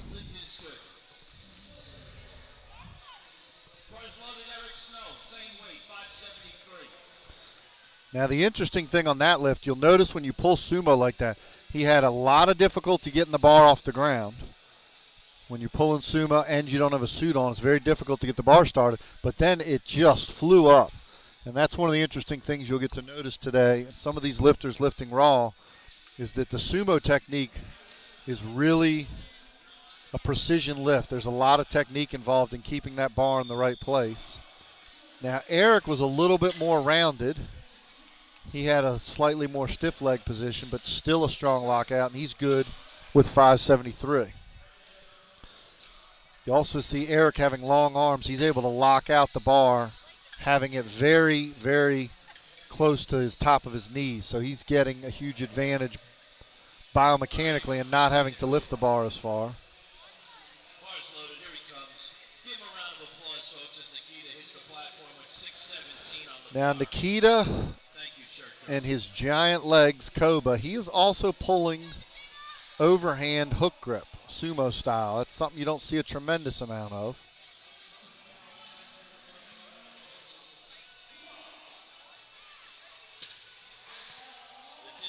And the lift is good. 3 white lights for Koba at 617. The benefit to pulling overhand, obviously when you can hook grip it, is it appears for most of the hook grip lifters that it eliminates a grip problem, but it's also biomechanically better for your muscles, because instead of overhanding and using alternate grip where your muscles are pulling unevenly, you can actually have your lats, your spinal erectors, your traps, everything pulling in the same direction. Now we've got Chicago's Richard Aluko. Chicago's Richard Aluko.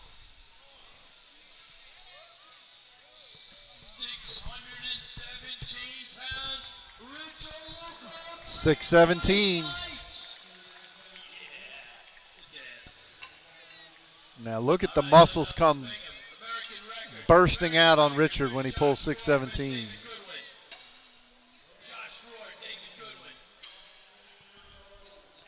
Jeff Bigham is your lifter, and now we've jumped to 300 kilos, 661. 300 kilos.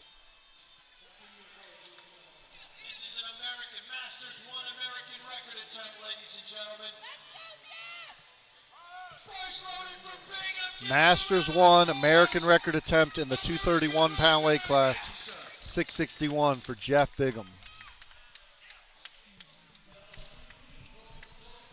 He digs in. Come on, Jeff. All right, no lift. He'll be back. He'll be back. You could see he got out of the groove on that one. He was a little bit uneven. The bar was twisting. 661.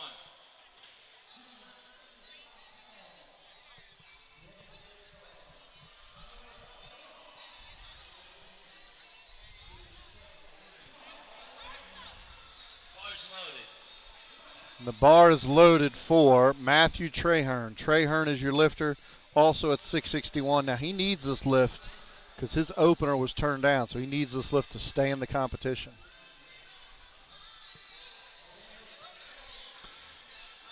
And it looks like a strong lockout.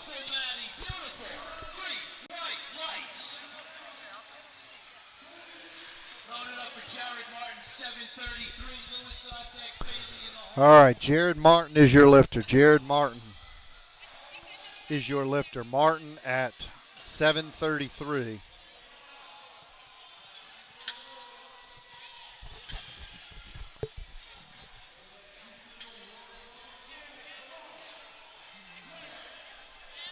Jared Martin was successful with 688 on his opener, taking a nice, healthy 44-pound jump. This lift would move him over 500 Wilks points. Would actually move him up into second place.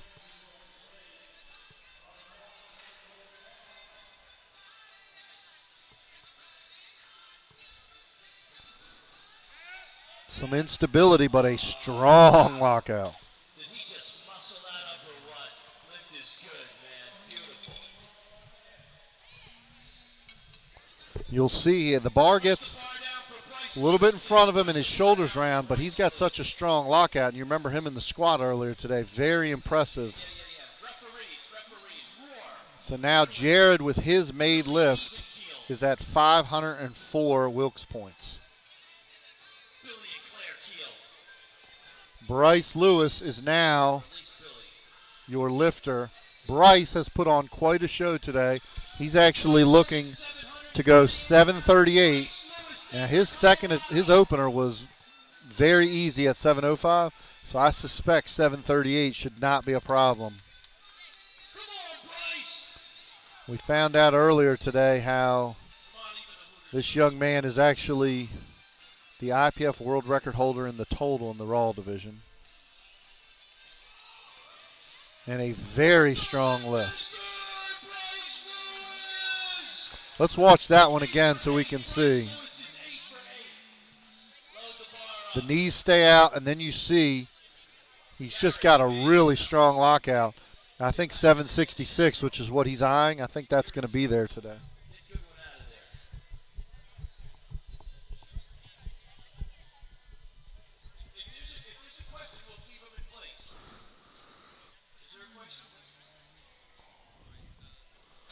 Now we're down to 3 lifters.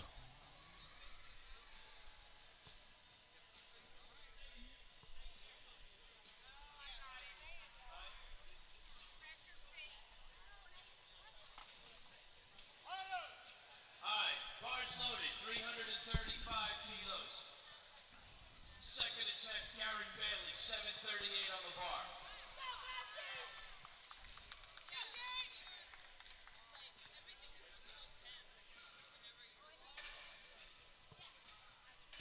$738, Garrett Botsy Bailey, the Cajun Crane from Louisiana. When you watch this bar come off the floor, watch how strong the lockout is. I mean, he just rips it to lockout.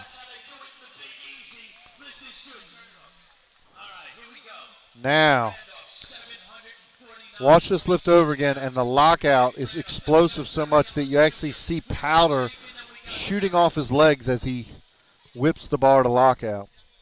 Now we're going to jump to 749 for Jake Randolph. Jake has absolutely destroyed everything today. The only issue has been technical. In the bench, he had some issue with his head coming off. In the squat, it was waiting for the start and rack signal. But in terms of strength, this guy has been explosion personified. And you can see by all the muscles he's got, this is a strong man, 749 pounds in the deadlift. Looked like the bar was a little bit uneven there. He'll get another shot at it. All right, I've had enough of this music. Josh, turn it up. Put me on a highway, Josh. Put me on a highway to powerlifting, will you?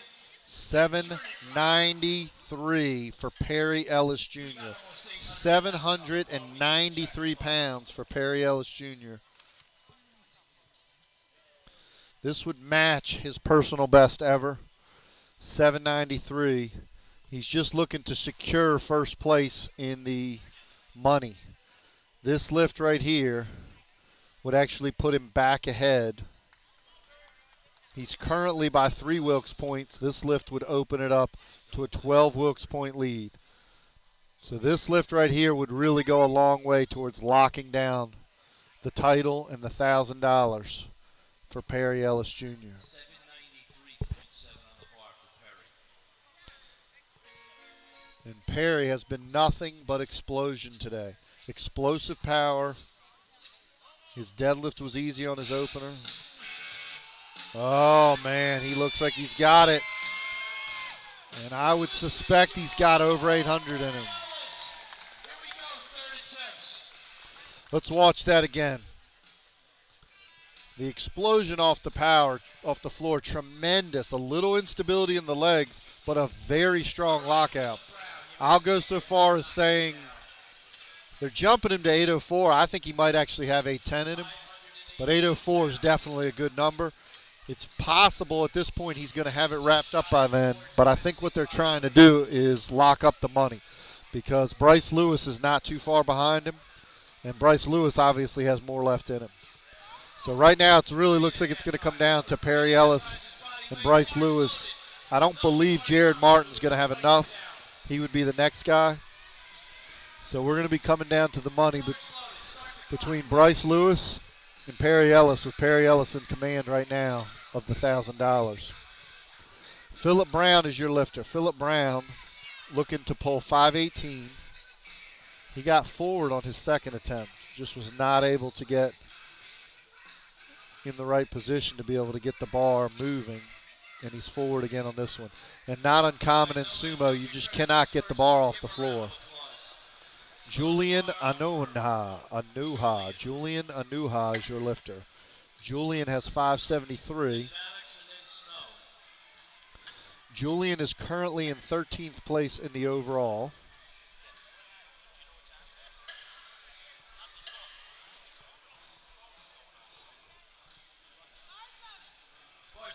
The bar is loaded for Julian. Looking to go 3 for 3 in the deadlift.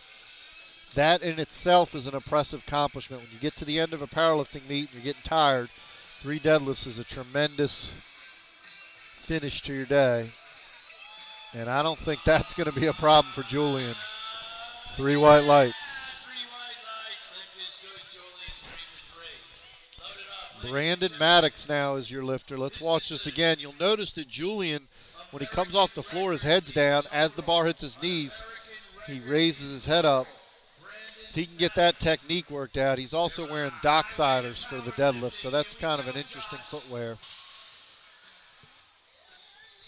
Brandon Maddox. Brandon Maddox looks like he's being coached by Sherman Ledford of Quest Nutrition. Another American record. This would be an American record total.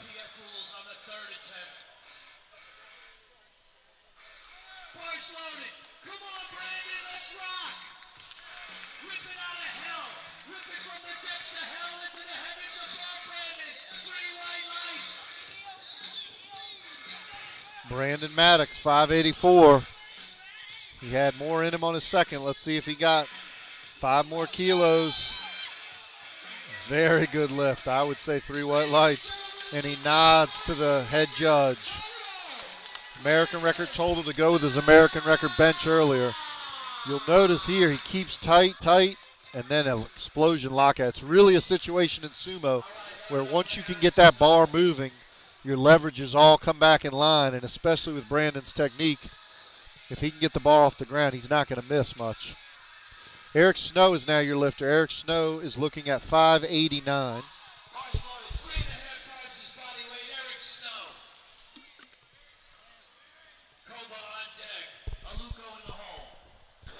Eric Snow, 589, currently in 8th place in the open division.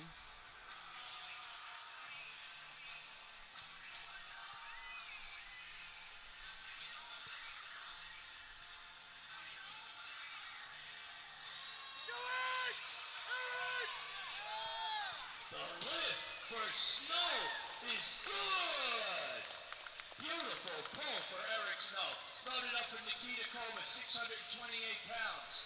Kova's up. And the lift for Snow was a good lift. You could see how much he had to fight at the top, but he seemed in complete control and a very solid lockout.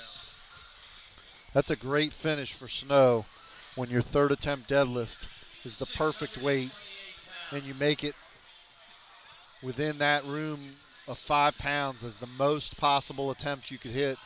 We were talking about that earlier, when you could finish up with a 2.5 kilo equivalent of the ideal perfect third attempt. That's a great day. Now this is the last time we're going to get to see Nikita and his giant Koba-like quads, overhand sumo style, 628. Appears like he had a strong lockout last time, so let's see how he does off the floor.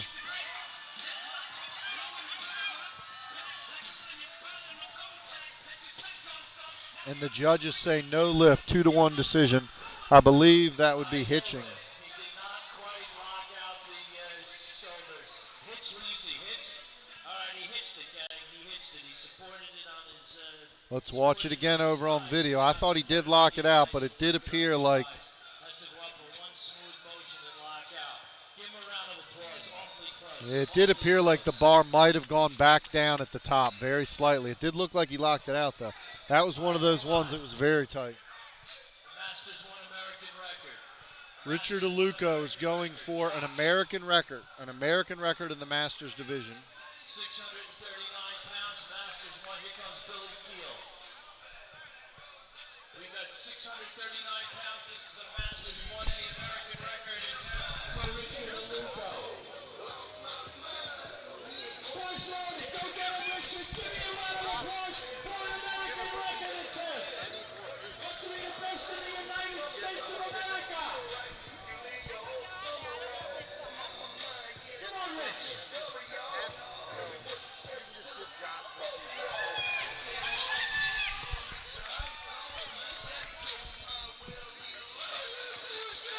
Lift is good. 3 white lights for Richard Aluko, Masters American record in the deadlift.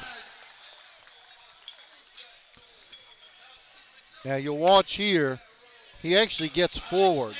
All of his weight goes forward, but because he's got such tremendous strength, he's able to keep the bar close, and then you can see all the muscles just bursting through the human anatomy chart. Richard Aluko from Chicago, Illinois. Bingham is looking to break the American record that was just set 30 seconds ago by Richard. Jeff Bingham going for a Masters American record. Price loaded. Give me another round of applause for an American record. Come on, Jeff Bingham. Now Jeff had issues earlier. Technically, the bar was uneven as he was coming off the ground. So we'll be watching closely to see if he's been able to correct the technique. Because with this amount of weight nearing maximal lifts, if it's uneven, you're going to be in trouble. He actually gave it a better run on that one. But he was still a little bit uneven and he was rounded. You'll see here particularly how his right knee goes in. He got it up farther than the other one, but he was just too far in front of him. Only some of the strongest Vinny Anello-like deadlifters, Lamar Gant in history, have been able to pull a lift when they're that far out of position. We now move to Traherne, Matthew Traherne, and 677.9 pounds.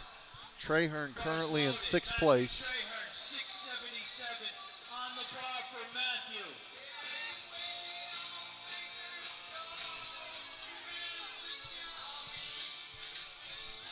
3.5 times his body weight.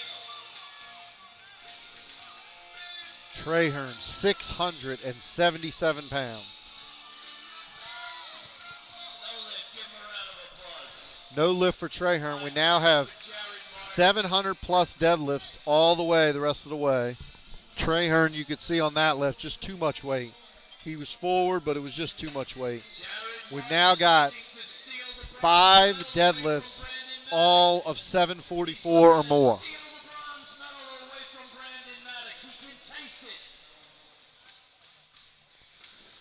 Jared Martin is your lifter, and he's got 744 pounds on the bar.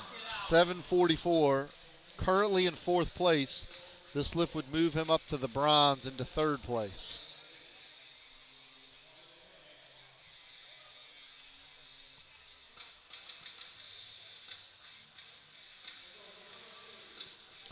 Jared Martin was successful with 733 on his 2nd attempt.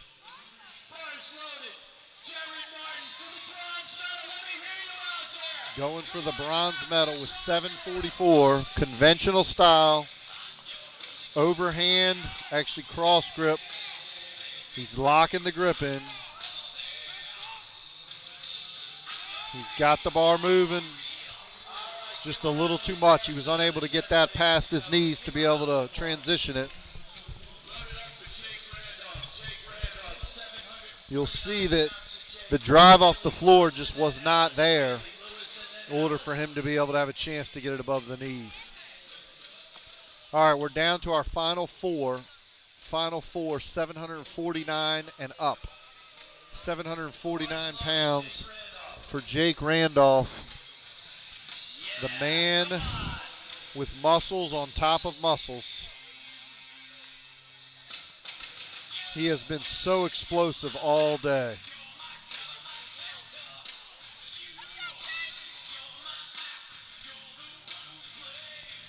Absolute representation of raw power. Nothing but raw power here. You could see on that lift that he just didn't have the same power off the floor as he did on his opener.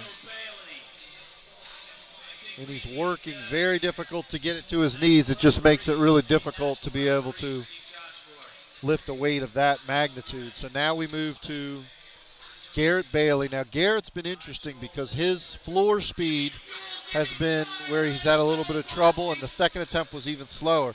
But once he gets it moving, the lockout is tremendous.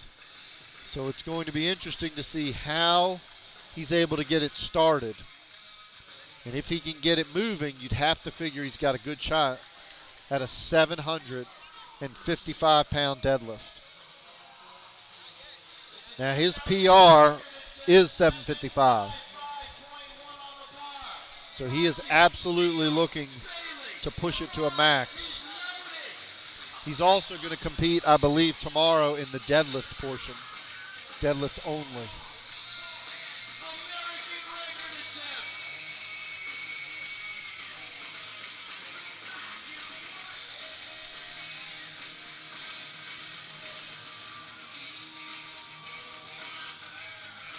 $755. Let's see if he can get it moving.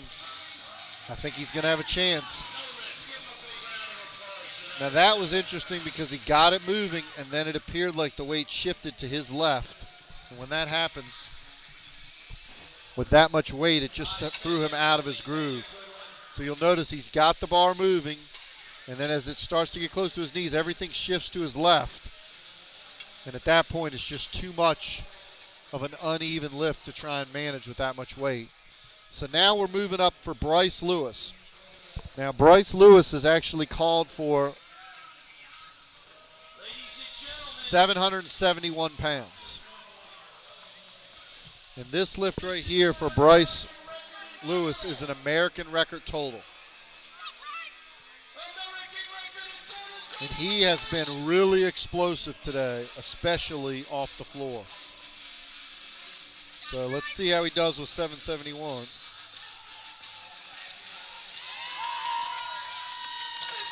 Once he gets that bar moving, there's just no stopping him.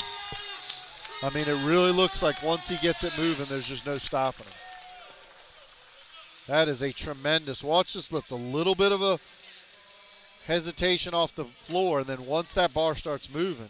And the thing that he does that's interesting is he does not budge. A lot of times when the bar's moving off the floor slow, guys will start rounding their back, their hips will start to go up, but he actually keeps the form, he keeps the technique, he doesn't allow it to get out of the groove, and that's really what's needed to be able to lift that kind of weight.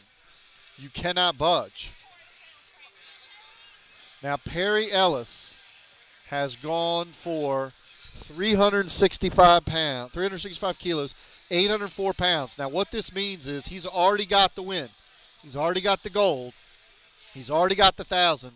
But he is looking for an 804. This would be a PR. This would be more weight than Perry has ever lifted anywhere in competition.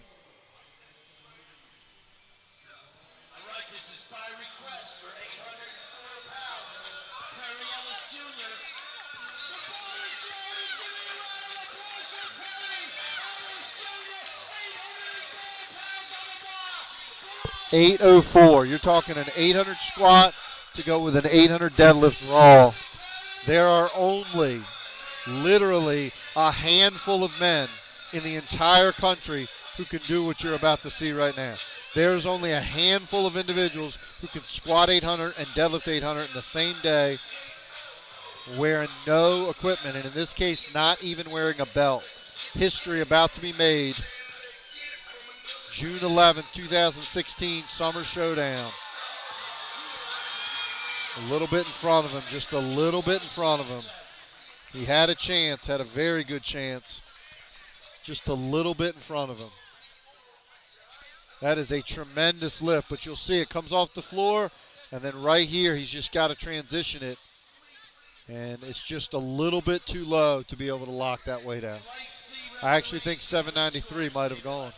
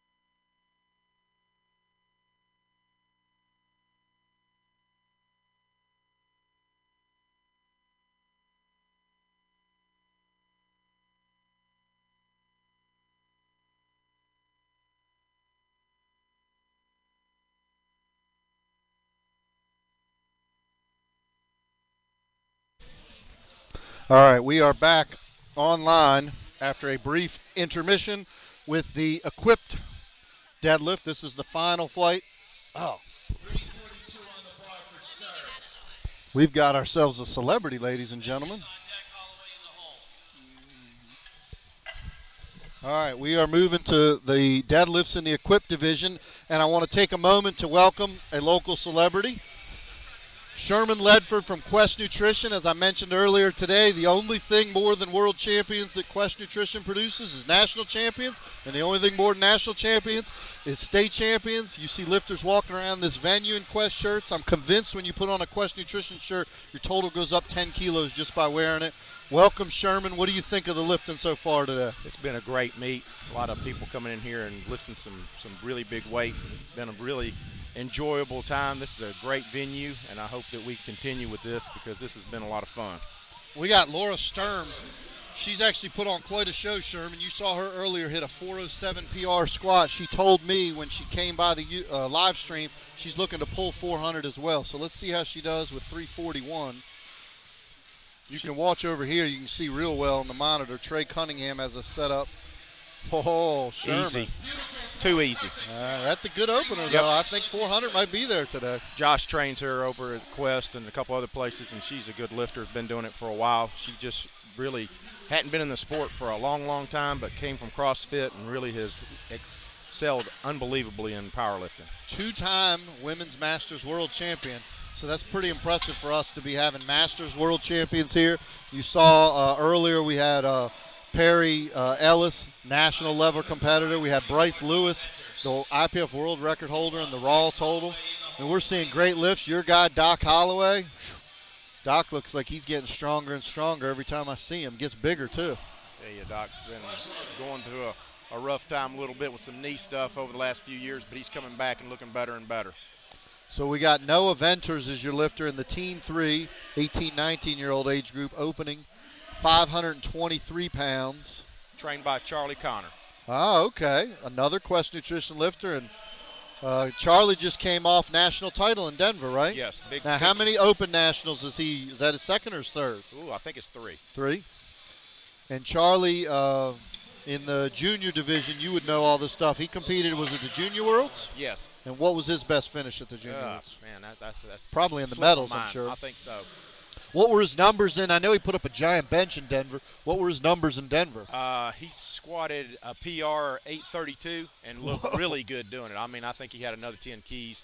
Bench 683, which is American record. Oh, my gosh. And then had some issues with his hand. He had some issue with his hand and went to the doctor, and it just gave him some cream, and it jacked his hand up real bad. Or I think his deadlift would have been a little bit better. Pulled a bit over 6, though, and he was 2.5 kilos off the American record that Jason Beck set 100 years ago. That is amazing, and Charlie's young, so you know he's got a lot more left in him. We got Doc Holloway, Sherman here with 562. Now, Doc is a deadlifter extraordinaire. If you've never seen him pull, you're in for a treat. When he hits these, they look very easy. And if he hits it right, you're going to see perfect technique. This is the way you ought to look right here. He is precision. Oh, my God. Unbelievable. You know what that reminds me of? That's a Dan Austin-like sumo pull. I mean, he's just got perfect technique. That's a great. Watch it over again on video. And look how you can just see he keeps the bar in the perfect position. Great comparison, Dan Austin. And Dan Austin probably, at least in my experience, maybe the greatest sumo technician deadlifter I've ever seen. And so for Doc to be in that caliber, that's an amazing accomplishment. We got another local lifter here, Mark Freeman. Mark's having a pretty good day. He was able to squat over 700 and bench over 500. Big bench today, big bench. He's got 573 now. If he can hold on to it, he'll be doing good. He just got a grip issue every so often. He just needs to focus on really squeezing that bar. This will actually come down for interesting battle for the money. It looks like Doc's going to have first place in the men's open, but I wonder between Mark and Tony with the bodyweight formula. It looks like Mark probably is going to have a good shot at second. Let's see here. That Wilkes with that lift would actually put him at 493. So Doc's all the way up at 526. So Doc's pretty much got the money wrapped up. Be interesting to see. Now, this is another guy you're familiar with, Nathan Tony Walton, and quite a deadlifter in his own right. Tell me what we should be looking for here with 617. I'm going to tell you, this guy, honestly, when he started really focusing on powerlifting specifically, he got with Doc, and him and Doc are just like brothers. These guys, and I'm telling you, if you watch Doc lift and you watch him deadlift, you're going to watch the same thing with Tony. Well, that's a great compliment because we just saw Doc, so let's see what Tony has. I've seen Tony deadlift before, and he always fascinates me because he takes a very wide sumo stance, but he keeps that sumo form, which is so difficult with big weights. And, of course, he's got long arms. We were commenting earlier how those arms hurt you in the bench, but they sure as heck help you in the deadlift. 617-pound opener for Tony Walton in the deadlift.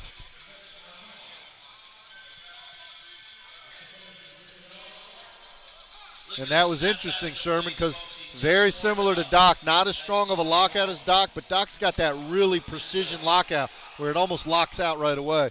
Tony, you saw, had to work just a hair. Still pretty explosive off the floor, but you could see he's got a little bit more closer to his limit than Doc did. So now let's see what that does. Now Tony's Wilks currently puts him at 5'11".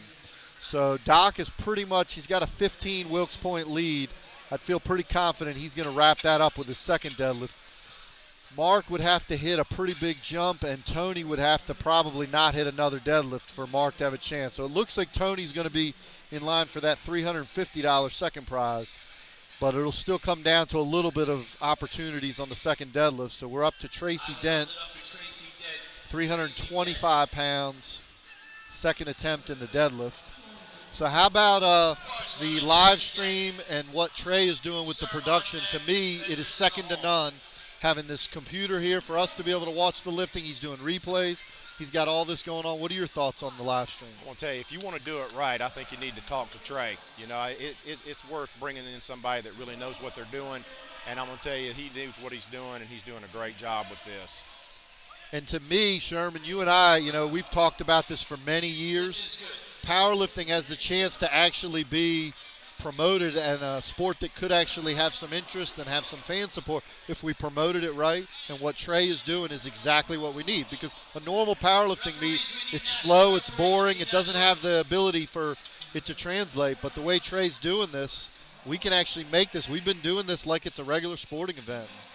I tell you, we had a good thing at the Arnold's several times and had some good feeds from that, and had some really good commentating. I think commentating makes a big difference, but somebody that does the quality of this like Josh and like Trey does, it's second to none. These guys know what they're doing, and they put together a great event. I was talking earlier, I'm not sure if you've seen, but at the Raw Nationals in October that Josh is putting on, he's doing a primetime session where he's going to have one flight, one platform of the top lifters in each weight class to really showcase the best lifters. And I think that's what we need, because when you have these 2 and 3 and 4 platform national level meets, you can't really follow the big lifters. And I think that's going to create a lot of excitement. I think we need to get that on the equip side too, is the big top lifters should be showcased. It makes the sport a lot more interesting. I think Josh really wanted to do that collegians just a couple years ago and just couldn't get it pulled off. But I think it's going to be a great addition. And like, people want to really see the top of the top and the best of the best. And when you have so many lifters and you're just really trying to follow it, it's hard to follow when you have so many platforms. Speaking of the top, we got 2-time Masters world champion. We talked about her pulling 400. This is 385, Sherman. Yep. She hit a nice squat at Nationals and got down for depth, and I almost cried, but she came back and really rectified the situation today, so I'm proud of her. Yeah, that 407 squat was impressive, but check this out, Sherman. Now, you can see she worked a little bit on this one, and you know her better than I do. I think there's still a chance for a 400 deadlift today. There's a little bit of a tough transition. Just depends on whether she can keep the groove on the third. Based off that attempt, it'll be interesting to see. I'm not sure if they'll jump her to 402 or not. Looks like they are, Sherman. 402 is the call. I think that's right pushing it. I would have thought 396 probably. If she gets that bar, keep it close to her and keep it tight, she might have a chance at that. Well, and it looks like she has a strong lockout. So a lot of times in the sumo, if you can keep it in the right groove. Just be patient. Yeah, that's the hard part. It is. That's why Doc to me is so amazing, is and Dan Austin, he looks like he's lifting as if every weight is 315. Like, he doesn't get nervous about the big weights, and that's the hard part. You see guys yanking, or they start getting fired up in the sumo, and you very rarely see a really aggressive yank sumo have success. Those usually are more like a Dan Austin, a Doc Holloway. A lot of times when you yank it, you're going to be dead meat when it gets about mid-thigh. And it'll yank you back this way. Yep, and you'll get on your toes about half the time too. And one thing you said about looking the same on all the weights, one thing that I saw many years ago is watch Eddie Cohen at a Mountaineer Cup, and honest to goodness, every squat from 500 to about 900, it looked the same every time. It was the same speed, same form, same walkout. It was just the same. Just like what you're talking about, Dan Austin. It's going to look like the same. They're technical, and it makes a big difference. I mean, you come out there and you're technical, and you're going to lift big weight. That actually, to me, that's something I noticed too. The best lifters having the best technique, because then you're maximizing strength and form. There he is. Cohen's a great example. He's not done yet. Not yet. He's not done. He can't be celebrating yet. See, that's when you're strong, Sherman. When you're in the middle of the meet and you can come over and make a little appearance on the live stream.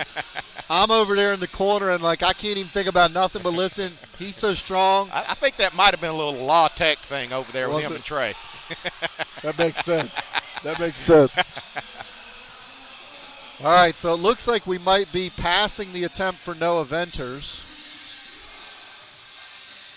No, we're passing the attempt for Doc. That's what it is. Okay, this is going to get interesting. Okay, that's what it was. Okay, so no eventers was lift was good. So that's why Doc was able to make an appearance for us.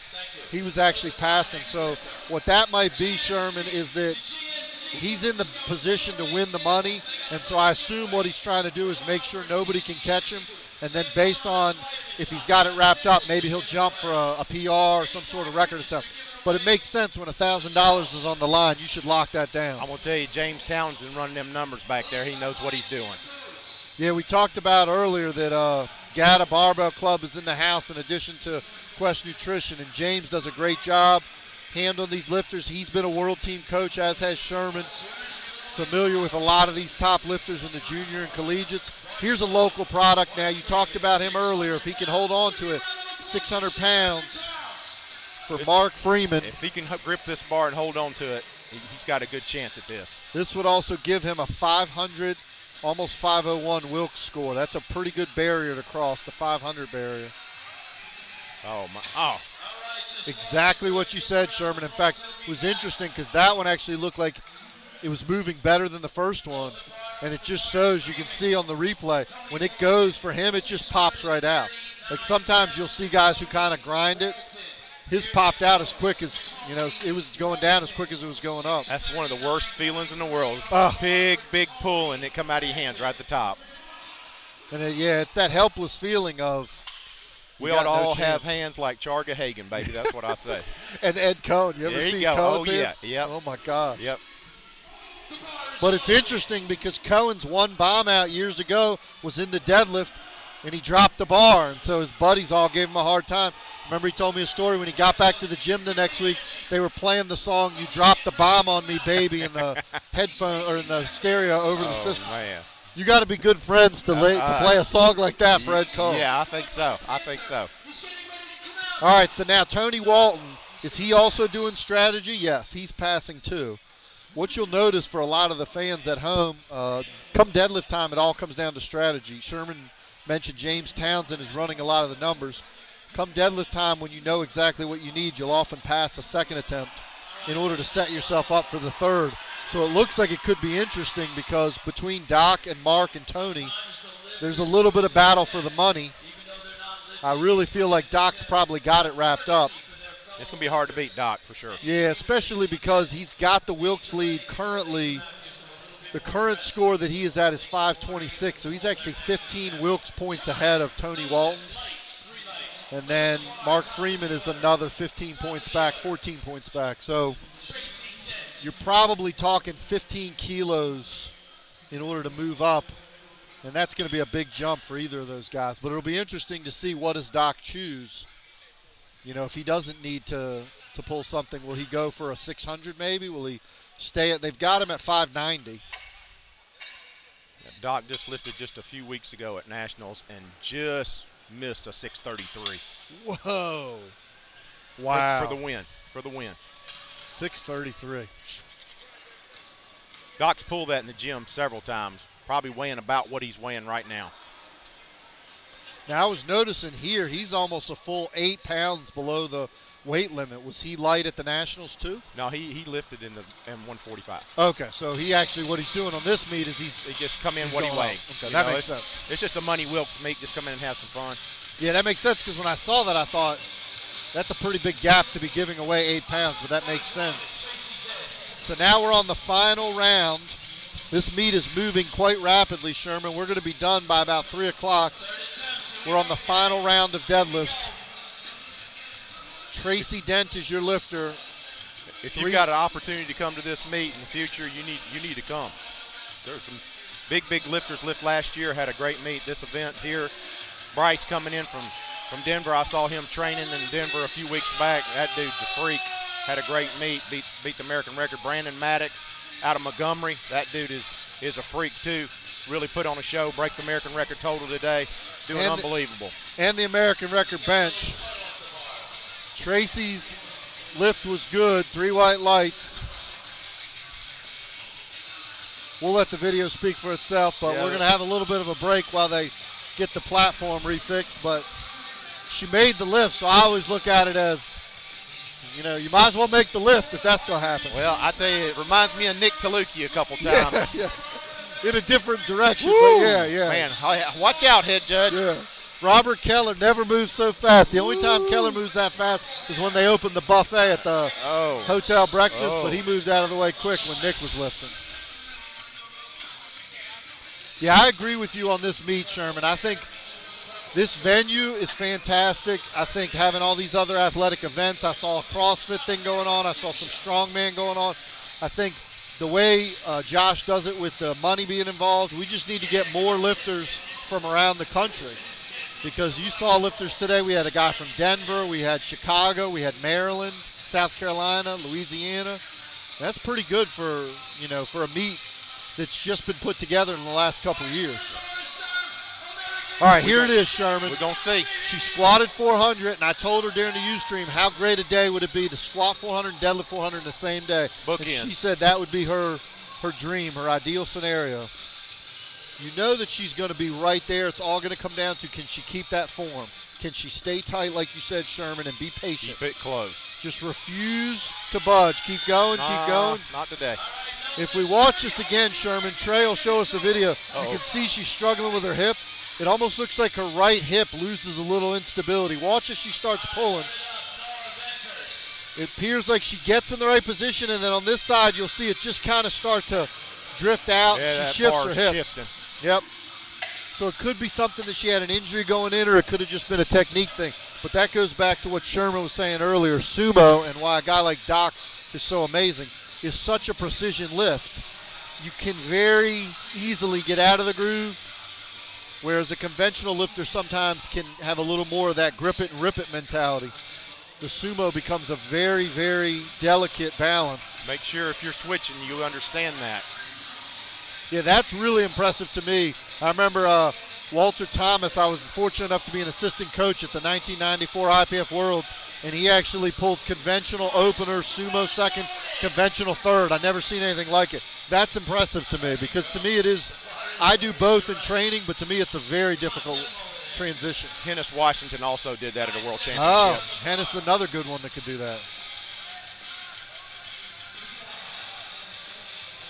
Come on, Noah. This is just a 18, 19-year-old lifter. You know who else has done it is not necessarily in the same meet, but Ed Cohn. Ed Cohn's pulled, obviously 901 sumo and upper like at 859 conventional. So it's pretty impressive. I think he actually pulled 865 at Mountaineer Cup a few years back. Yep. I was actually there to see it. I think your guy, didn't Brian Siders pull some big conventional deadlifts too? Because he got real big in the sumo at the end, but didn't he pull a big conventional at one point? I think Brian did a lot of strongman stuff, so with the stones and stuff, and then when he started doing that kind of stuff, he could do either one. Yeah. He could do conventional or sumo. He looked like he could do about anything. But it was just something that was amazing to watch. All right, so we're wrapping it up now. This is Doc Holloway, the deadlift extraordinaire. He's going to have 589 on the bar. Now this lift here for Doc, he's currently at 526 Wilks. This is going to add 10 Wilks points to his total. He's passing it. Okay, we're told Doc's passing it. The only reason I can think, Sherman, is he's just got it clinched. And like you said, he just did the Nationals. Yep. You know, it's a Better money meet. Better to be smart and walk away healthy. And if they're paying you the grand, as I say, win Josh Rohr's money. Now the interesting thing will be Mark Freeman will have a shot, but it doesn't look like he can catch Tony either. It looks like the placings are set because Doc is at 526. Mark and Tony are about 14, 15 points separating Doc from Tony and Tony from Mark. So I think Mark could pull some more, but he'd have to have some straps. yeah, that's interesting because you're right. It almost looks like he could pull more, but could he hold it? So now the question will be, and this really is, you talk about a great accomplishment. When you see a guy drop a deadlift, and not just barely drop it, but it shoots out of his hand, to come back and hit it in the same meet is tremendously difficult. You almost never see that.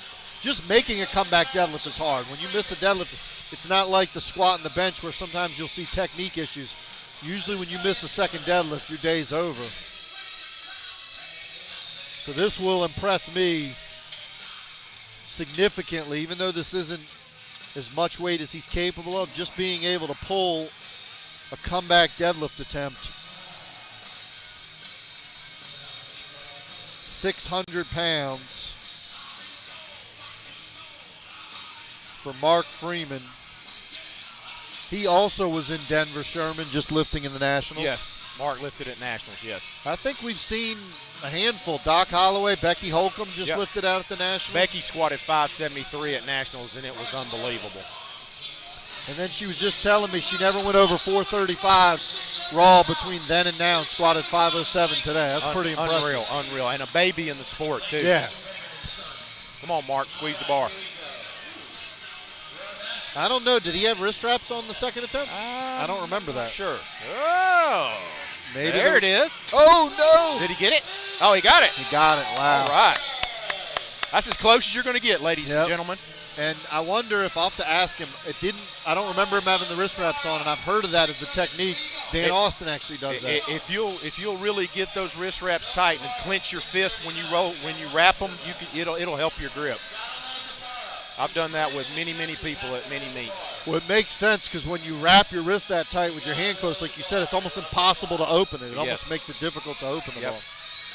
All right, so now Mark Freeman is locked in third place. So now Tony Walton is your lifter. Tony is also passing?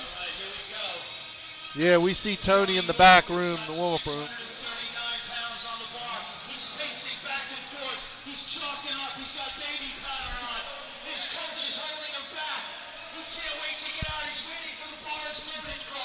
I think he's like watching on a different meter or something. I think Gino's doing a little showman, Sherman. I think he's trying to keep people in the seats, as they say. He must be getting paid or something per word. Yeah. He must be getting paid for as many people stay in the venue.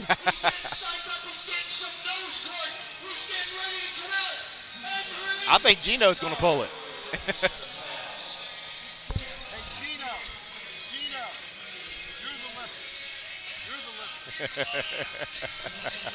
I'm trying to convince Gino to go. Hey,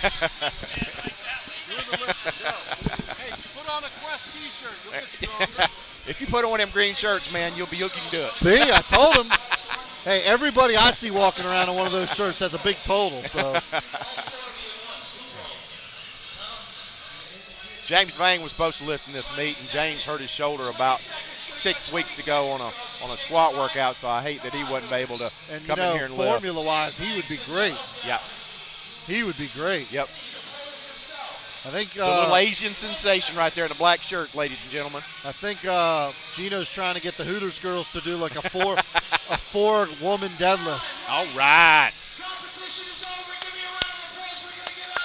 Sherman, I want to thank you for stopping by. Absolutely. We really appreciate it. You're a big asset to the sport and to Georgia Powerlifting. And congratulations to the guys lifted for you today. And we look forward to you'll be out here tomorrow, right? Yeah, we're going to be here. And just everybody, if you need some weightlifting equipment or some good supplements or something like that, just remember Quest Nutrition and Athletics. We'll take care of you. All right. We will wrap it up now. Thanks, Sherman, for stopping by. Richard Aluka. Maddox Lewis Aluka, report to the scores table.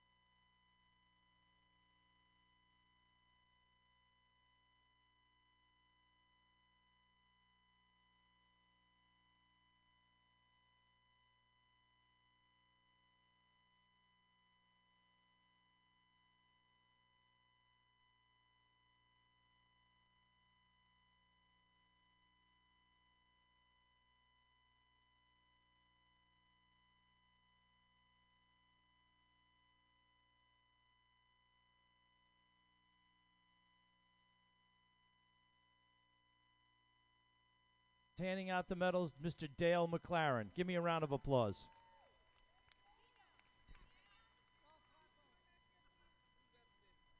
Anybody left their gray belt in the back room, please come by and claim your belt. Anybody that left a belt in the back, it's you.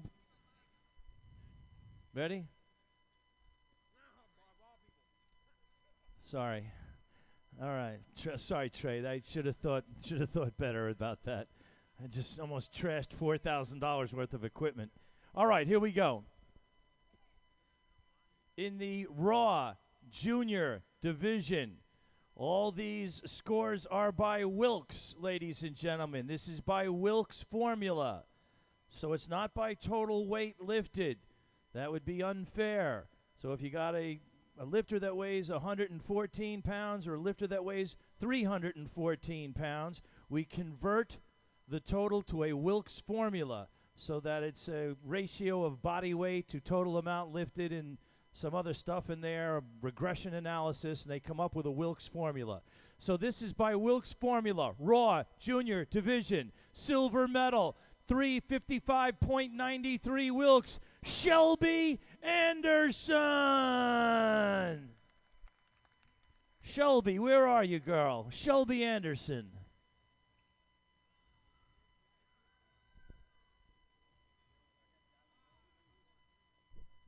All right, and our gold medal winner with a Wilks of 411.88, Nikita Koba.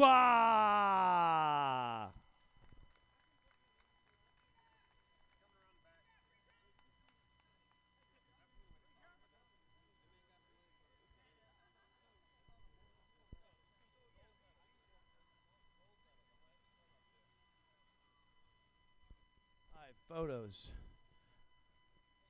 Stay up there, Nikita.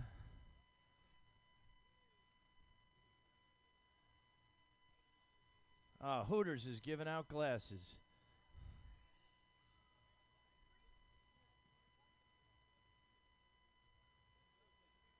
One more round of applause for Nikita Koba, ladies and gentlemen. Gold medal winner, junior. Congratulations. Thank you, sir. Moving on to the Raw Masters. Ladies and gentlemen, with the whole family to cheer him on, our gold medal winner with a Wilks of 416.75. A big round of applause for Mr. Jeff Bingham! Gold medal winner. Come on. Come on. You. Come on. No, bring that. Stand right up there and get a picture. Girlie. Come on. Come on. Come on. Come on. Mommy, you want to take a picture with the two kids? Come on. Get up there. One on each side. The whole family. Here we go.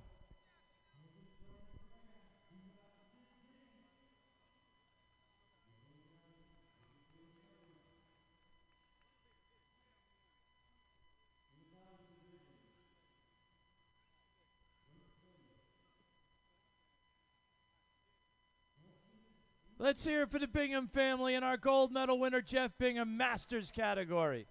Way to go, man.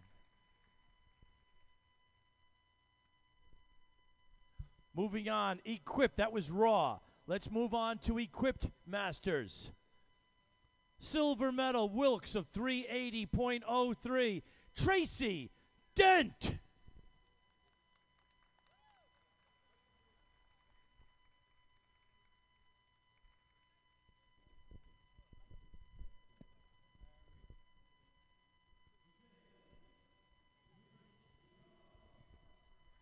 And ladies and gentlemen, with a tremendous Wilks of 542.38, tremendous Wilks with a new American record in total. A big round of applause for our gold medal winner, Ms. Laura Sturm.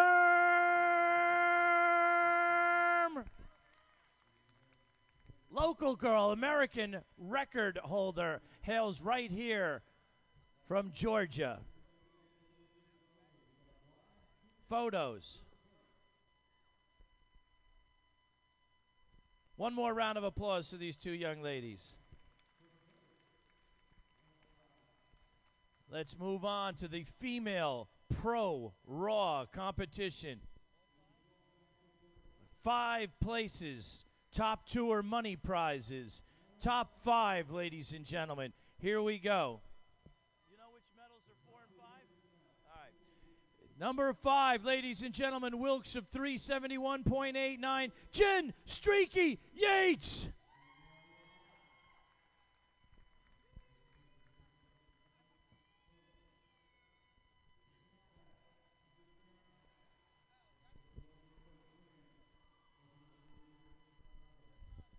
All right. Oh, I'm sorry, Jen. My fault.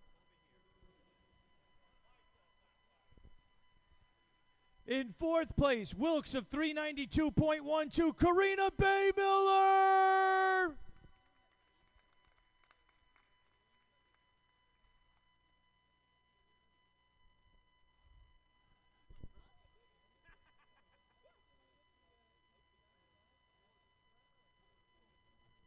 In 3rd place, ladies and gentlemen, Wilkes of 423.44, Melissa Copeland.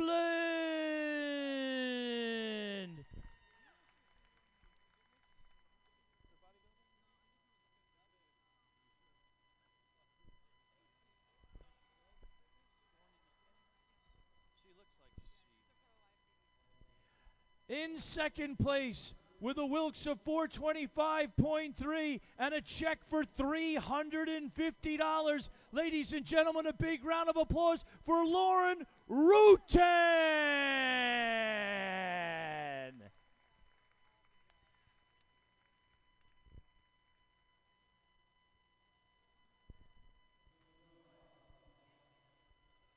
And ladies and gentlemen, she hails from pretty strong powerlifting. She's our gold medal winner with a Wilkes of 432.62 and a check for $1,000. Big round of applause, gold medal winner, Becky Holcomb.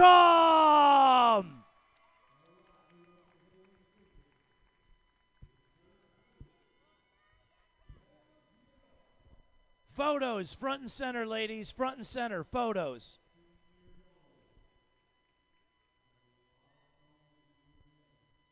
One more round of applause for these fine 5 young ladies. The 5th one is not here. Moving on to the male pro Raw. In 5th place with a Wilkes of 479.23. Rounding ovation for Garrett Botsy Beetle Bailey.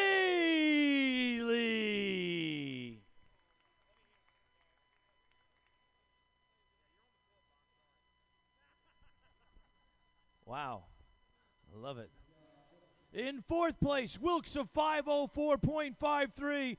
Jared Martin.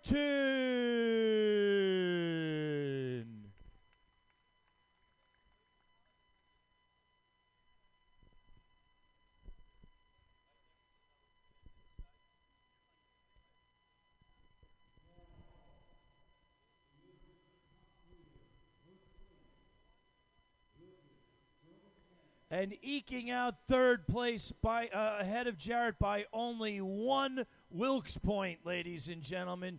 Jarrett had 504. Brandon Maddox, 505.54. 3rd place, round of applause for Brandon Maddox. With an American record in total, ladies and gentlemen.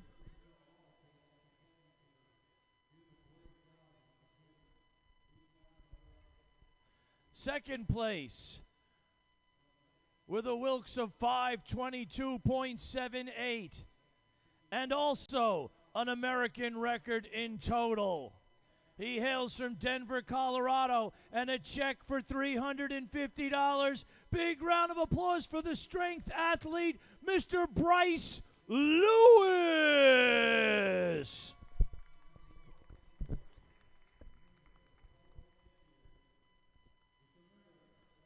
And ladies and gentlemen, with a Wilks of 525.24 and a check for $1,000, give me a big round of applause for our first place winner, Mr. Perry Ellis Jr. Citadel Nutrition, one of our sponsors.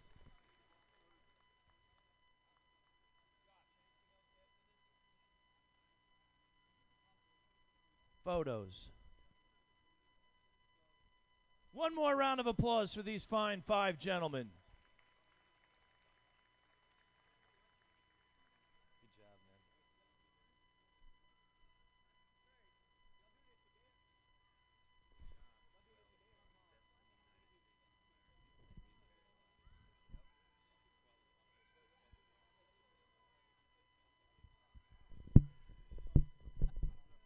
All right, here we go. The Equipped Pro Championship. Josh Rohr. Josh Rohr has just got money to burn, man. He's giving it away to everyone. Here we go. In 5th place in the Equipped category with a Wilks of 408.4. Round of applause for Noah Venters. Noah Venters.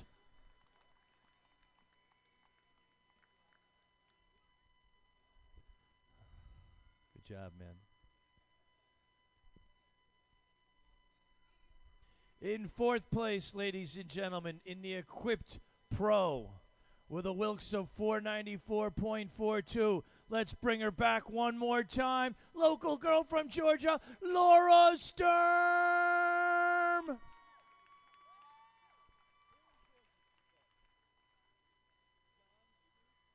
From Johnson Creek. I'm sorry, Johns Creek. And our 3rd place winner with a Wilks of 500.99. Ladies and gentlemen, a rounding ovation for Mr. Mark Freeman.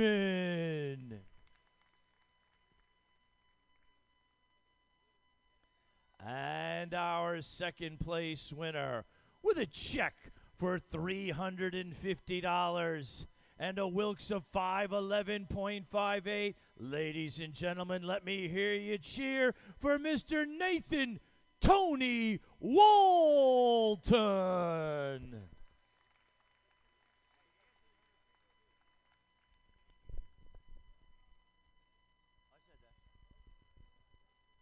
Check for $350. And our first place winner with the Wilks of 526.71. And once again, a check for $1,000. Ladies and gentlemen, a big round of applause for Demario Doc Holloway. Gator Barbell Club. All right, photos front and center. How about that? 4 guys and a lady.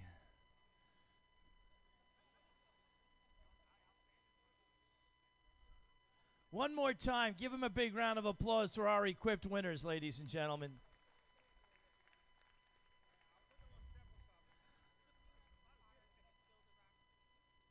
Yes. Ladies and gentlemen, that concludes the event, but before you go, I'd like you all to give Josh Rohr, who hosted this event, a big round of applause for one of the most smoothly run meets you've seen in a long time. He puts together a quality team. The whole team, Rohr, does a fantastic job and kept it running smoothly. We'll see you tomorrow morning at 10 a.m. for the bench press, and then right after that, the deadlift. Bench press only, and then deadlift right after that. We'll see you tomorrow morning. Enjoy the surrounding area. Thanks for coming out. We'll see you tomorrow morning at 10 a.m. Thank you.